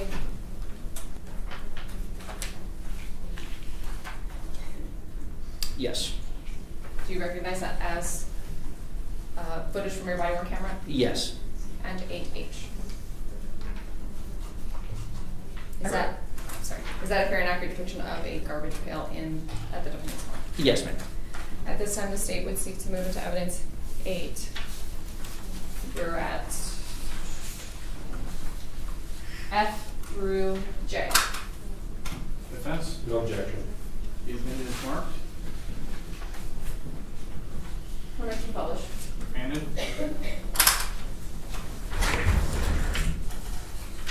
Is this a closer view of that fence? Yes, the one that's on the left side of the home if you're looking at it from front. When you were there in person, are you able, based on your observations, are you able to approximate how large that gap is? Approximately 4 inches at the highest point. And looking at 8G, is that just a closer up view? Yes, it's just a closer up image. When explaining that the dog must have gotten out, what, if anything, did the defendant say about that fence? He indicated that that fence on the left side was the one that the dog had gotten out through, that small gap. What, if anything, did he say about what the dog had on at the time he would have gotten out? The defendant had explained that the dog had been neutered and that he had a cone on his head. Did the defendant indicate that he had removed that cone since bringing the dog home? No.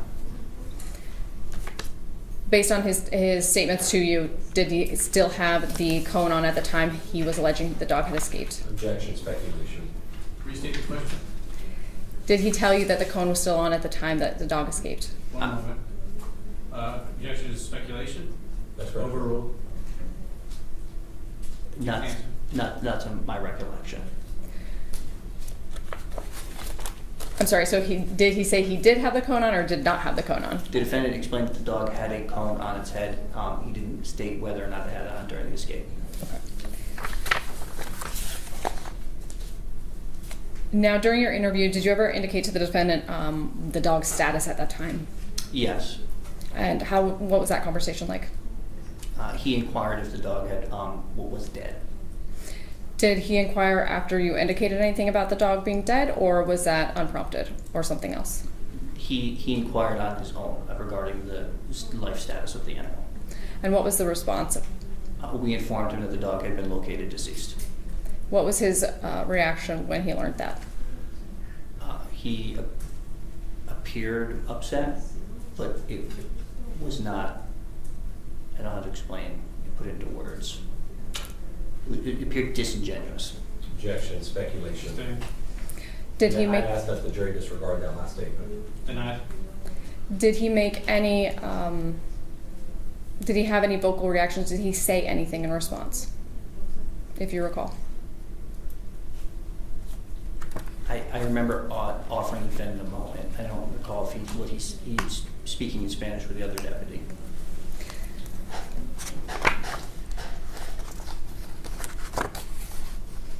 What did you ask the defendant, if anything, about his whereabouts at the time that the dog was found? We inquired in general for his activities on that Saturday, and he did specify that he had woken up and looked for the dog. Where did he say he looked for the dog? He stated that he looked for the dog in the neighborhood that he lived in. Did he say how long he looked for the dog? He did specify a time. He just said it was approximately 7 a.m. Did he provide you a schedule or a, did he provide you a list of things that he did that day or an order? He indicated that he had looked for the dog, performed what he described as unofficial Uber trips to and from Fort De Soto, and then also stated that he was going to be fishing that day. Did he tell you what time he woke up? He said it was at 7 a.m. What time,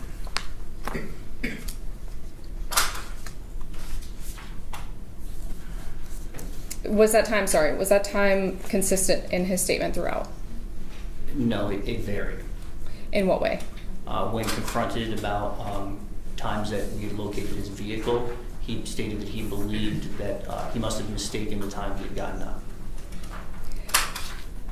When you were there at the site, at the defendant's home, did you notice any vehicles? Yes, it was a gray Nissan Frontier. Did you ask the defendant about that vehicle? Yes. And what did you ask him about it? I asked him if it was his vehicle, which he confirmed it was, and then I further asked if he was the only one that normally operates that vehicle, and he confirmed that as well. Were you able to view the tag that was on the vehicle at the time that you were at the defendant's home? Yes. And what was that tag number? I'd have to review for the exact, if I may. Please.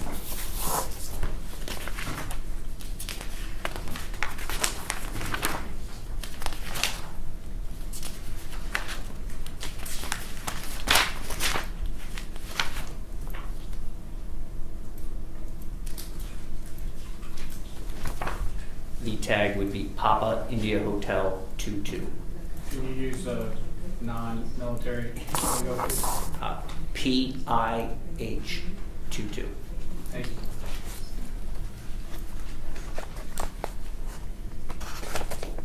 Without telling me what they said, when you were at the home, did you notice any other individuals at the home? Yes, Mr. Domingo's wife. Anyone else? Not that I recall.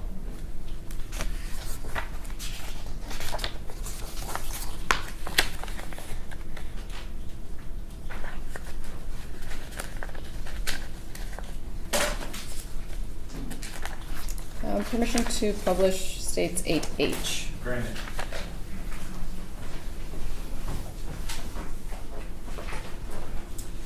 Looking at 8H, what are we looking at here? It is a garbage bag with a knot at the top. And why was this photo captured, if you know? The bag appeared similar to the one the dog had been found in. Do you recall if you captured this photo? I did.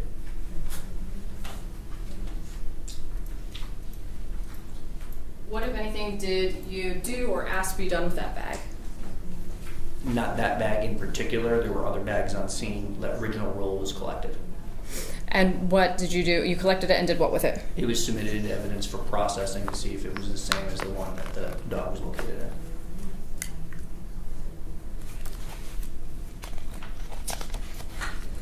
When you spoke with the defendant about the adoption, did he say why he wanted a dog or why he adopted a dog? He indicated that he wanted a guard dog. Was it your understanding, or was there any indication as to whether this dog would live inside or outside?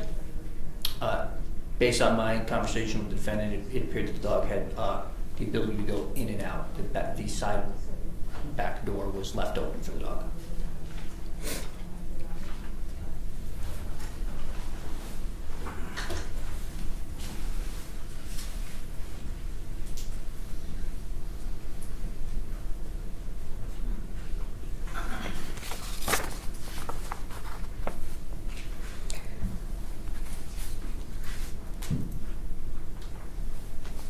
Once you completed your interview with the defendant, did you use the tag information that you had, the tag that you had observed? Did you take that tag and do anything, make any requests with it?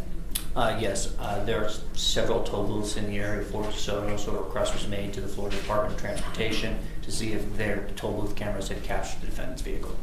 Ultimately, did you receive a response? I did. Permission to approach the clerk?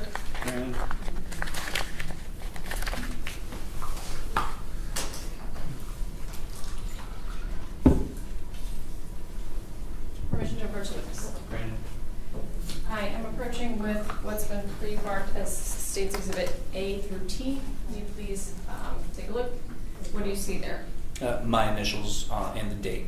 And why are your initials there? Because I verified that the contents of the device were the ones that I viewed from the Florida Department of Transportation. Permission to approach the clerk.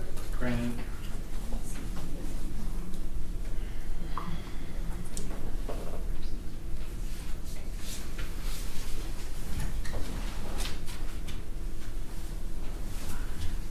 The contents of the flash drive, were they in fact the what you had received from the Florida Department of Transportation?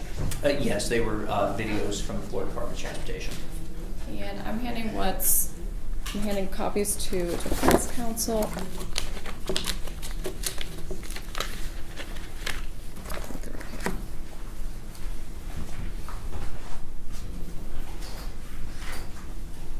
Well, showing defense counsel.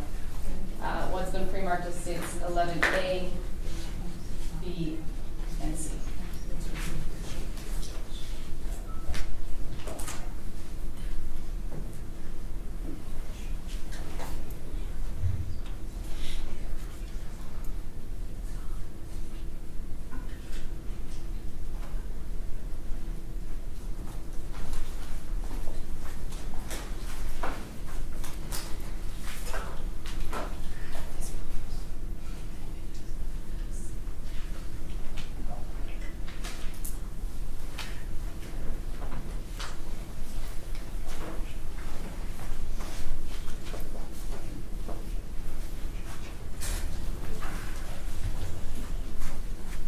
May I approach the witness? Yes. We're approaching with states A, B, and C. Can you take a look at those? Can you just tell me what those are? They are business certificate records from the Florida Department of Transportation. And do those have a seal on them? Yes.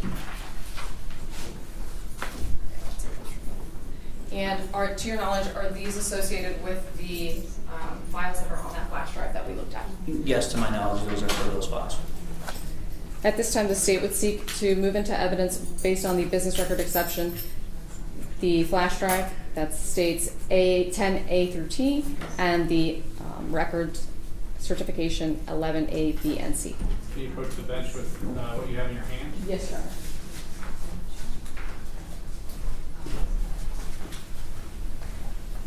Any objection from the defense? Yeah, I'd like to voir dire the witness. Permission granted. And we'll take judicial notice and admit the documents that are marked 11A, B, and C. So those are admitted as evidence at the time. Counsel, you can approach the bench. You may voir dire the witness. Those have been admitted. Now, the documents that have been admitted have FDOT at the top, correct? Yes, sir. That's Florida Department of Transportation? Yes, sir. That's not what's located on your uniform, correct? Correct, sir. You're with the Pinellas County Sheriff's Office, correct? Correct, sir. Have you ever been employed with the Florida Department of Transportation? No, sir. Did you prepare these documents? No, sir. Do you have any knowledge as to how they maintain and operate their records? I do not, sir. Now, you had a chance to see what's in that little flash drive that you were showed with your initials on it? Yes, sir. Without getting into the specifics of what's contained on the USB, you'd agree with me that there's going to be photographic and video evidence on there? Yes, sir. You've had a chance to see those videos before coming to court today? Yes, sir. Now, you didn't download those videos, correct? I did, sir. Okay, but those videos came from the Florida Department of Transportation, correct? Correct, sir. They were sent to me. Okay, that's up in Tallahassee, I'm assuming? Maybe. I'm not sure, sir. Not at the Pinellas County Sheriff's Office here locally? Correct, sir. Okay, those videos are not stored here locally. They're stored somewhere and governed and controlled by the Florida Department of Transportation? The originals, yes, sir. Okay, and those are, I'm assuming, some cameras or surveillance cameras that capture something, correct? Yes, they're mounted on the toll booths. Okay, those cameras are not operated and maintained by the Pinellas County Sheriff's Office? Correct, sir. They're maintained by the Florida Department of Transportation? To my knowledge, yes, sir. Okay. Now, along those lines, since you're not affiliated or employed by the Florida Department of Transportation, you have no way of testifying to this jury how those cameras operate and their capabilities, correct? Correct, sir. You don't know what systems are being used in regards to recording what's contained on those, or what's captured, if you will, on those cameras? Correct, sir. You don't know about the procedures employed at Florida Department of Transportation regarding the preparation, testing, operation, and security of the equipment that's associated with those cameras? That's correct, sir. And you're not aware of the security surrounding the system itself that obtains these videos? No, sir. You don't know who has access to it, you don't know where they're stored, correct? Correct, I don't.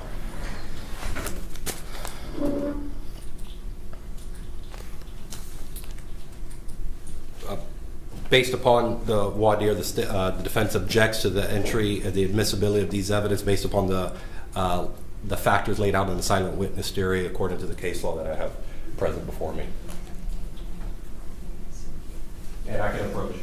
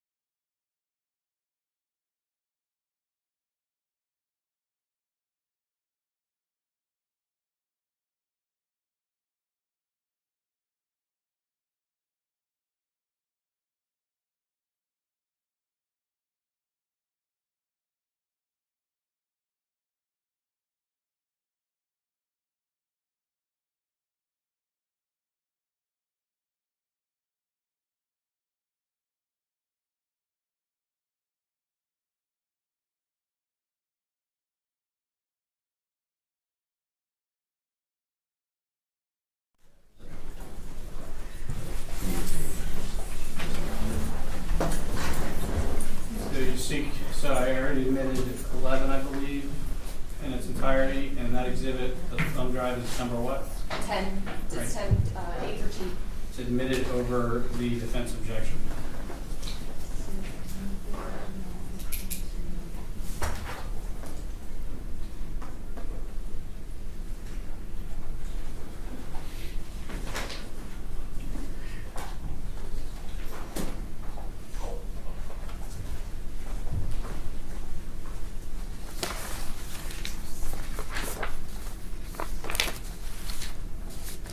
Okay, so the flash drive that you just looked at, does that contain both video and photos, correct? Yes. And were those reviewed by you after you received them from the Florida Department of Transportation? Yes, I reviewed them on my agency-issued laptop. Do those videos and photos contain images, or do they depict the tag that you had requested? Objection, best evidence. That you had requested videos and photos of? Yes. And I'm sorry, can you confirm that tag for me, please? I just have to review again. Yes.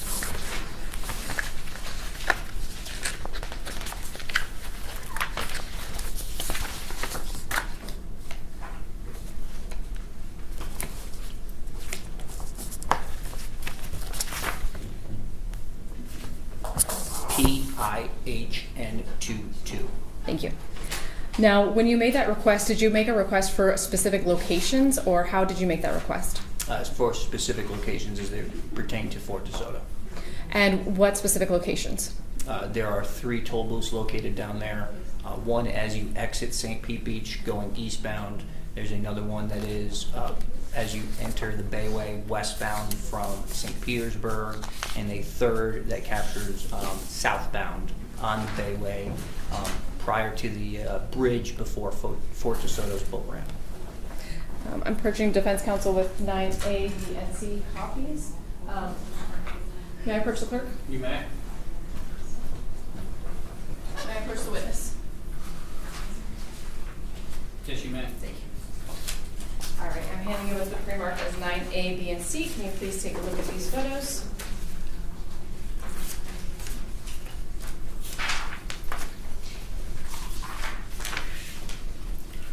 And what do these depict? Based off of my experience on patrol, these appear to depict Pinellas County. And do those appear to have to be maps of Pinellas County specifically? Yes. And do they fairly and accurately depict Pinellas County as you know it? Yes, ma'am. Looking at, this is going to be states 9A, does that include any markings on the map? Yes. Are there red markings on that map? Yes. Do you know what those red markings are indicative of? The approximate location of the toll booths in the area. And are those accurately placed on that map? Yes. At this time, the state would move into evidence states 9A, B, and C as states 9A, B, and C. Defense? Relevance? Is that an objection? Yes, sir. Response? Would you like us to approach? No, it's not really. Your Honor, this is to assist the jury in the deputy's testimony, in understanding the deputy's testimony. Okay, so it's being a demonstrative, you're not moving into evidence? No, I'm moving into, it's also relevant because it's showing the exact locations that the deputy is testifying to. Overruled. Permission to publish. Granted. Okay, looking at states 9A. Are these those dots that you had mentioned? Yes, ma'am, with a fourth included, which would be the Skyway southbound toll booth. Would you mind indicating with the pointer the fourth that you're referencing? Yes, ma'am. That would be this one right here. That's the one that is southbound 275 for the Skyway. And did you request records for that fourth? No, ma'am. Why not? Because it doesn't have any relevance to Fort De Soto. Those 3 would be sufficient because that is the only way to and from Fort De Soto. And those, the videos and the photos that we were discussing on the flash drive states 10A through T, are those what you received in response to requesting the records for those 3 points? Yes, those 3 points would be the plaza IDs that I had requested. At this point, the state would request to move into evidence, or excuse me, to publish A through T. 8A through T? 10A through T. 10A through T? That's correct. Let's take a quick break, please. Take the jury out.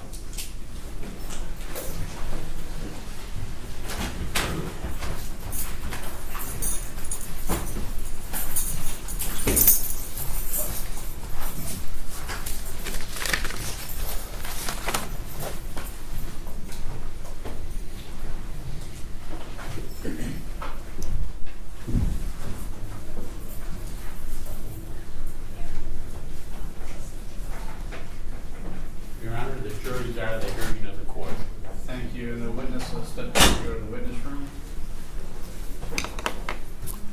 I assume we do not have anyone from FDOT on the witness list? That is correct, Your Honor, we do not. Okay. So, Mr. Zamora, during the bench conference, and again, the court reiterates in future trials, if we could please have major issues like this addressed in pretrial hearings, that would help out with judicial efficiency. But at the bench, you lodged an objection to this evidence. The court admitted it over your objection. And I said, please do not publish it at this time. The state now seeks to publish it. And I want this citation, I want you to give me your argument again and tell me what you were reading from. You had a piece of paper in your hand and you were reading some information, but we're not giving you any kind of citation, so I'd like you to do that at this time.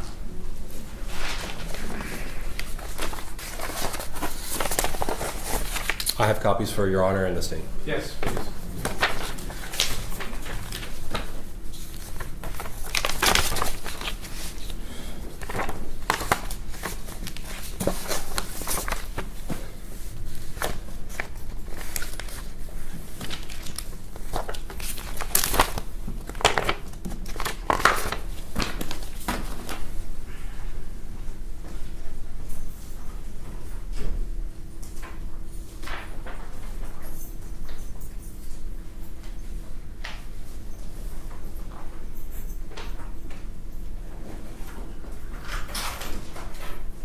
May I approach, Your Honor? Yes. Thank you. I'm going to begin by just citing the cases for the record. The first one is Richardson v. State, 228 Southern 3rd, 131, 4th DCA 2017. The second one is the initials RV v. State, 388 Southern 3rd, 952. That's 3rd DCA 2024. Cover v. State, 383 Southern 3rd, 114, 4th DCA 2024. Abdallah v. State, 3rd DCA 2021, 335 Southern 3rd, 696.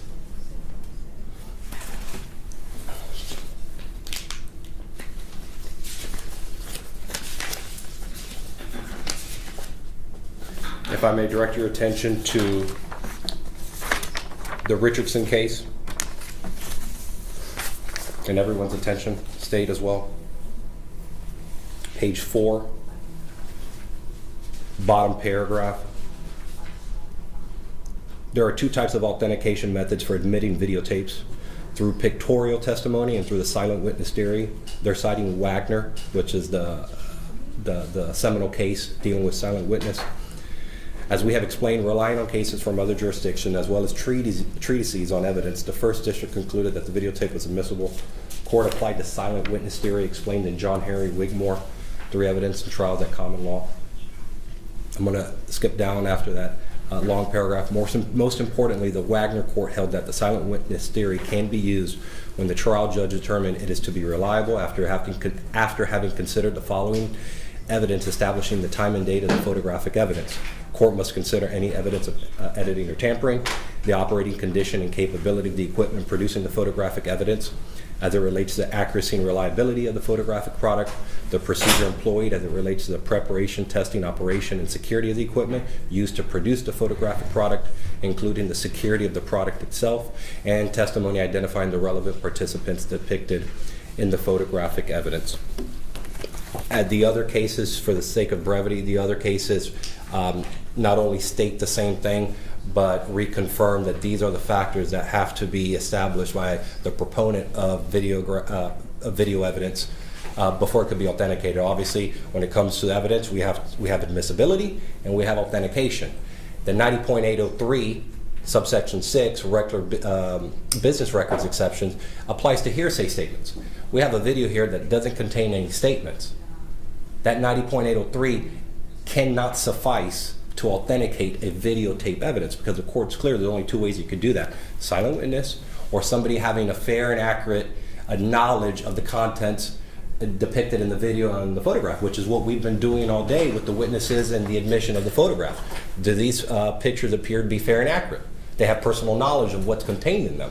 But since we don't have somebody that was standing at the toll booths, standing there on the specific date saying, yep, I have personal knowledge that that's a fair and accurate depiction, the only other way the state can, in good faith, admit this evidence is through the silent witness theory, which they cannot do because they don't have somebody from the Florida Department of Transportation to testify as to the underlying capabilities about this system, how the video is recorded. And that's the same position that I had with Mr. Shawin. I did the voir dire. He established the same line of questioning that I asked Deputy Rosenberg, and he said yes to it. So the defense had no legal objection because they established the silent witness theory. This is the case that we have, the present issue that we have is completely different because Rosenberg cannot testify as to these the Wagner factors in order to admit this under the silent witness theory, which is the only way you can get it in. Thank you. Response?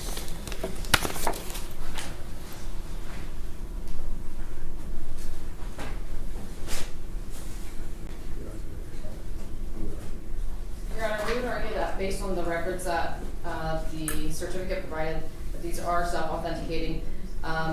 These are accompanied by a affidavit notarized by somebody with knowledge from the Florida Department of Transportation, acknowledging that they were made at, and I understand that there's a difference between the hearsay exception versus authentication, but at this point they have been established, have been made in the regular practice in the course of regularly conducted business, and they are identified as such by the applicant in the certification.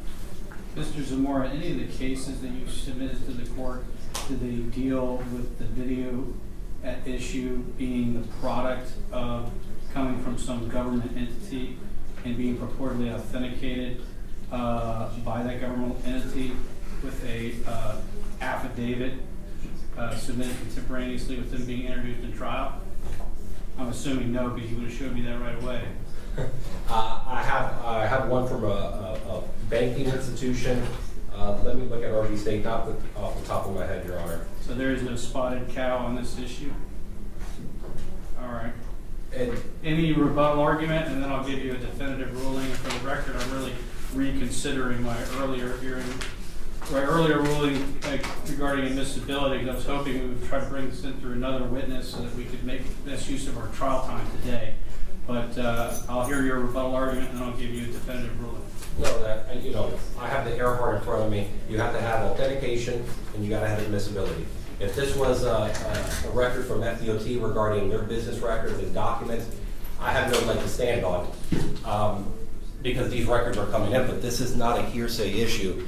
That certification only applies to records kept in the normal course of business. We have photographic evidence which requires authentication by a witness, and you need both. Obviously, if there were statements containing the video, they have a hearsay issue, and that's taken away from that would be relieved by the certification. But the authentication of the video itself, you need to have it authenticated, and there's only two ways to do that.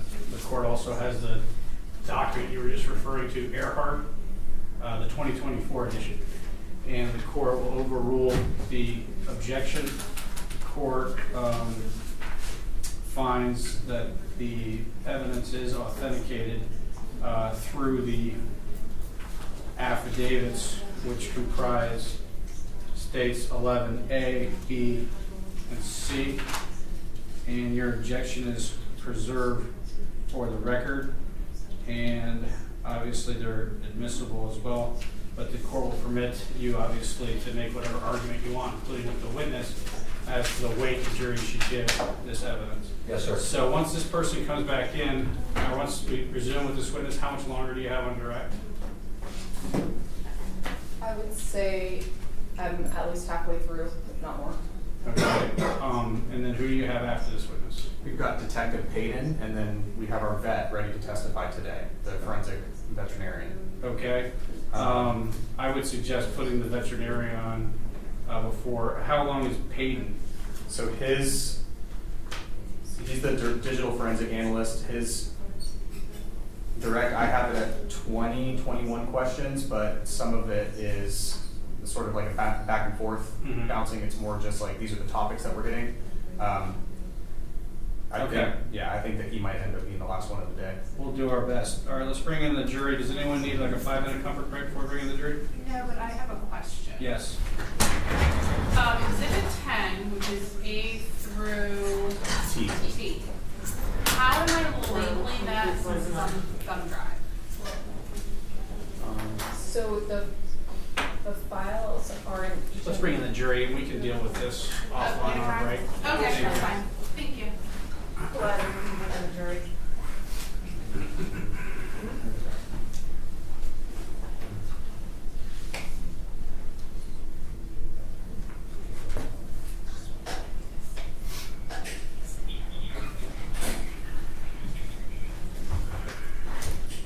All right, bring the witness in too, please.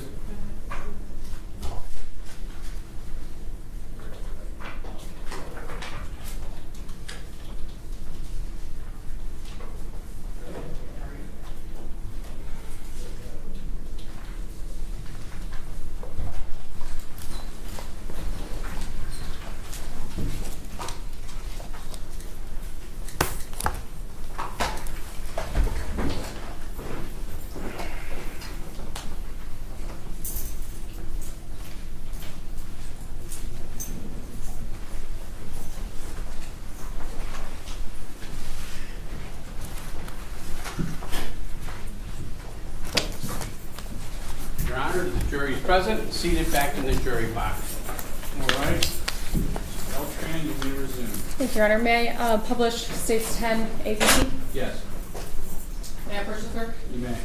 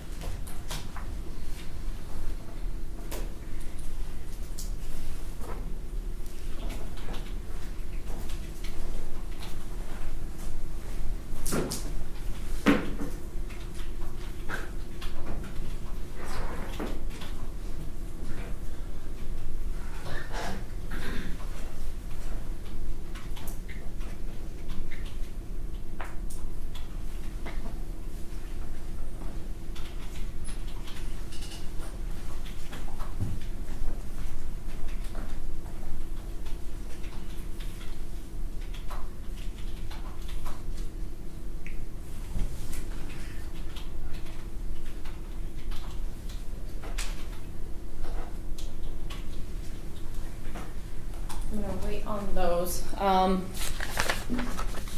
Permission to publish states 12.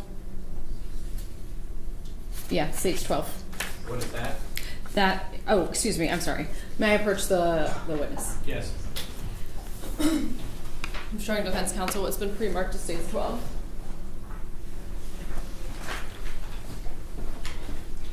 All right, approaching with states 12. You take a look at that. Do you recognize that? Yes, ma'am. And how do you recognize that? That is a screenshot from the videos obtained through Florida Department of Transportation. Does that very accurately depict a still moment in time on that video, on one of the videos? Yes, ma'am. Permission, or at this time the state would move into evidence what's been pre-marked as states 12.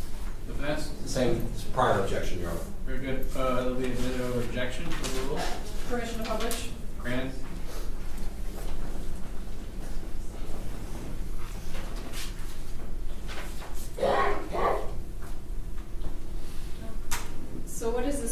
screenshot? That is a screenshot of Mr. Rodriguez's Nissan truck going through the toll booth. Why did you take this screenshot? Because it depicts the truck going through the toll booth at the time that we had determined it to, and there's a cinder block. It's kind of hard to see with the shadow in the back of the truck, as well as the cooler is present. And why did you note the cooler? The cooler was also present in other ones, but it is large enough to fit the dog.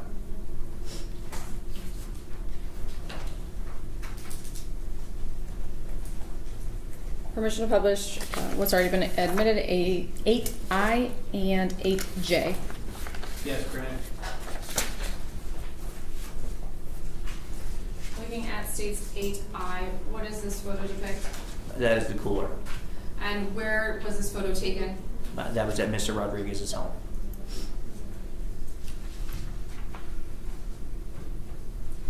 And I know this one might be a little tough to see. We're looking at 8J.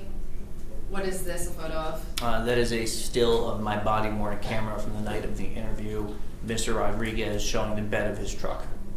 And why did you take a screenshot of that body worn of the bed of the truck? To depict the lack of cinder block in it. The cooler, where was that found? Where in the home was that found? That is on the back patio area that I described previously.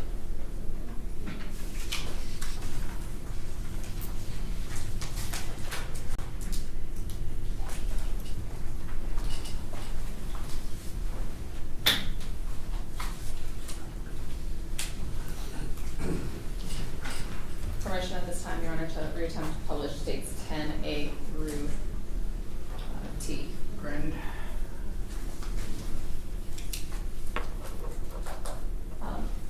Deputy Rosenberg, are you able to see those file names from where you are? Yes, ma'am. And are these the file names as they came to, as the files came to you, are they still named the exact same way? Yes, after the state's exhibits, they would would be the name that they were given to me as. And what are you able to tell from the file name? You're able to tell the Plaza ID, which is the first group of numbers on the left, and then the location of said plaza following that. What about those numbers towards the end? That would be the date and time from those plazas. Do you know what time zone that time is listed in? I believe that's the UTC time. So specifically looking at the file name only? I'm sorry, on the file name only, that would be the Eastern Standard or Eastern EDT time, Eastern And Daylight what time. time is indicated on this file name? Which one are you asking about, Counsel? Sorry, this one. This is states 10A. If I can just get a better angle. Your Honor, the witness would stand. Yes. Thank you.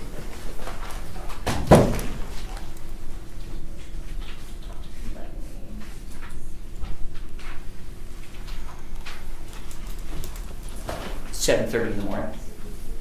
Now you mentioned UTC. Is there a reason you mentioned UTC? Some of the files depict that it shows on the top of the video, it shows a UTC time instead of an Eastern Standard Time. Is that going to be on the photo files? If I recall correctly, yes. Do you know the difference between Eastern Standard Time and UTC? It is -4 hours for Eastern Standard and -5 for Eastern Daylight Time. Is that just depending on the time of year? Yes.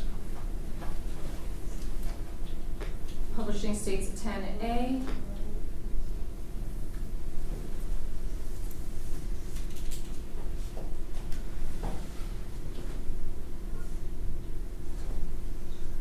And I'm pausing the clip at 0.3 seconds. For 3 seconds, I suppose. What do we see here? That would be Mr. Domingo's Nissan in the far right of the video. And what is the location of this toll booth? This plaza is as you exit St. Pete Beach, driving eastbound on the Bayway. So would this be towards or away from Fort De Soto? It would be in the direction of Fort De Soto.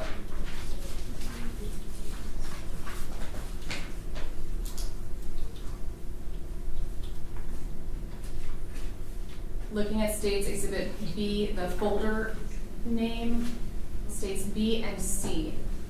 Based on the name, can you tell what those videos are? Those are from that same angle, the eastbound as you leave St. Pete Beach.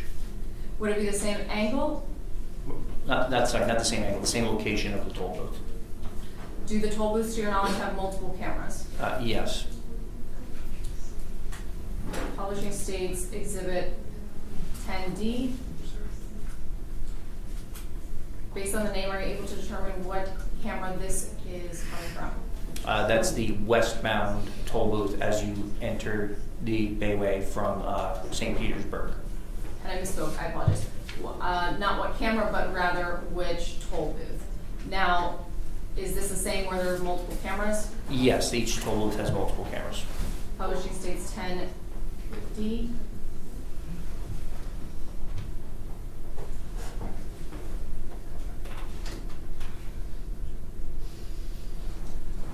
Then pausing the clip at approximately 5 seconds. Using your pointer, can you indicate where, if at all, we see the defendant's vehicle? Yes, ma'am. Understand, Your Honor? Yes, sir. It's over here on the left side of the screen. And what, if anything, is in the bed of the truck? You can see from this angle that the aforementioned cooler is in the bed. And are you able to tell, based on the file name, the time of this clip? It looks like it would have been at 8:33 a.m. 25 seconds to 8:33 a.m. 32 seconds. Looking at the file names for Exhibit E and F, are those additional files just from a different angle? Or Yeah. different, additional views? Yes, from the same toll booth. Looking at States Exhibit G, are you able to tell where these files are from, what location? That is the southbound toll booth on the Bayway as it pertains to Fort De Soto, so right prior to the bridge that goes towards the boat ramp. And what time are they reported at? That one starts at 7 a.m. 30 minutes and 1 second and ends at 7 a.m. 38 minutes and 8 seconds. And publishing states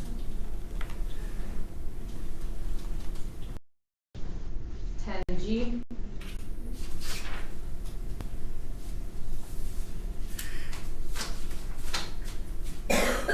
Pausing the video at 6 seconds. What do you notice in what's in the image there?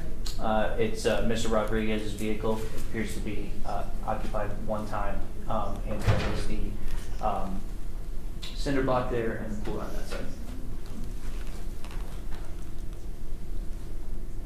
Now you mentioned the vehicle being occupied. I missed the last part. Occupied what? By one person. And why is that significant, if it is? Objection, relevance, improper opinion. Did Mr. Mr. Rodriguez provide statements about giving a ride to somebody to Fort De Soto? Yes, ma'am. Did he indicate there were multiple people in the vehicle? Yes. Does that image indicate that there were multiple people in the vehicle? From what I can tell, no. And looking at H and I, are those also just additional angles from that same location? Yes, H ma'am. and I. Yep. And then looking at State's Exhibit J, are you able to tell the location from the name of this file? That is the southbound location again.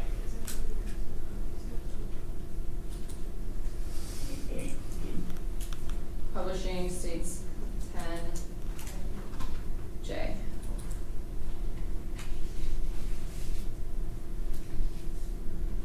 And what are we seeing here? Mr. Rodriguez's vehicle again, with the cinder block, fishing pole, and cooler. What time was this at?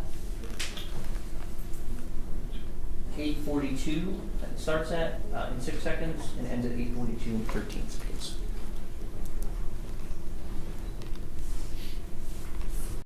K and L, are those additional angles of the same camera? or the same toll booth? Yes. Publishing States Exhibit M. What is States Exhibit M showing? That's a still shot from that same toll booth. Now, up at the top, what is that? Is there like a white bar there? Yeah, so the still image has a timestamp up there. That's the UTC time I had mentioned. And is this what's provided, that white block? Is that how these photos arrived to you, with that timestamp? Yes, ma'am.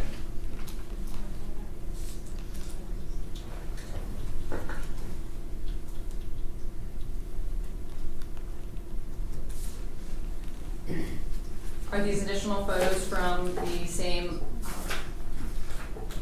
toll booth plazas? States Exhibit N and O. And an OR from southbound, yes. Looking at States Exhibit P.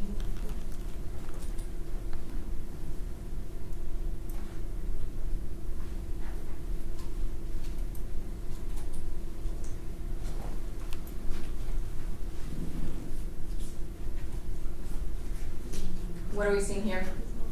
We have the vehicle in question with the license plate, the cooler, and fishing bowl. And you said the license plate. Is this the license plate that you observed at the house? Yes, it's the one I observed and requested. Does this also have the timestamp up top? Yes, in the same location. Do all the still photos include a timestamp? To my knowledge, yes. Unless they were screenshot by me and uploaded.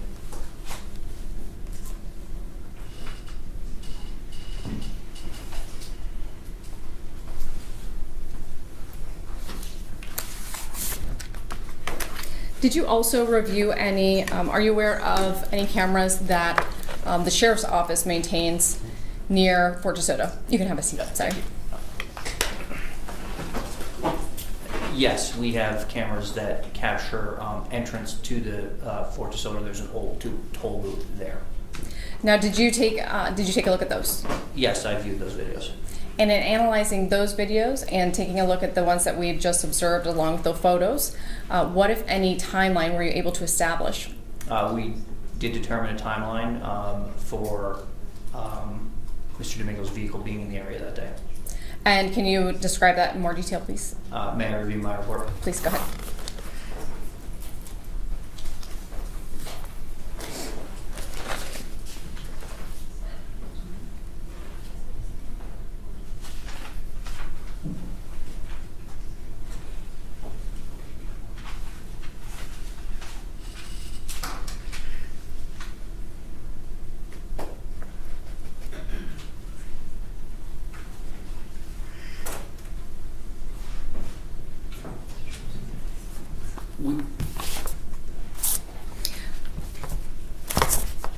We determined there were two separate trips made down there.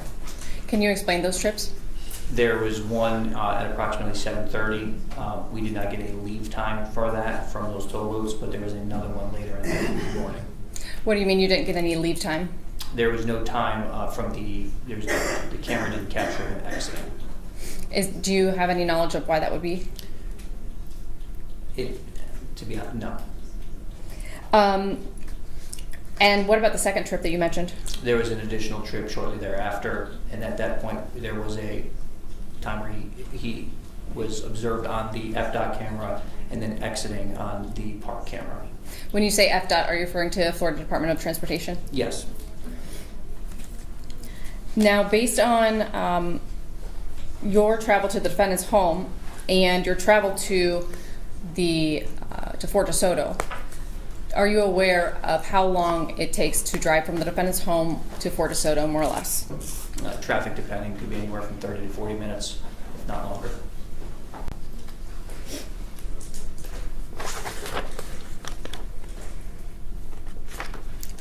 With that being said, approximately at what time would the defendant have had to leave his home to be at the toll booth, at the St. Pete Beach toll booth, assuming that he comes directly from his home? Objection, speculation, facts not in evidence. sometime before 7 a.m. And what time did the defendant indicate that he was awake that day? At 7 a.m. And at what time did the defendant indicate that he was looking for the dog? After he woke up.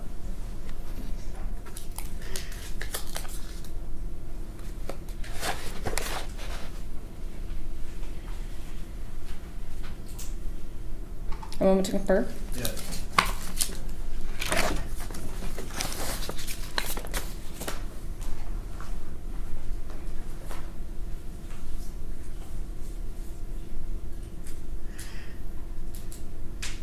No further questions at this time.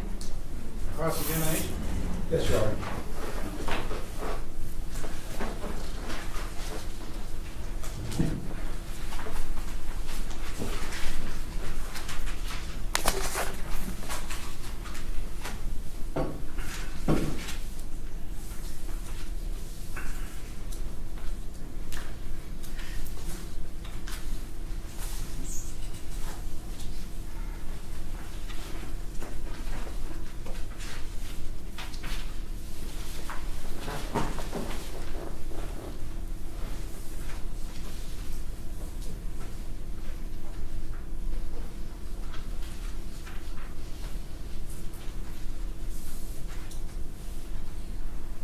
Good afternoon, Deputy. Good afternoon, sir.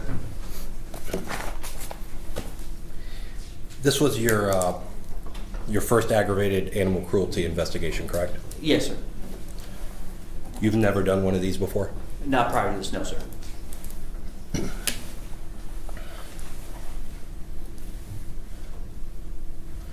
Now, for the last maybe 15, 20 minutes, we had been looking at state's exhibits with timestamps from the Florida Department of Transportation, correct? Yes, sir. You'd agree with me that the actual videos from the Florida Department of Transportation have their own timestamps up top? Correct, sir. And that's on the actual video? On the photos there is. Photographs, correct? Yes. And there's timestamps on the actual file names that you were asked to reference and point to? Yes. Now, you'd agree with me that you have no knowledge as to the accuracy or reliability of those timestamps from the Florida Department of Transportation, since you're not affiliated with them, correct? Correct, sir. And your entire timeline and your approximations are based upon those timestamps? As well as other timestamps from other cameras. Now, the timestamps on the actual files, did you make those timestamps? On the files that were provided? Yes, sir. No, sir. Who did? It would have been from the downloaded file from Florida Department of Transportation. So Florida Department of Transportation made the files with the timestamps on the files, and then on the actual still shots with the timestamp? Correct, sir. And you can't testify to this jury as to whether that's accurate or not? That's correct.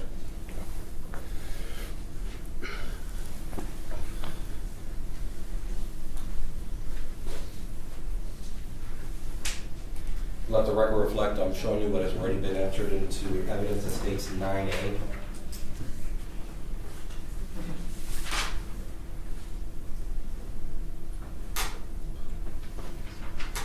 Bear with me, Deputy.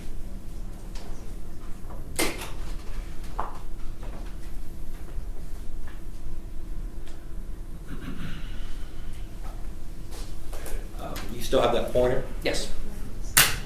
Point out where Fort De Soto Beach is. There are two beaches. There's the West Beach and the East Beach. Point where the Skyway Bridge is.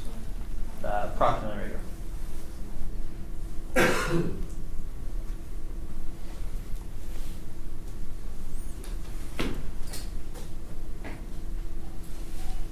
Do you know what that body of water is called that goes under the Skyway Bridge and brushes up against the east tip of Fort De Soto Beach? Tampa Bay. Now you can have a seat. Thanks, sir.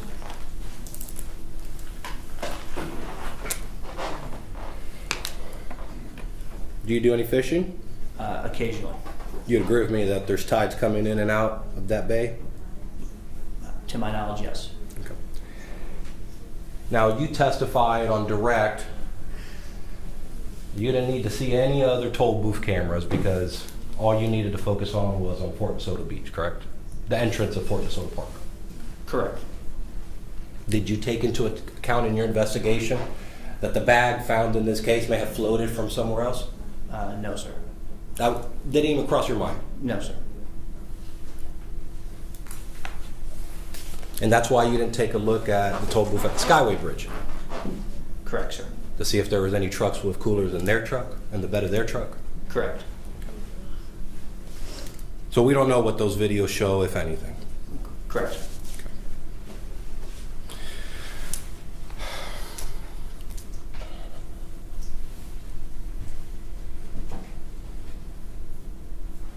Now, may I approach the screen, Your Honor? Yes. Actually, I'm going to point with mine. This is a little easier. Let the record reflect, I'm pointing to the top right, most red dot in this case. What am I pointing at? That's the approximate location of the westbound toll booth. And that leads into where? That is the Bayway area, so it's going towards St. Pete Beach. Now, that's I see Bayway aisles next to that dot. Is that fair? Yes. Okay. Now, is there a beach or a place where you could dock off or fish around that blue body of water where we see Bayway aisles? There are private docks in that area, to my knowledge, but I've never, that's St. Pete Police's jurisdiction, so I don't know. And when you mean private docks, you mean homes? Or what do you mean by that? There's homes and condos along the Bayway, yes. But that's fronting the water? Yes. Did you do any neighborhood survey on those private docks? No.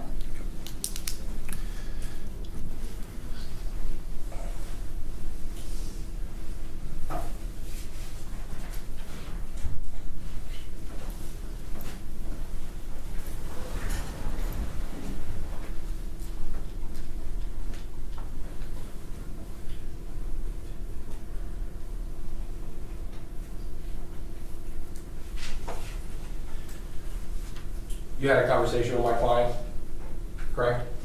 Yes. During that conversation, he had told you that he doesn't formally do Uber, but he does give rides to people? Yes, sir. He also told you that he had 3 people in the back of his truck that asked him to bring him to Fort De Soto? Hearsay. Restate the question one more time, and I'll give you a ruling.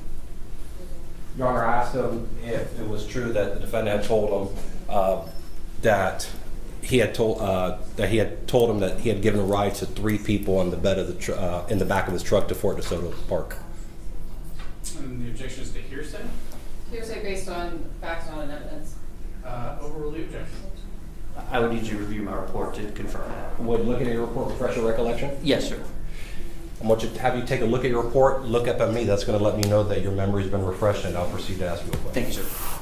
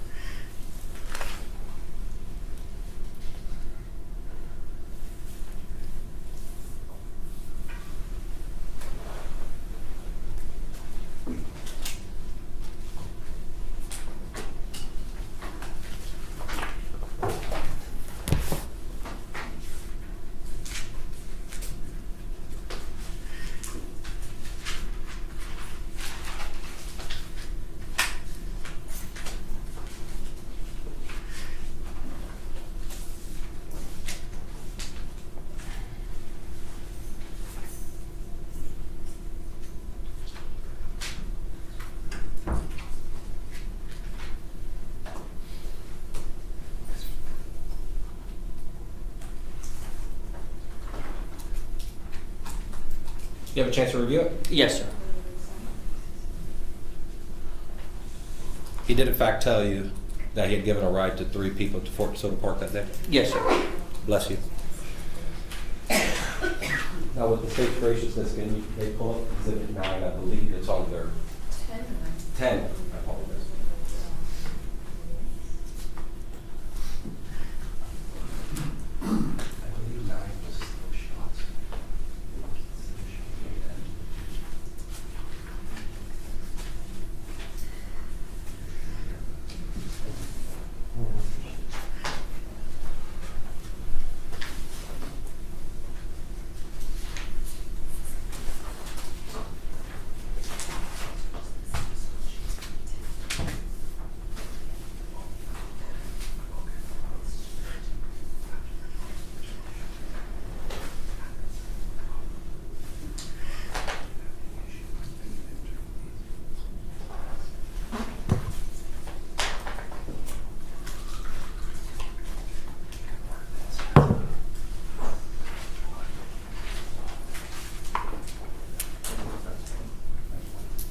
Your Honor, based upon stipulation, we have still shots of photographs from prior admitted videos.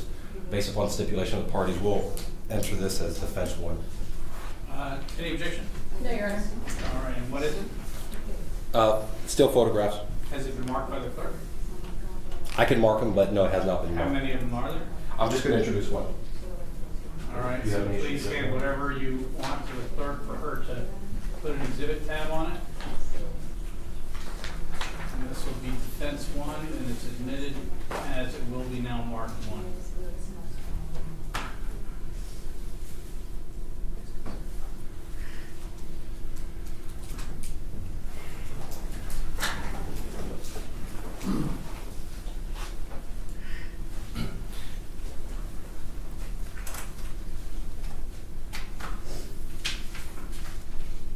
Now, while we're doing that, I'm going to ask you a few questions about the video that was shown regarding my client's vehicle entering the toll booth. Yes, sir. There was a portion of the video where it showed my client's vehicle from the top down, looking into the through the windshield. Yes, sir. Now, you'd agree with me that that doesn't allow you to see into the back of the truck, correct? Correct, sir. So there could have been people in the back of the truck that you weren't able to see. It's possible, yes, sir. He also told, my client also told you that he went fishing. Yes, sir. The record reflect, permission to publish the defendant's one. Granted.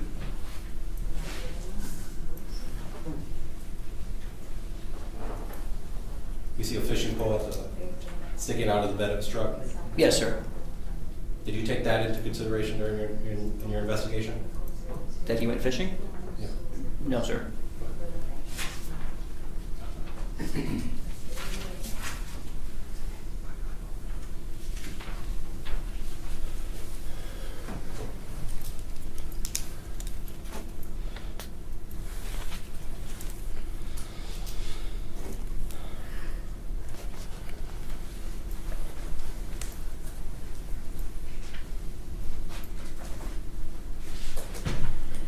You get called out by your sergeant asking if you want to be a part of this case, correct? Yes, sir. You answer in the affirmative. Yes, sir.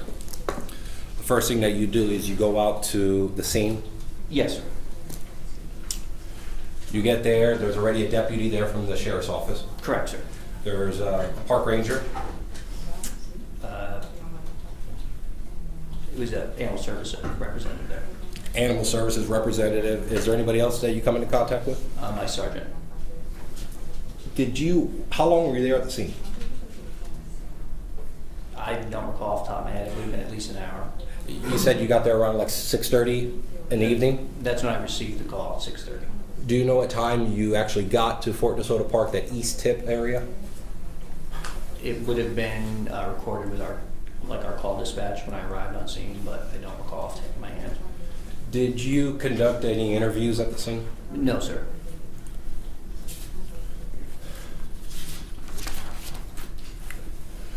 So that's around an hour after 6:30-ish? Somewhere around there, yes. And you spent about an hour there?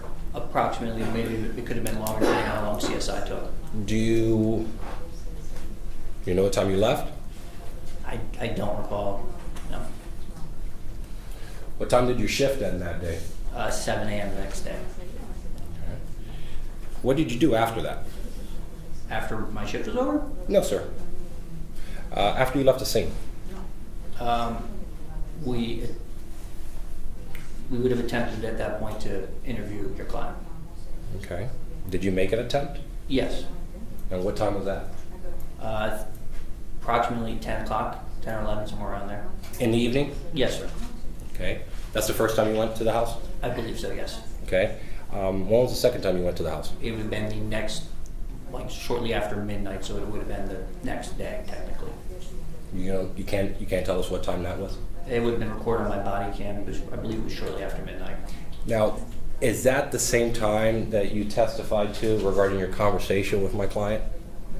The interview that preceded, yes, would have been around there. So it would have been 1, 2 o'clock in the morning? Yes, sir.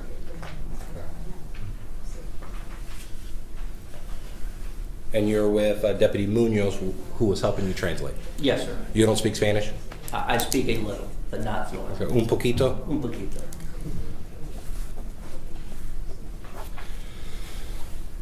You go inside the home? I believe at some point we did, yes. Spotless, it's clean. Yes. I believe you actually made mention of it earlier, that it's immaculate. Yes. You're shown out in the back? Yes, he invited us to the backyard. We saw the pictures of the patio in the backyard. You notice you notice a cooler.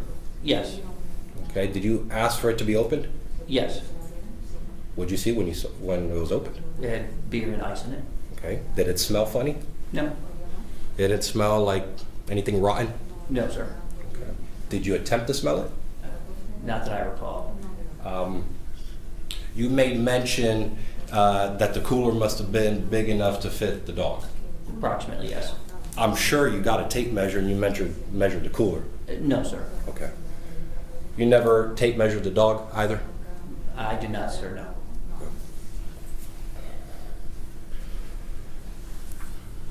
Did you take the cooler into evidence? No, sir.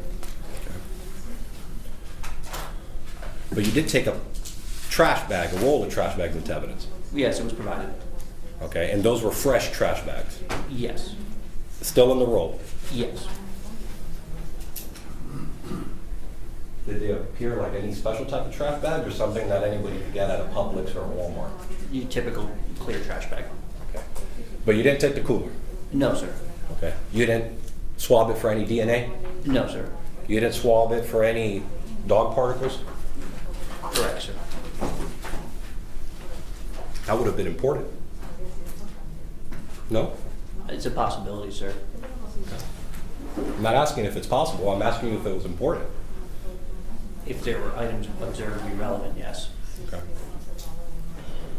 There's no touch DNA swabs that was taken from the outside or inside of the cooler, correct? Correct, sir.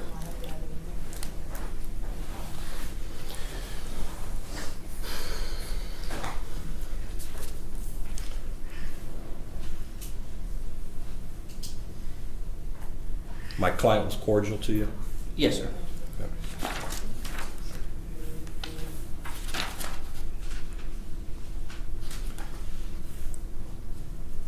Now, I believe you made mention that my client seemed, I believe your word, shocked, surprised, and when you told him that the dog had died? Yes. Okay. He appeared shocked. Yes. And you gave your opinion as to what you believe to be genuine or not genuine. You remember that? Yes, sir, that's correct. And this was the conversation that you were having him at around 2 o'clock in the morning? Yes, sir. Okay.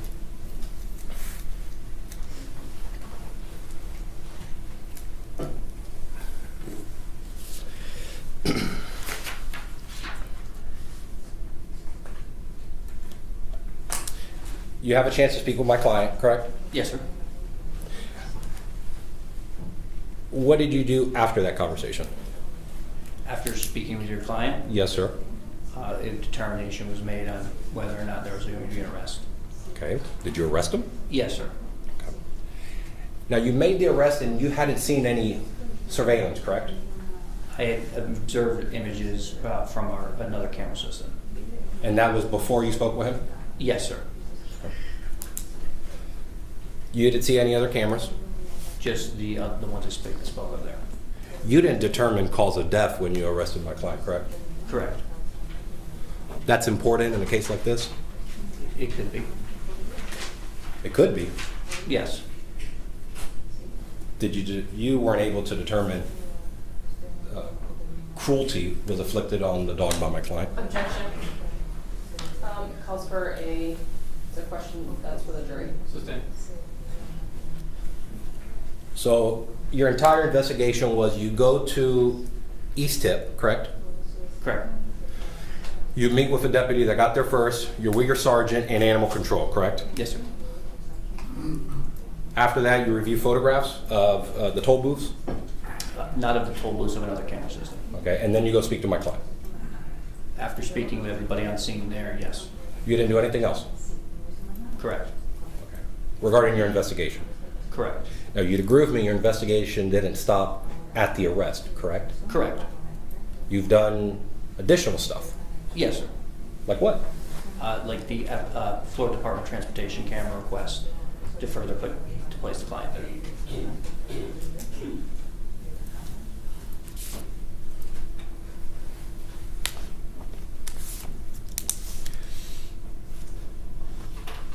Did you speak with family members? I attempted to. Okay. Did you inquire about them? I inquired at one residence and they refused to speak with us. Who was that? I would have to review my report to see what day that was. We'll get there. Have you ever seen a gentleman by the name of Fermin Rodriguez, Domingo's brother? I don't recall, sir.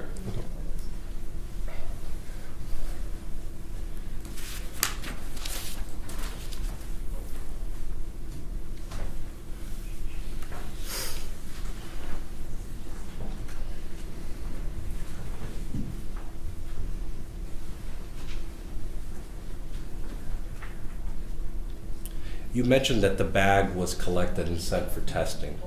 Yes, sir. Did anything come of it? I'm not sure, sir. It would have been tested by our CSI folks. Obviously, I'm sure if there was something you would know, correct? They would have supplemented my report, yes. And there's been no supplement to your report? To my knowledge, no.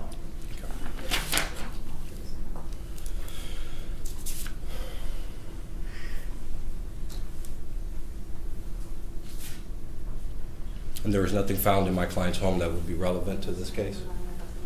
Well, I'll withdraw the question. Did you obtain or take with you any articles or material found at my client's home other than the roll of trash bags that we've been talking about? To my recollection, no, sir. You handled the trash bag? Yes, sir. Did you use gloves when you grabbed it? I'd have to review my camera to see if I did not recall. But it's either one or the other. You either had your gloves on or you didn't. Correct. But you ended up grabbing them regardless. Yes, sir.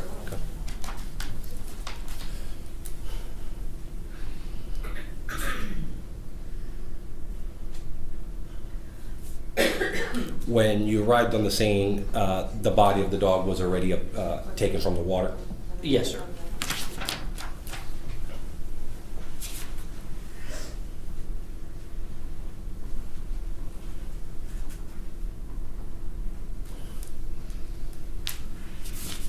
What time does Fort De Soto Park open? It opens at sunrise.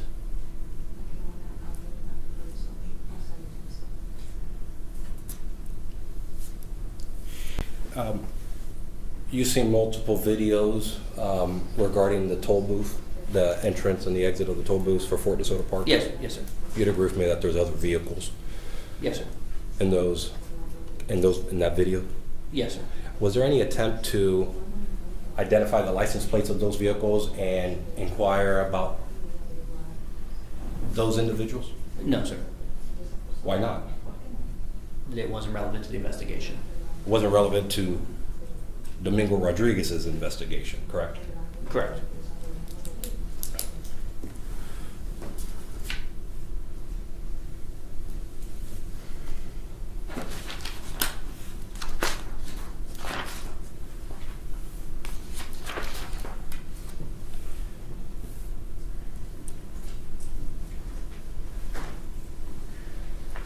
Now, do you have any, in your investigation, did you discover any evidence that my client was the actual individual that inflicted harm on this dog? Directly, no, sir. How about indirectly? Objection. What's your objection? I'll write on the evidence. No, sir. So no direct and no indirect? Correct, sir. Nothing further? Thank you. Any redirect examination? Yes.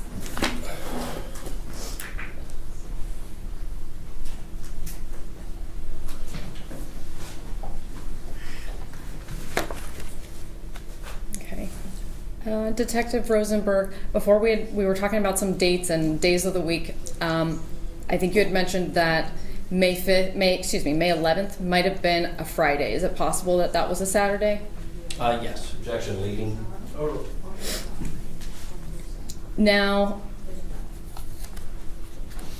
Did you request, when you made your request for videos, specific dates and times? Yes. Do you have any reason to believe that the videos that you received were not those dates and were not for those timeframes? No, ma'am. Was the lighting, so was it daylight or nighttime when you expected it to be in those videos? Yes, it appeared. Was there any indication that the defendant or his vehicle was coming from or through from the south in a way that would lead him to go through the Skyway? No. Or what about the opposite, heading south through the Skyway? Not to my knowledge, no. Was there any reason to request that fourth toll booth camera footage? No, ma'am.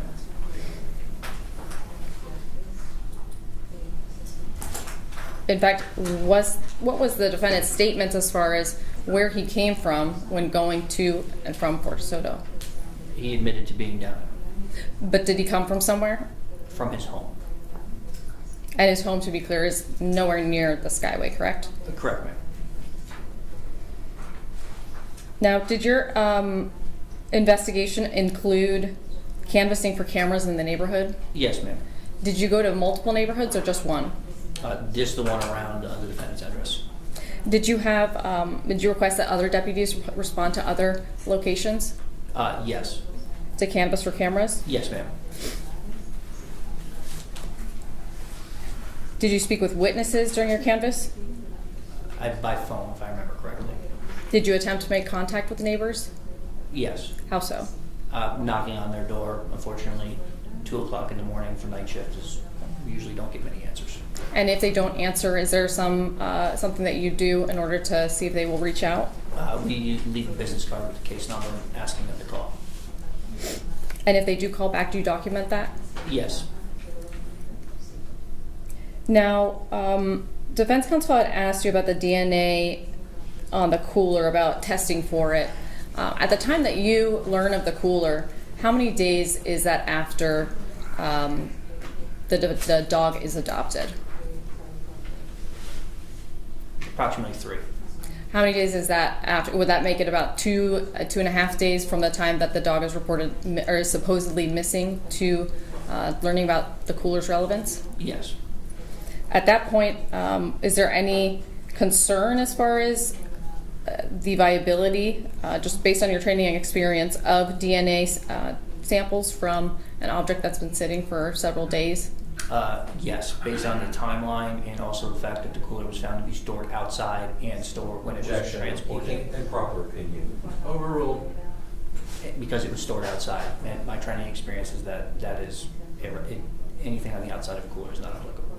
And what, if anything, did the contents of the cooler at the time that you saw it have an effect on your decision to request or to not request touch DNA samples? Because the cooler had been used since, there was nothing that could have been attained, in my opinion. Did your investigation also include obtaining and seeking and obtaining search warrants in this case? Yes, ma'am. Multiple or just one? I believe there were 4.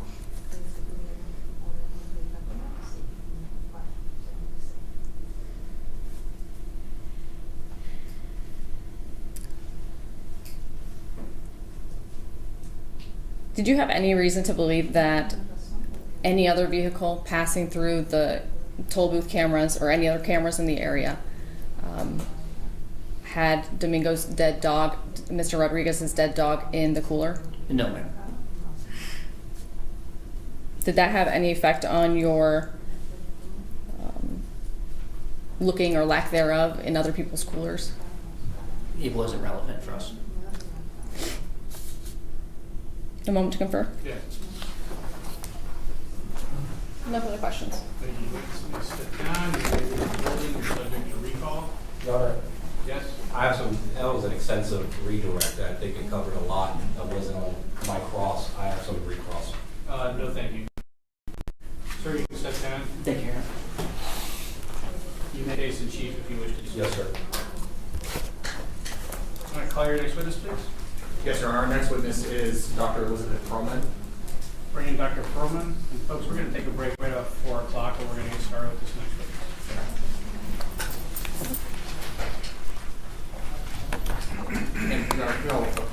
Yes.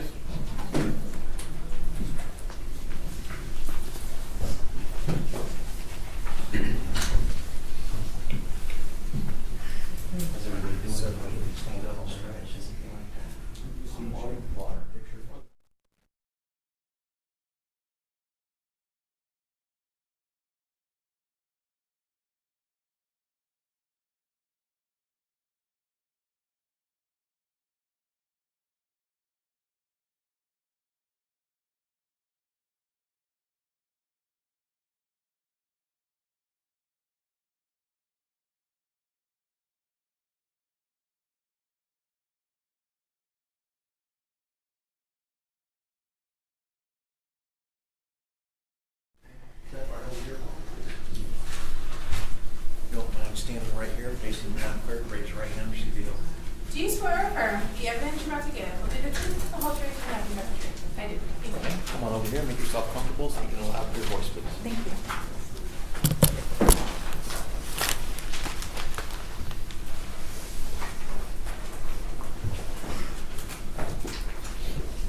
May it please the court? Yes, sir. Counsel. Good afternoon, Dr. Perlman. Good afternoon. Dr. Perlman, can you please turn and introduce yourself to the members of the jury and spell your name for the record? Sure. I'm Elizabeth Perlman. Elizabeth, P as in Peter, Earlman. All right. Now, Dr. Perlman, what do you do for work? I'm a forensic veterinarian. Is that strictly your area of practice right now as a forensic veterinarian? Yes. Can you explain to the members of the jury what a forensic veterinarian does? Sure. So as a forensic veterinarian, I essentially serve my veterinary knowledge and medical capacity in assessing animals and triaging them in anticipation or potential anticipation of legal court cases. So it's almost as a bridge between the legal system and what might be anticipated in need of court, paralleled with my utilization of veterinary medicine and my knowledge from graduating vet school. And you talk about graduating from vet school. Can you please explain and tell the members of the jury your background, your training experience, and where you went to school? Sure. I went to Purdue University up in Indiana. I graduated in 2016. I worked as an emergency veterinarian in Indianapolis for a year, and then I worked for the Houston SPCA, which is a large nonprofit animal shelter in Houston City, as a staff veterinarian, and I predominantly took on their animal cruelty investigation cases as a forensic veterinarian. I then worked for a few months up in New York City under the ASPCA. I applied for and was accepted for the position I'm currently in. And I worked in New York City, the 5 boroughs, for several months before transferring down to Gainesville, Florida, where I've been since 2018. Thank you. Now, in addition to your prior knowledge, training, and experience as a forensic veterinarian, are you responsible for keeping up with continuing education? Absolutely. And are you currently up to date on all of your certifications? Yes. When was the last time you went and attended a conference or something to get those credits and credentials? September of last year, I went to the International Veterinary Emergency Conference. And in the time around March or May of 2024, were you up to date on all your credentials? Absolutely, yes. Okay. I want to talk about your experience specifically relating to this case. Now, what is your involvement in this case? Sure. I was requested for assistance in regards to a dog that was found without a head by the sheriff's, I believe the sheriff's office. And then we worked immediately. So I believe I was contacted on 5/21/2024. And the agency reached out. We offer our services at the ASPCA's. We offer free veterinary forensic support throughout the nation. And so part of that was they reached out because they were aware of our program where we provide free necropsies or autopsies. And I anticipate we'll get into that later. And so part of that was they just had found this body or were notified about this body, and they were interested in pursuing a forensic necropsy for the remains of the animal that was found. Okay. So just to kind of break down what it is that you said. So there was a headless dog that was found out at Fort De Soto. Correct. And at some point you were contacted about conducting, you said, a necropsy? Correct. Can you explain to the members of the jury what a necropsy is? Sure. A necropsy is essentially an autopsy, so it's a very thorough examination of a deceased animal's remains, often looking for underlying disease process, suspicious cause of death, a litany of items as to why, like what caused the animal's death, especially if there's something that is suspicious to have occurred. And the animal in this case, were you able to identify the animal's name? Yes. What was the animal's name? Dexter. Your Honor, permission to publish what's already in evidence as State's Exhibit 5B. And what is that? That is, I think, the first court. Yes. Yes, permission granted.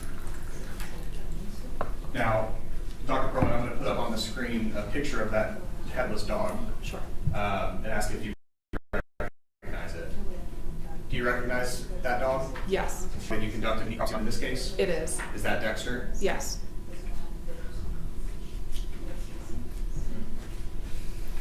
Now I want to talk about the process of the necropsy and the procedures that you go through with the necropsy. Can you explain the process of that examination? Sure. So there's a standard to methodically perform a necropsy, and that entails starting with a head. Usually we have the oral cavity, the nose, working our way back through the dental cavity or the teeth, looking in the ears. It's essentially an in-depth way of evaluating the animal externally. And so I will work my way usually from nose to tail and assessing for any abrasions or scratch marks or ligature marks or gunshot wounds or any type of injury that could be evidence, even fleas or external parasites.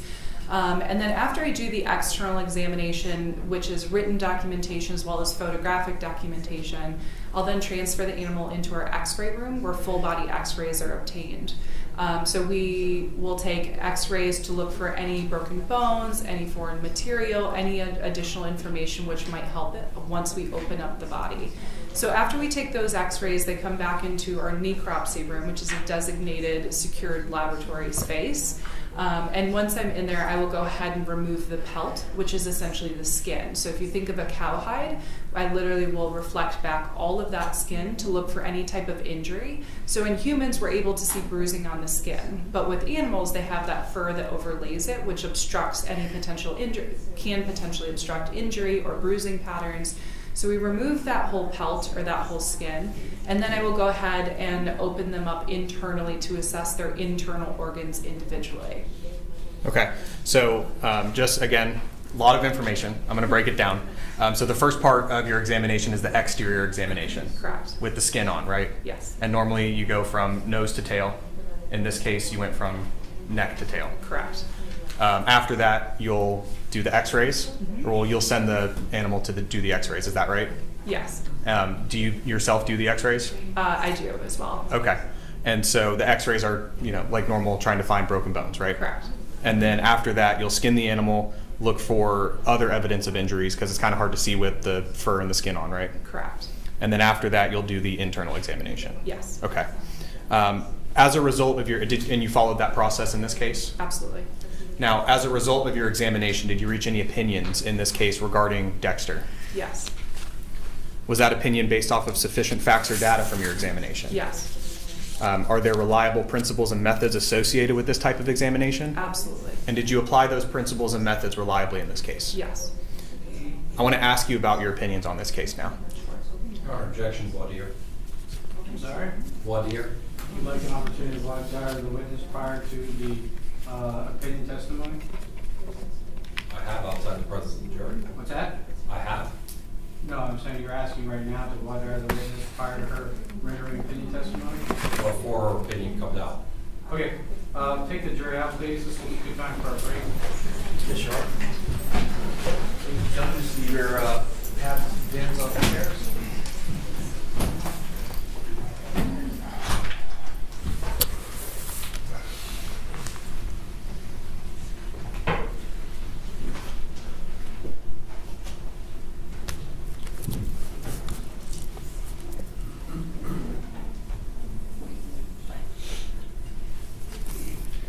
Jury outside here in the court. Okay, and just so everyone's aware of, it's a quick voir dire going to an authentication issue. I usually am fine doing that in the presence of the jury, but obviously if you're going to attempt to challenge expert opinion testimony like that outside the presence of the jury. That will not limit your rights to cross-examination. You may proceed.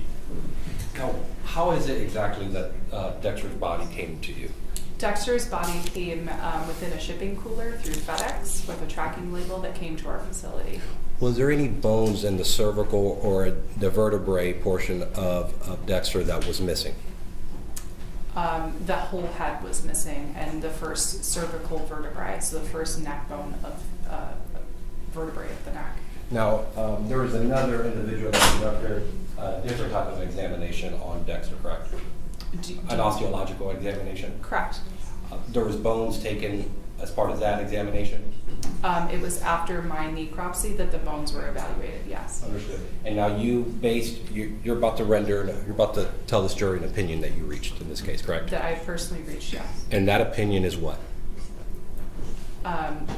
Do you mind rephrasing the question? I'm unclear. As to You reached an opinion in this case? Yes. What is that opinion? The opinion is that I'm unable to determine the cause of Dexter's death without the head, and that there was either a knife or specifically a machete or a meat cleaver were utilized to decapitate his head. Now, you never went to the scene where Dexter's body was found, correct? Correct.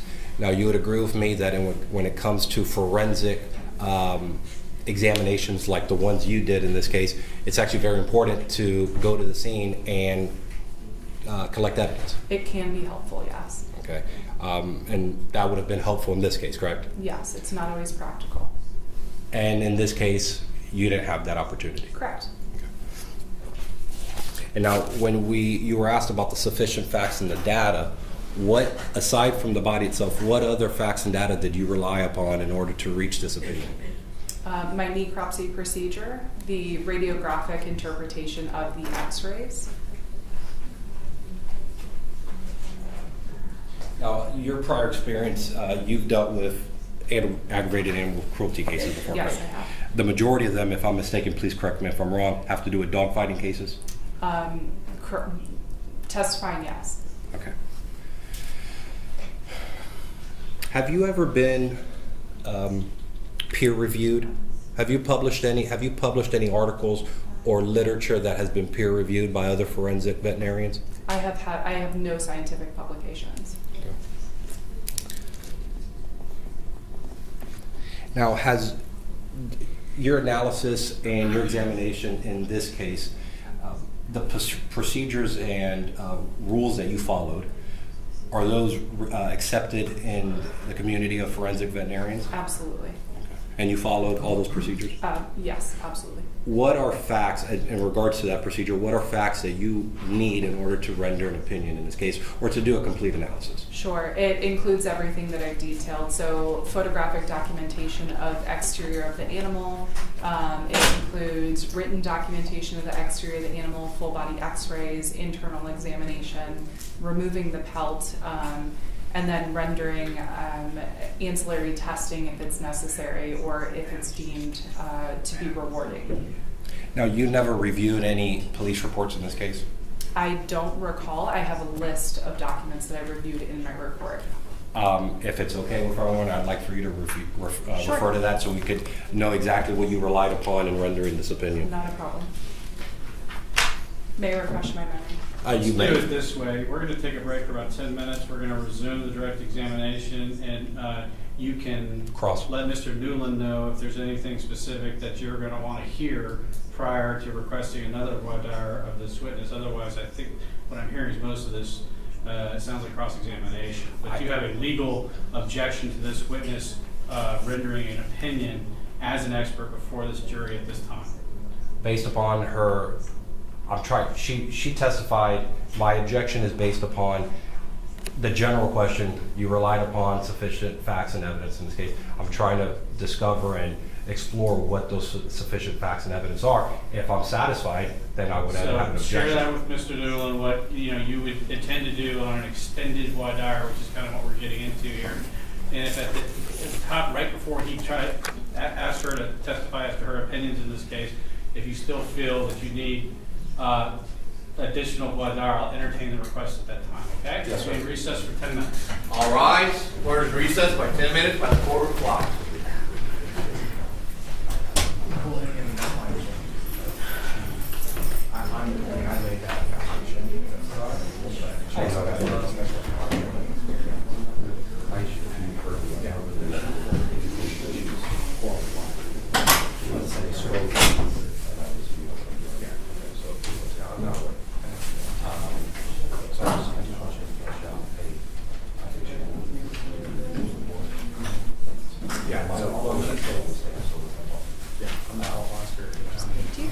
towels. I spilled a little bit. Yes. Yes.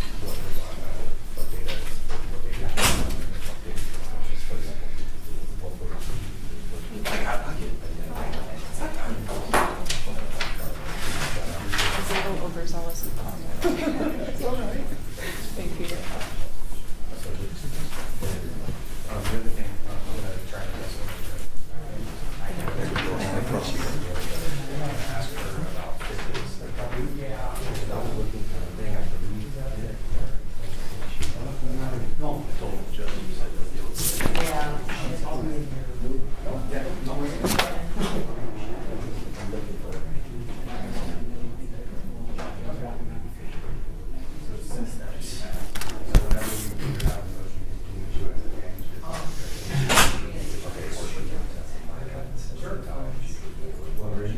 Sure, that's fine, yeah.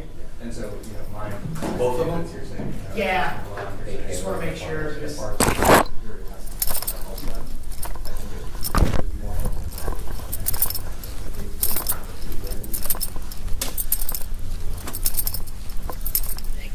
You'll get my bill in the mail. Okay.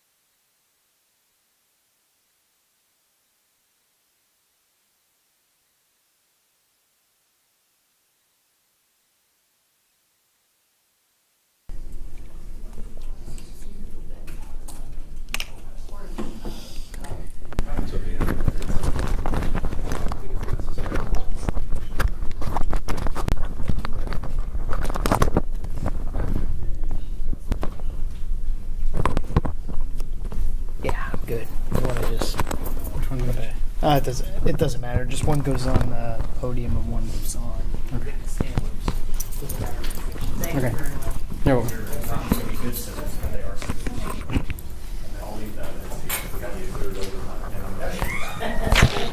Yeah, same for me. I'm getting it right now. Oh, my God.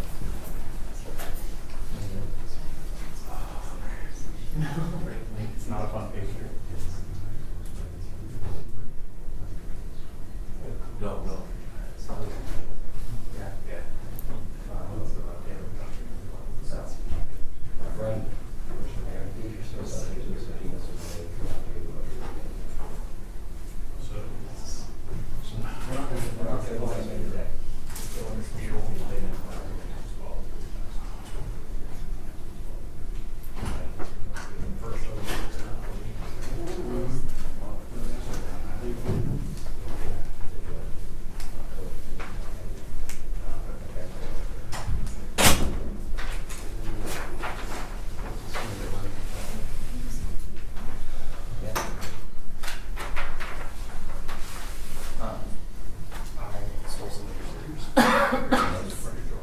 That's fine, because we need to have a different conversation. Okay. How are these two discs different? So this is the front gate. How are these two discs different for my evidence list? Jury takes them out of their envelope. How do I make sure they're in the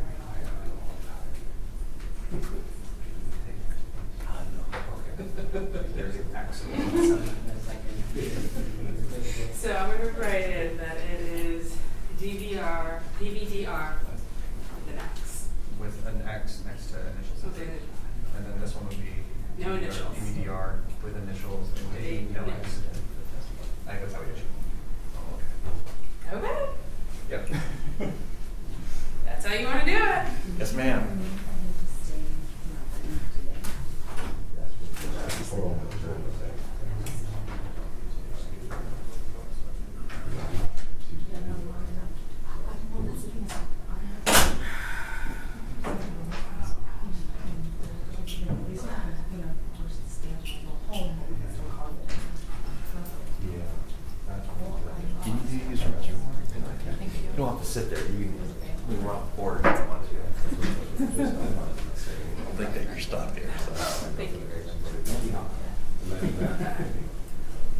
Imagine me, the court will have to tackle. It's the company's chair side of the whole day. There you go.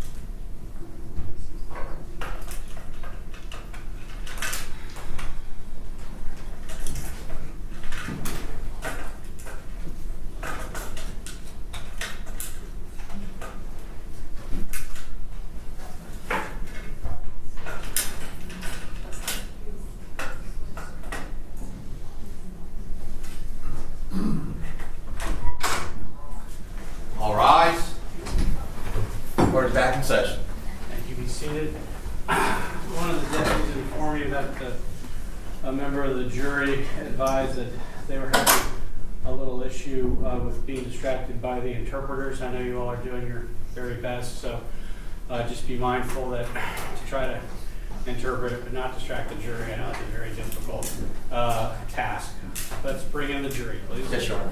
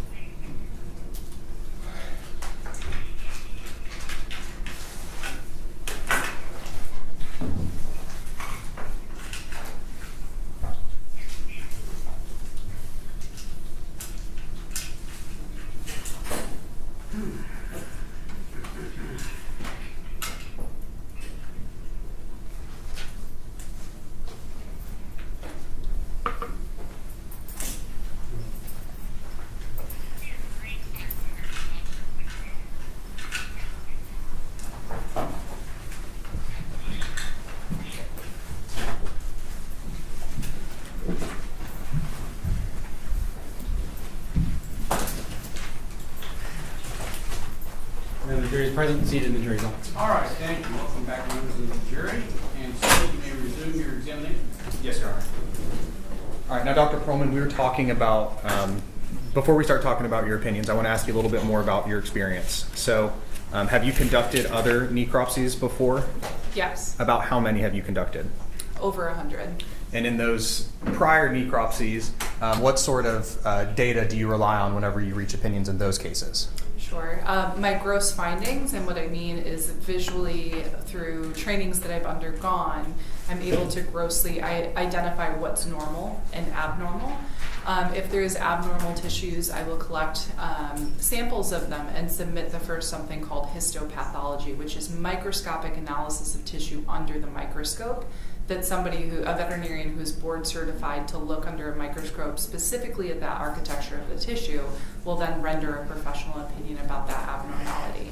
I also rely on x-rays, so radiologists, board certified veterinary radiologists, they will review images of an x-ray and then render their opinion, and I will also use that to render my opinion. It will influence my opinion. I also will utilize toxicology. There are a variety of professional veterinary professions and specialties that I will utilize depending on the case that's needed for confirmation of illness or disease that's present. Okay, and so in this case, you mentioned histopathology. Correct. And you said it was the microscopic organisms. Did you conduct a histopathology in this case? Or, I did not. And why not? The body was severely decomposed. And so what happens is at the time of death, there is immediate changes to any body, whether it's human or animal, that it starts a cascade of decomposition, essentially rotting. And so the first stage that happens is the cells within the body start decaying themselves, and they kind of burst open, and we call it lysis, where they will degrade very quickly and over time continue to degrade. And in simultaneous effort with that degradation of those cells, we also have putrefaction and bacterial proliferation. So you and I normally have guts, and dogs normally have bacterial biomes and bacteria within their gut system that will proliferate at a higher rate than when an animal is deceased versus when they're alive. And so the histopathology in this case, can you explain specifically the reason why you did not send a sample for histopathology in this case? So Dexter was at advanced stage of decomposition. On the photo that was shown a few minutes ago, he's very, very bloated. So normally Dexter, at least in the pre-adoption photo that was sent along with his medical record, he's very skinny and doesn't look obese, but in that photo he looks almost obese because of bacterial proliferation that causes him to distend with gas. When I touched his skin, it would just slough. So that means like the hair and the top layer of fur on his skin would just slide off if I touched it. Normally there are attachments within the skin, but at that stage of decomposition, it's literally just sliding off, if that makes sense. So with that advanced stage of decomposition, there's not much benefit to looking under a microscope in my experience. That would come back as inconclusive, or the pathologist would not be able to render opinion because they look under there and all they see is bacteria and mush, as opposed to the structure, which is completely degraded. Okay, so outside of that, submitting the tissue sample for the histopathology in this case, did you follow the same procedures that you normally would for Absolutely. those other prior over 100 necropsies? Yes.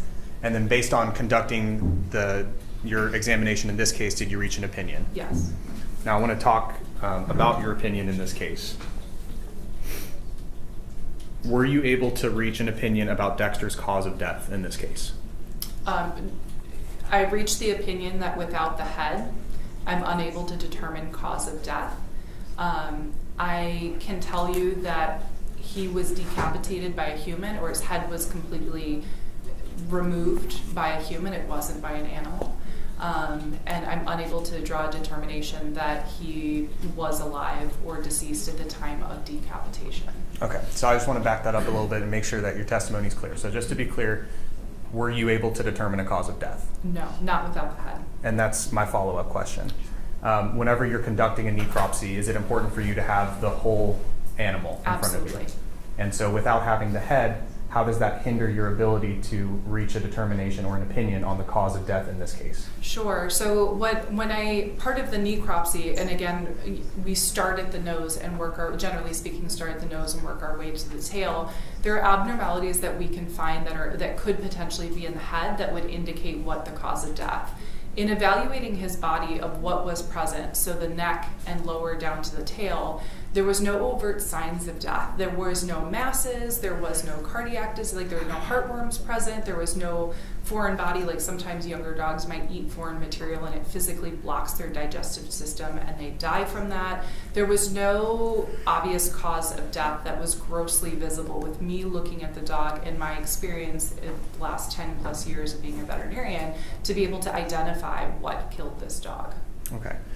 So lacking the head, let's say hypothetically that you did have Dexter's head and there's a gunshot wound through his brain.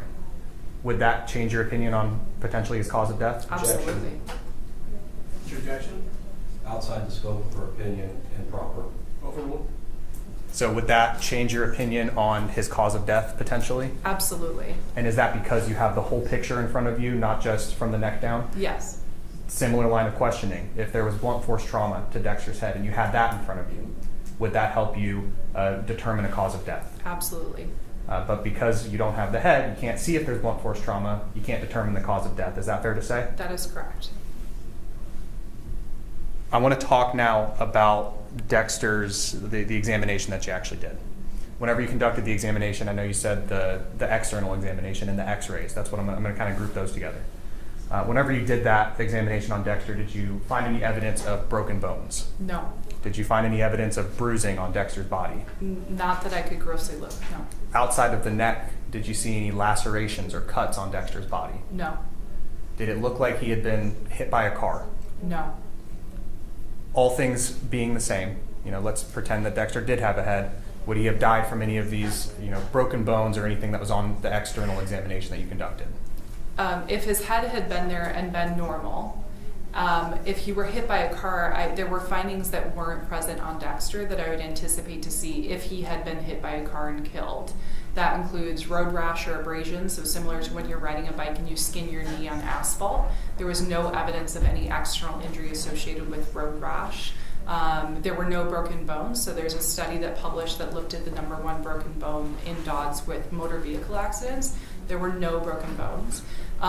If there were abdominal fluid like blood, like say he'd been hit and his spleen, an organ that stores blood, ruptured from being hit by a strong car, I would expect blood in the abdomen or the belly, and I didn't see any of that. And the same goes for the chest. If there had been severe trauma to the chest, like a blunt force trauma from hit by a car, I would anticipate to see maybe some lung bruising and fluid in the chest, and I didn't see any of that. And just to be clear, specifically with regards to evidence of him potentially getting hit by a car, did you see any evidence that would indicate that he got hit by a vehicle? None whatsoever. Okay. Now I want to kind of shift gears and talk now about the internal examination. What organs do you look at internally whenever you're conducting that internal investigation? On a dog, when I have the head, I will evaluate everything from the internal oral cavity. I remove something called the pluck, and it goes from the tongue all the way down to the trachea or the windpipe, all the way down to the heart and the lungs, and it comes out as one piece, and so I'll evaluate that.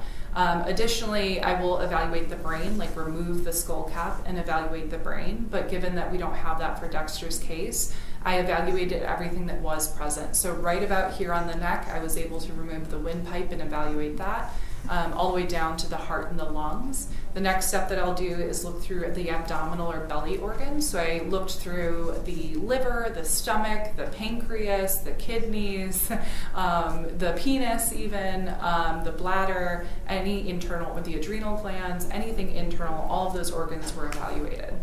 Okay, and whenever you're looking at each of those organs, what sort of things are you looking for? There's a variety of abnormalities that we can look for the gastrointestinal tract or for the stomach and the intestinal tract. Particularly with younger dogs, I'll look for foreign material within that. So I will open up the stomach, I will open up the intestines, and see if there's anything that dog could have eaten, whether it's rat poison, whether it's string or part of a stuffy toy or a chew kennel that obstructed or injured the intestinal tract. For the liver, I will evaluate it for any type of abscess or infection that might be going on. So each organ has, veterinarians are trained to identify common abnormalities like through our veterinary school, plus our training that we undergo for necropsy. And so I evaluated each of those organs in anticipation of looking through that mental checklist that I have of abnormalities. And so of those abnormalities, do you look for evidence of diseases? Yes. And do you look for evidence of masses? Yes. Whenever we're talking about masses, what do you mean by masses? I mean, masses can be benign, where it's not necessarily spreading anywhere, it's just kind of an incidental finding, and they can be all the way back to, up to a malignant tumor, which is a cancer that spreads throughout the body, and there was no evidence of either. And then I know you were talking about stuff in like the GI tract. Is that primarily where you look for obstructions? For obstructions, I look more, yes, is the stomach all the way down to the intestines, all the way down to the colon. I go through the whole gastrointestinal or GI system. Okay. Now, I want to go piece by piece with those organs. So I'm going to start with the heart. Did you examine Dexter's heart? I did. And whenever you were examining Dexter's heart, did you find any evidence of disease? None. Did you find any evidence of any masses on Dexter's heart? No. And I know that we were talking about obstructions mostly in the GI tract, but were there any obstructions on Dexter's heart? None. Okay. I'm going to talk about the lungs now. On Dexter's lungs, were there any evidence of disease? There's no gross evidence. So looking at them, they look very normal on incision of them. So cutting through each of those organs, sometimes there can be items within them. And so by cutting, we get a more thorough assessment than just looking at them. And there was no abnormality as well. And that's for the disease, yeah. Right? Yes. And then was there any evidence of any masses in Dexter's lungs? None. Any evidence of obstructions in Dexter's lungs? None. Okay, moving on to his windpipe. What you were able to examine from his windpipe, was there any evidence of disease on his windpipe? No. Any evidence of masses on his windpipe? No. Any obstructions on his windpipe? No. Moving on to Dexter's liver. Was there any evidence of disease on Dexter's liver? No. Any evidence of any masses on Dexter's liver? No. The stomach.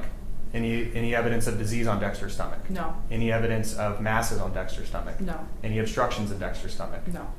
On the intestines, we've been talking about the obstructions, but was there any evidence of disease within his intestines, small or large? No. Was there any evidence of masses in his intestines? No. Was there any evidence of obstructions in his intestines? No. His kidneys. Any evidence of disease on his kidneys? Grossly looking at them, they appeared normal. Any evidence of masses on his kidneys? No. Any obstructions in any of the pipes in the kidneys? No. His bladder. Any evidence of disease on his bladder? No. Any evidence of masses on his bladder? No. Any evidence of obstructions on his bladder? No.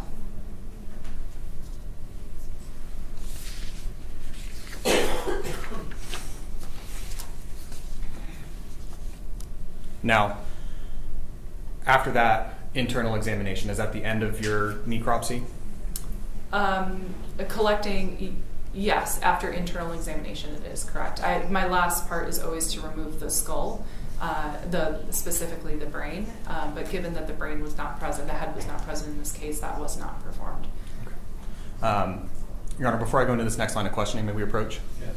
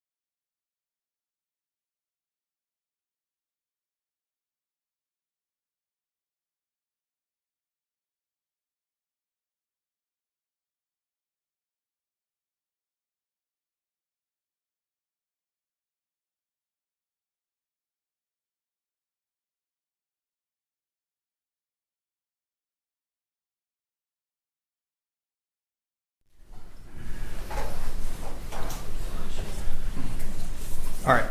Now, Dr. Perman, we've been talking about everything sort of from the neck down at this point. I want to now talk about the neck and what you were able to review and opinions you were able to reach about Dexter's neck. So, are you aware of an osteology report that was conducted in this case? I am. Do you know who conducted that examination and who prepared that report? Yes. Who is that person? Amanda Fitch. Now, did you review Amanda Fitch's report? I did. Did you talk with Amanda Fitch about her opinions that were contained in that report? I did. I'm going to talk with you a little bit about some of the stuff that was found, or that you tested, that is in your opinion as well as her opinion. Now, do we know how many times, well, do we know how the head became detached? Yes. Well, do we have an opinion on how the head became detached? Yes. And what's your opinion, based on your review of Ms. Fitch's report, as well as your own review of the data in this case? What's your opinion on how the head became detached in this case? Same objection, Your Honor. My opinion is that a sharp force object, such as a knife, was utilized to decapitate Dexter. Specifically looking, when I was performing the pelt removal or the skin removal, the margins of the skin that was left on that cervical or neck portion were very sharp and fine, and there were cut hairs, which to me indicates that a knife or something sharp lined that area that caused the hair to break, that like long hair to break in the middle. So I have cut hairs, like blunted ends of hairs. So to me, that's not another animal or anything like that. That is a sharp force trauma causing that. There were 2 skin tags that had incisions through them, not lacerations where there's a tear, but an incision from a sharp object. One on the lower side of the neck and one at the top side of the neck. So prior to osteological evaluation, that was my top differential, my top thought as to that this was moving forward in the direction of a decapitation. Additionally, there were very fine fragments on x-ray and of the neck that was remaining, which again, if it had been a bludgeon to death or used an axe of sorts, there would be more crushing of the bones there than fine bones that were shattered from a knife or something sharp. In addition to reviewing Amanda Fitch's report, she also concluded that it was most likely We'll just have your opinion. Sure. Doctor. My personal opinion as well is that is that a machete or a meat cleaver was utilized to decapitate the head based on fragmentation of the bone. Now, Dr. Perlman, and I'm not trying to make light of this situation, but I have to ask, is a machete or a meat cleaver, is that something that presumably only a human can hold on to and make those actions? Correct. There's no tooth marks. There's no, it's perfect. There's striations or lines within the bone's cut portion that are very uniform. So it is impossible for a dog or another animal to gnaw on that neck, causing that based on the uniform lines that are on the bone under the magnifying glass. And that brought me to my next question. So is there any evidence that another animal did this to Dexter? None. And earlier, just now you were mentioning marks on the bones in this case. Do you have the bones in this case? I do. Your Honor, permission to approach the witness. Well, she's already got the evidence. Are they contained in that brown paper bag? Yes. Are those bones in the same or substantially the same condition as whenever you received them, whenever Dexter's body came in? The bones are just of C2, so the second cervical vertebrae, and C3, which are the 2 that had the most trauma to them. So Amanda and I collected the bones to ensure that I didn't inflict any type of trauma in the handling of the bones to remove them for Amanda. So the neck was attached to the body. Amanda did not need the body, so together we worked together to remove the part that was not damaged and hand it to her for osteological evaluation. And these are in that position. Okay, so just so I'm clear, in that bag there's the C2 and the C3? Correct. And are those in the same or substantially the same condition as whenever Ms. Fitch and you conducted your examination? Correct. Your Honor, the state offers into evidence it's not pre-marked yet. May I have a brief moment with Madam Clerk? Yes. 13. Pre-marked, this is 13.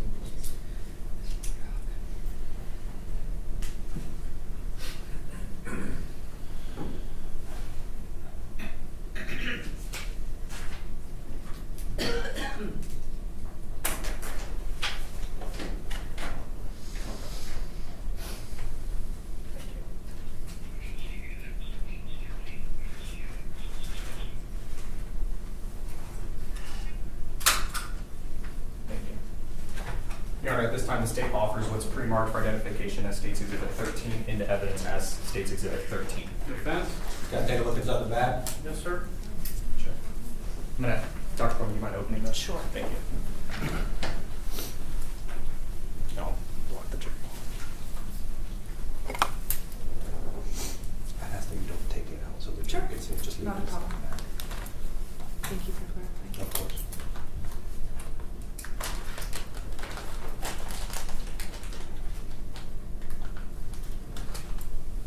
Do we have finer scissors by any chance? These are just going to be bulky. Don't know. Let me see if I can. Oh, I have it. I apologize.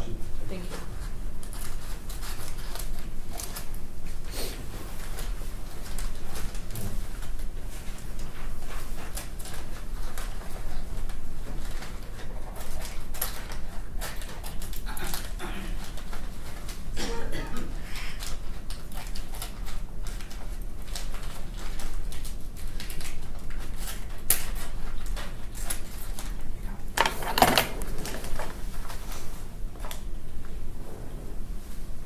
No objection. All right, it'll be admitted as marked. Now, Dr. Perlman, do you mind taking what's in that bag out of the bag? And Your Honor, permission to have the witness step down. Granted.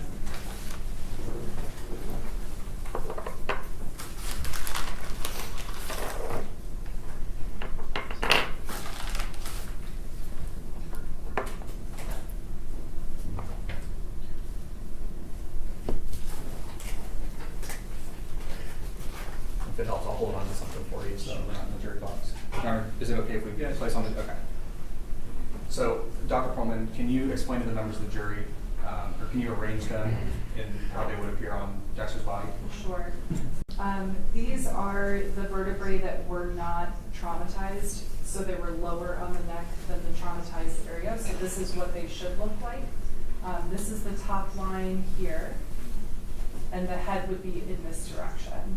So this is what they generally should be looking like without any evidence of trauma. Here we have each of these notice our notation of where there were 4 impacts points of impact injury that caused the bone to shear or break off from that sharp force trauma of the machete or of the meat cleaver. And so with that, there is very delicate Play-Doh type that keeps them together to recreate how they should look. So right along here, we have impact number 3, caused that fracture through here. And just to give you an idea, the spinal cord is right there. Coming out of the side of these areas right here would be where nerves are for the dogs to go to, the nerves that go to the front of the dog. Like these would come from right here, the nerves come down and go in through the leg into that neck area. So there would be impact to the dog's front legs with 2 of these injuries. Then again, this is where that spine would go through. Additionally, we have the absence. So you can see right here that we have this pointy piece, right? And it's missing from here because it has literally been chopped off with some type of sharp object, either the knife or the machete.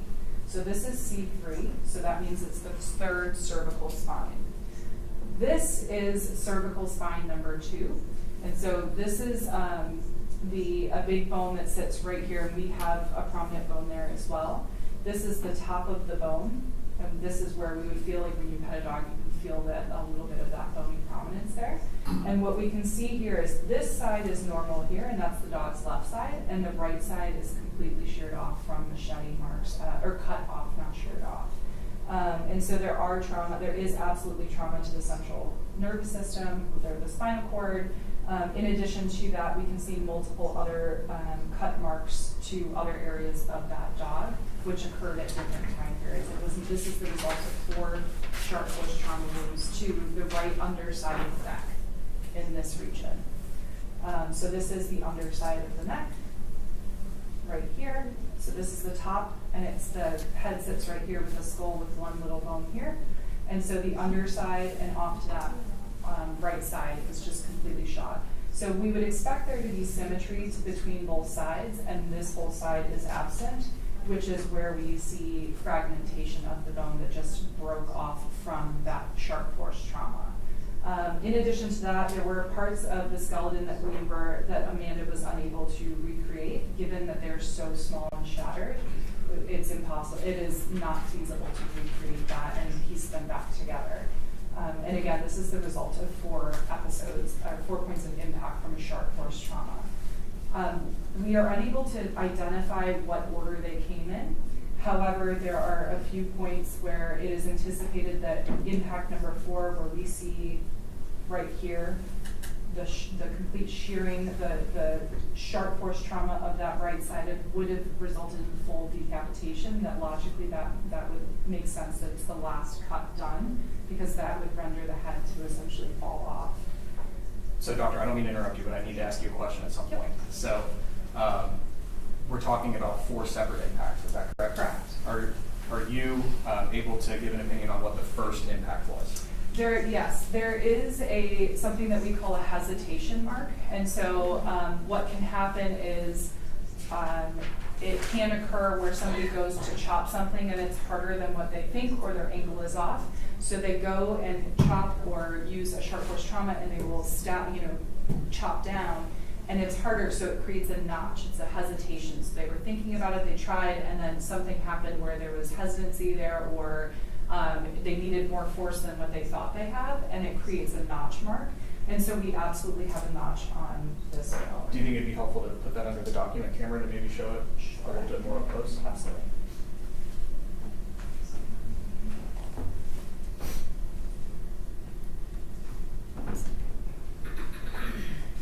Yeah, so just right over here.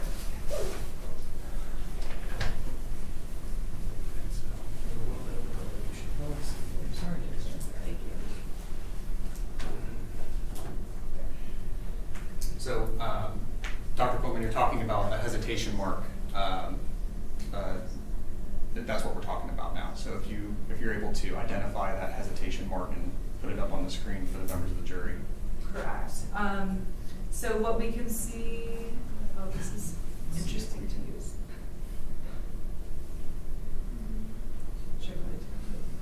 No, that is too small. So we're going to try and see if that works.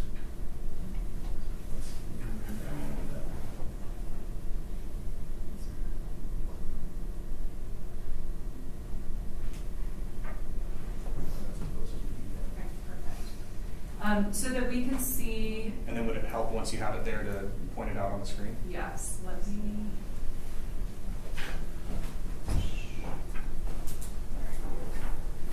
So what we can see are a few things here.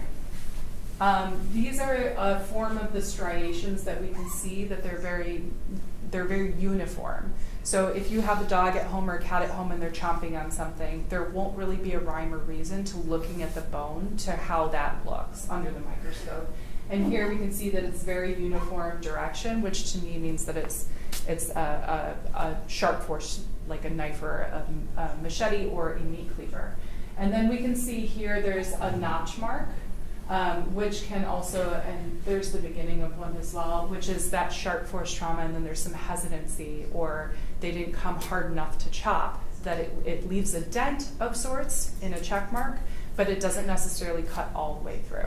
And so is it your opinion that that's the first impact? That is suspected, yes. Okay. And then we were talking about 4 impacts. Are you able to determine, so you said you suspect that that's the first one. Are you able to say for 100% certain that that's the first one? No. What about impacts 2, 3, and 4?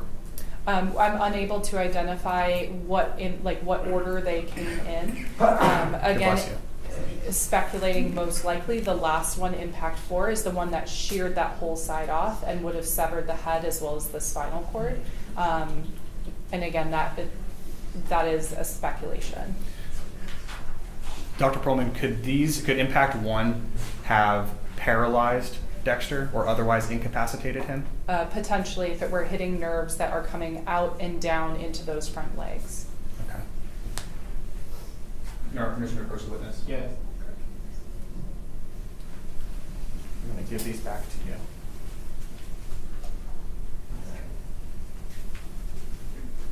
I'll put them next to the bag. Thank you. And we'll bag it back up in a second. Great. Thank you.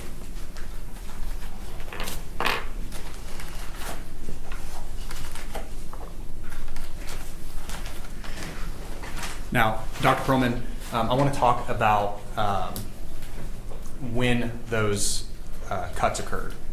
Whenever you conducted your report initially, what was your opinion on when those cuts happened, those 4 impacts happened during Dexter's life? I'm sorry, can you repeat the question? So, as far as when Dexter was alive versus when Dexter was dead, did you have an opinion on when those cuts happened? I'm unable to make that determination. Okay. Let me just check something really quick.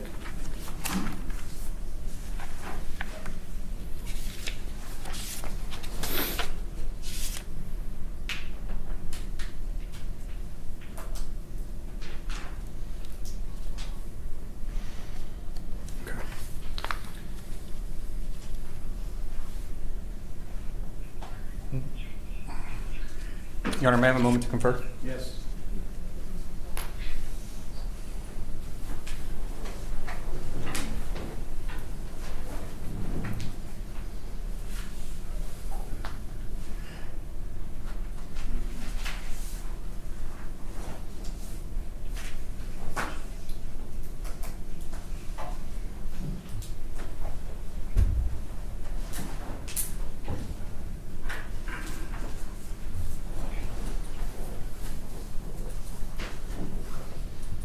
All right, Dr. Pullman, I promise I'm almost done.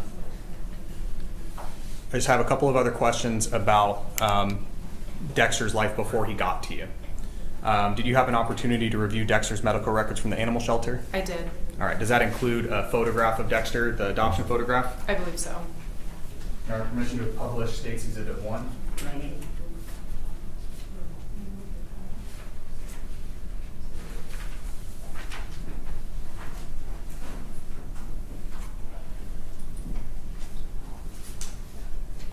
Is this the photograph of Dexter that you received? I believe so, yes. Did you have a chance to review Dexter's medical records from the animal shelter? Yes. As far as you know, was he up to date on all of his vaccinations? Yes. Was he heartworm negative? Correct. He did not have heartworms. Was he currently in the process of being treated for any other medical issues? Yes. What was that medical issue? He was being treated for a respiratory illness called kennel cough.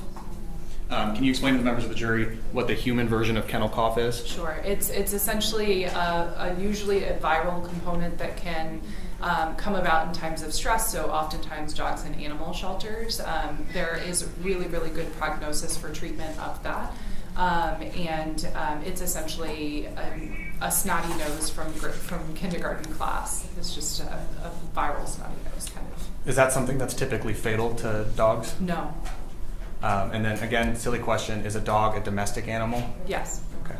Your Honor, I have no further questions at this time. Thank you. Cross-examination? Yes, Your Honor. May I have just a moment? Yes, sir.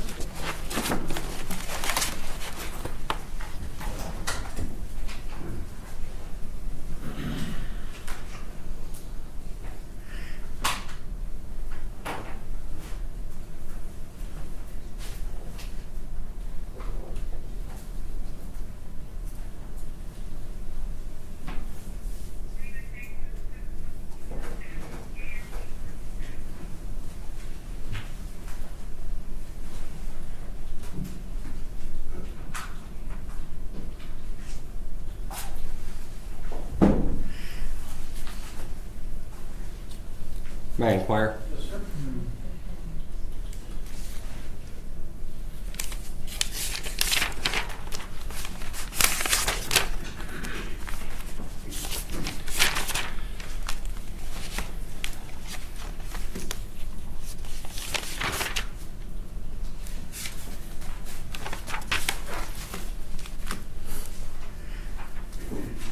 Are you an osteologist, doctor? I am not.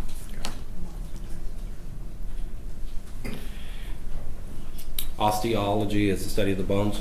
Correct. And is that the testimony that you were just now giving regarding the striations and the cut marks on the vertebrae? Correct. That's for an osteologist. Incorrect. Okay. There Sure, I have training and I have taken courses where I evaluate bones and feel comfortable, particularly in this scenario, in rendering the opinion of a machete or a meat cleaver based on the striations of bones. You would agree with me that an osteological examination is very different from a forensic type of examination, which is the one that you performed? It is a subdivision of forensic evaluation, yes. There was no toxicology done? Correct. That would be important for a forensic examination? It depends, not for every case. A toxicology examination or report or analysis, if you will, would show if there was any ingestion of any poisons or any sort of chemicals that may have affected this dog's life. Potentially. And that was never ordered? It was collected, it was not submitted, correct.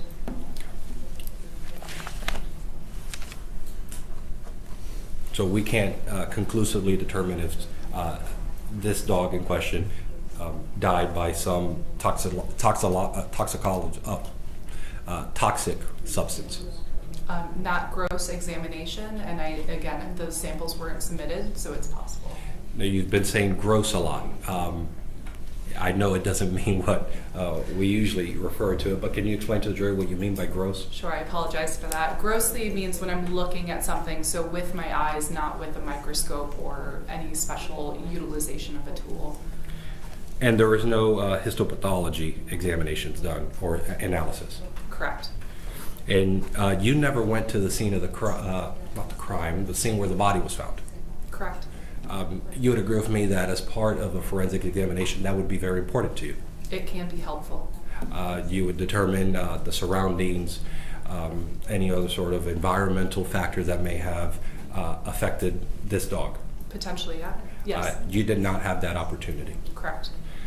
So we'd have no toxicology analysis, you weren't at the scene where the dog was found, and you did no histopathological exam? Correct. Okay. You gave an opinion that we are unable to determine cause of death because we do not have the actual head with us. Correct. I know that's how you qualify it, but at the end of the day, you cannot determine cause of death. Without the head, that's correct. Okay. And along those lines, you cannot determine that my client is the one that did this. That is outside my scope, is to say who did what, unless there is DNA evidence found on the animal. And there was no DNA found on the animal? Correct. I believe, were you involved in any submission of DNA found on the animal? No. Okay. So bringing you back to my question, you did not render an opinion that my client did this? Correct. There's no way to determine that? In my position, in my field, that's correct. Expert opinion, Your Honor. Overruled. I'm going to re-ask the question. You can't tell this jury that my client did this? Correct. That is not in my normal job description. Okay. Regardless of that, you can? Correct. Okay. You didn't review any police reports in this case, correct? I reviewed a statement in my medical record stated, I believe that it was information from a report from the crime scene, from the area that the Dexter's remains were found. Did you note anything of importance in that report? Nothing that I can recall.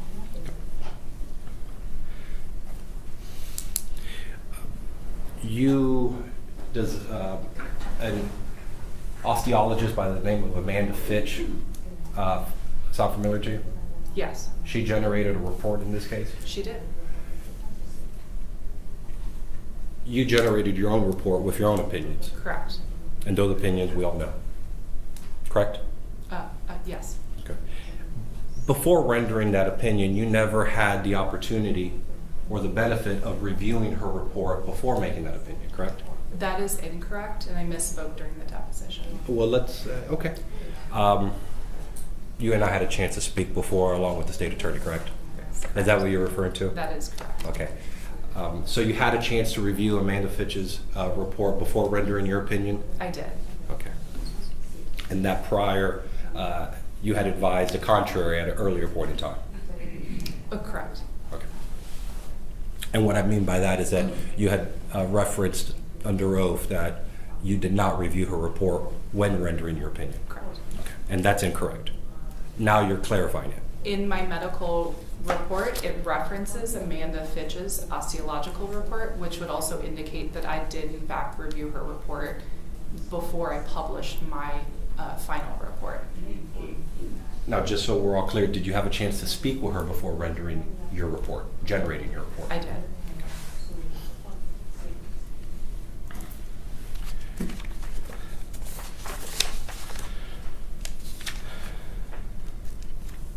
Now, you said you've testified before in these types of cases, correct? Yes. We're talking about aggravated animal cruelty Yes. cases? Yes. As a forensic veterinarian, you agree that you may have to, your job is part of fact finding and assisting the trial of fact in cases just like the one we're in right now. I agree. So forgive me for being just general. You're not in a lab somewhere. You're in the courtroom. You're assisting law enforcement, correct? Incorrect. Okay, explain. My position as a forensic veterinarian is very much in the lab. So we have a necropsy lab and facility in Gainesville, Florida. We work under at the request of law enforcement, so that any remains can be sent from throughout the United States to send to us for a forensic necropsy or autopsy. In which case we'll move forward with processing those remains. In addition to doing that, we also perform live animal forensic exams and an evaluation on crime scenes if we're asked to assist on crime scenes.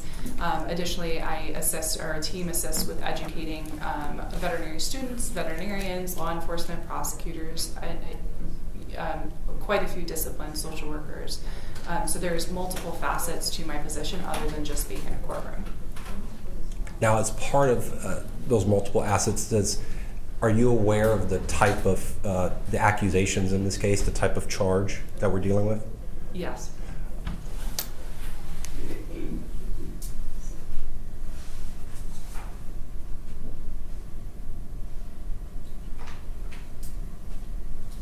Do you agree that in a case like this, you have been given an opinion that there has to be some sort of intentional act committed on an animal in question? I feel uncomfortable answering that question because I think it gets more into legality versus the evidence of pain and suffering, which is where my veterinary expertise comes in play.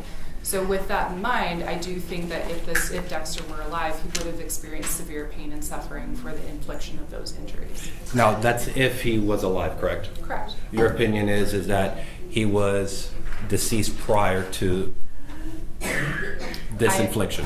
Because of his stage of decomposition, I'm unable to draw that conclusion. Draw the conclusion that, well, let's look at your report. Would you agree with me that Dexter's remains are most consistent with being deceased prior to decapitation? That is absolutely possible. Well, I'm not asking if it's possible. I'm actually looking at your report. Would Sure. looking at your report refresh your recollection? Objection, hearsay. Overruled. Is it your testimony? Is it your testimony that Dexter's remains are not consistent with being deceased prior to decapitation?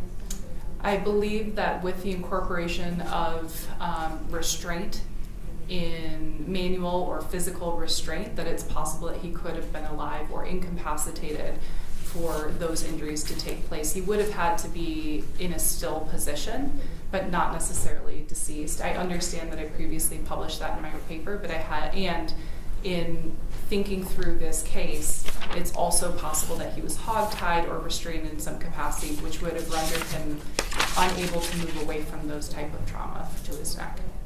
May I approach the witness? Sure.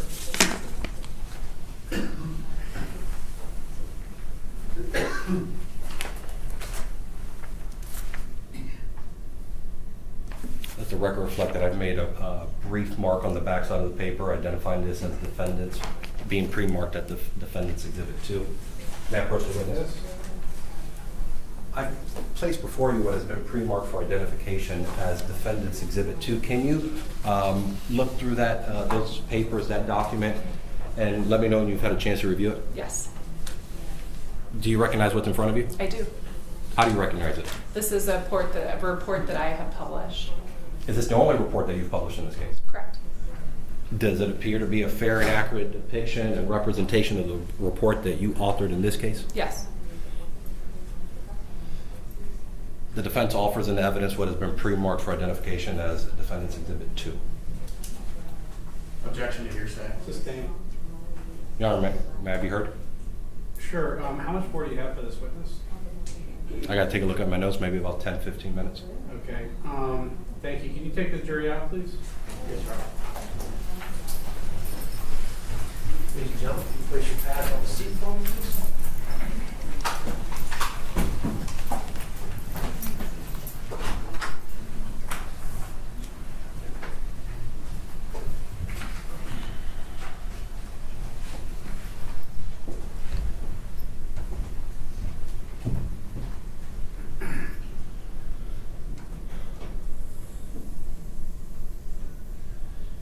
The jurors outside the hearing of the court. All right, thank you. Ma'am, what is your availability tomorrow morning?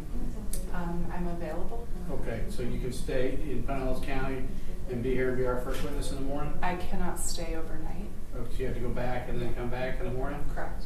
Okay, so when do you think you could be back here and not be waking up at 3 a.m.? Because you're in Gainesville, right? Correct. I left at 6:30, 6:40 this morning, and then I got here roughly 10:15 or so. Okay. With car accidents and traffic. Okay. So I maybe 10:30 to be safe. All right, well, I apologize, but I'm gonna need you to come back tomorrow to resume your testimony, okay? So we can bring in,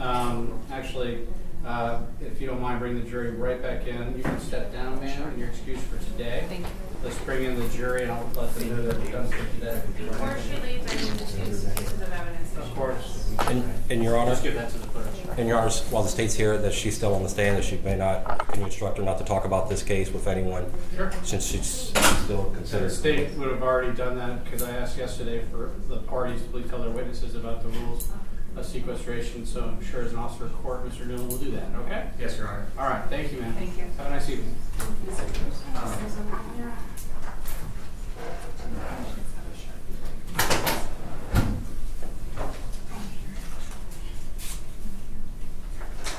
Are we sealing it? That, I'm not the one to ask that. Let's bring in the jury and then we'll have this Yes, sir. conversation after I'm done talking to the jury, okay? Okay. Thanks. He's getting them right now, Your Honor. Thank you. Do you have the report there? That's right You can hand that to Mr. Zamora. That's the one you wrote on the back of it? But didn't you just put that together? No, you did not. You can hand that to Mr. Zamora. Okay. Yeah, it wasn't that true. Let's bring in the jury, please.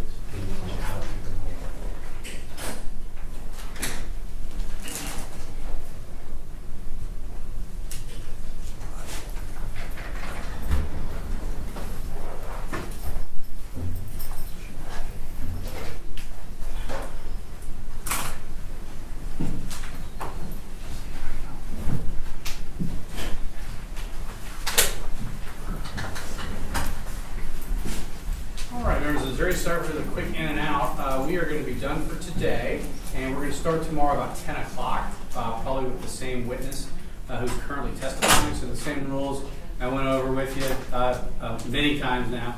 Don't do any research whatsoever into this case, the people and places involved. Don't hop on the internet and start looking things up. Don't discuss this case with anyone, including among yourselves, until it's time to start deliberating. I'll make sure I tell you when that is. Have a restful evening. I know the weather looks a little nasty out there, so be careful driving, and I'll see you tomorrow. Again, we're going to try to start right about 10 o'clock on this case, so you don't have to be here as early tomorrow as you were today. Thank you, and have a nice evening. Go ahead and leave your pads and pens on your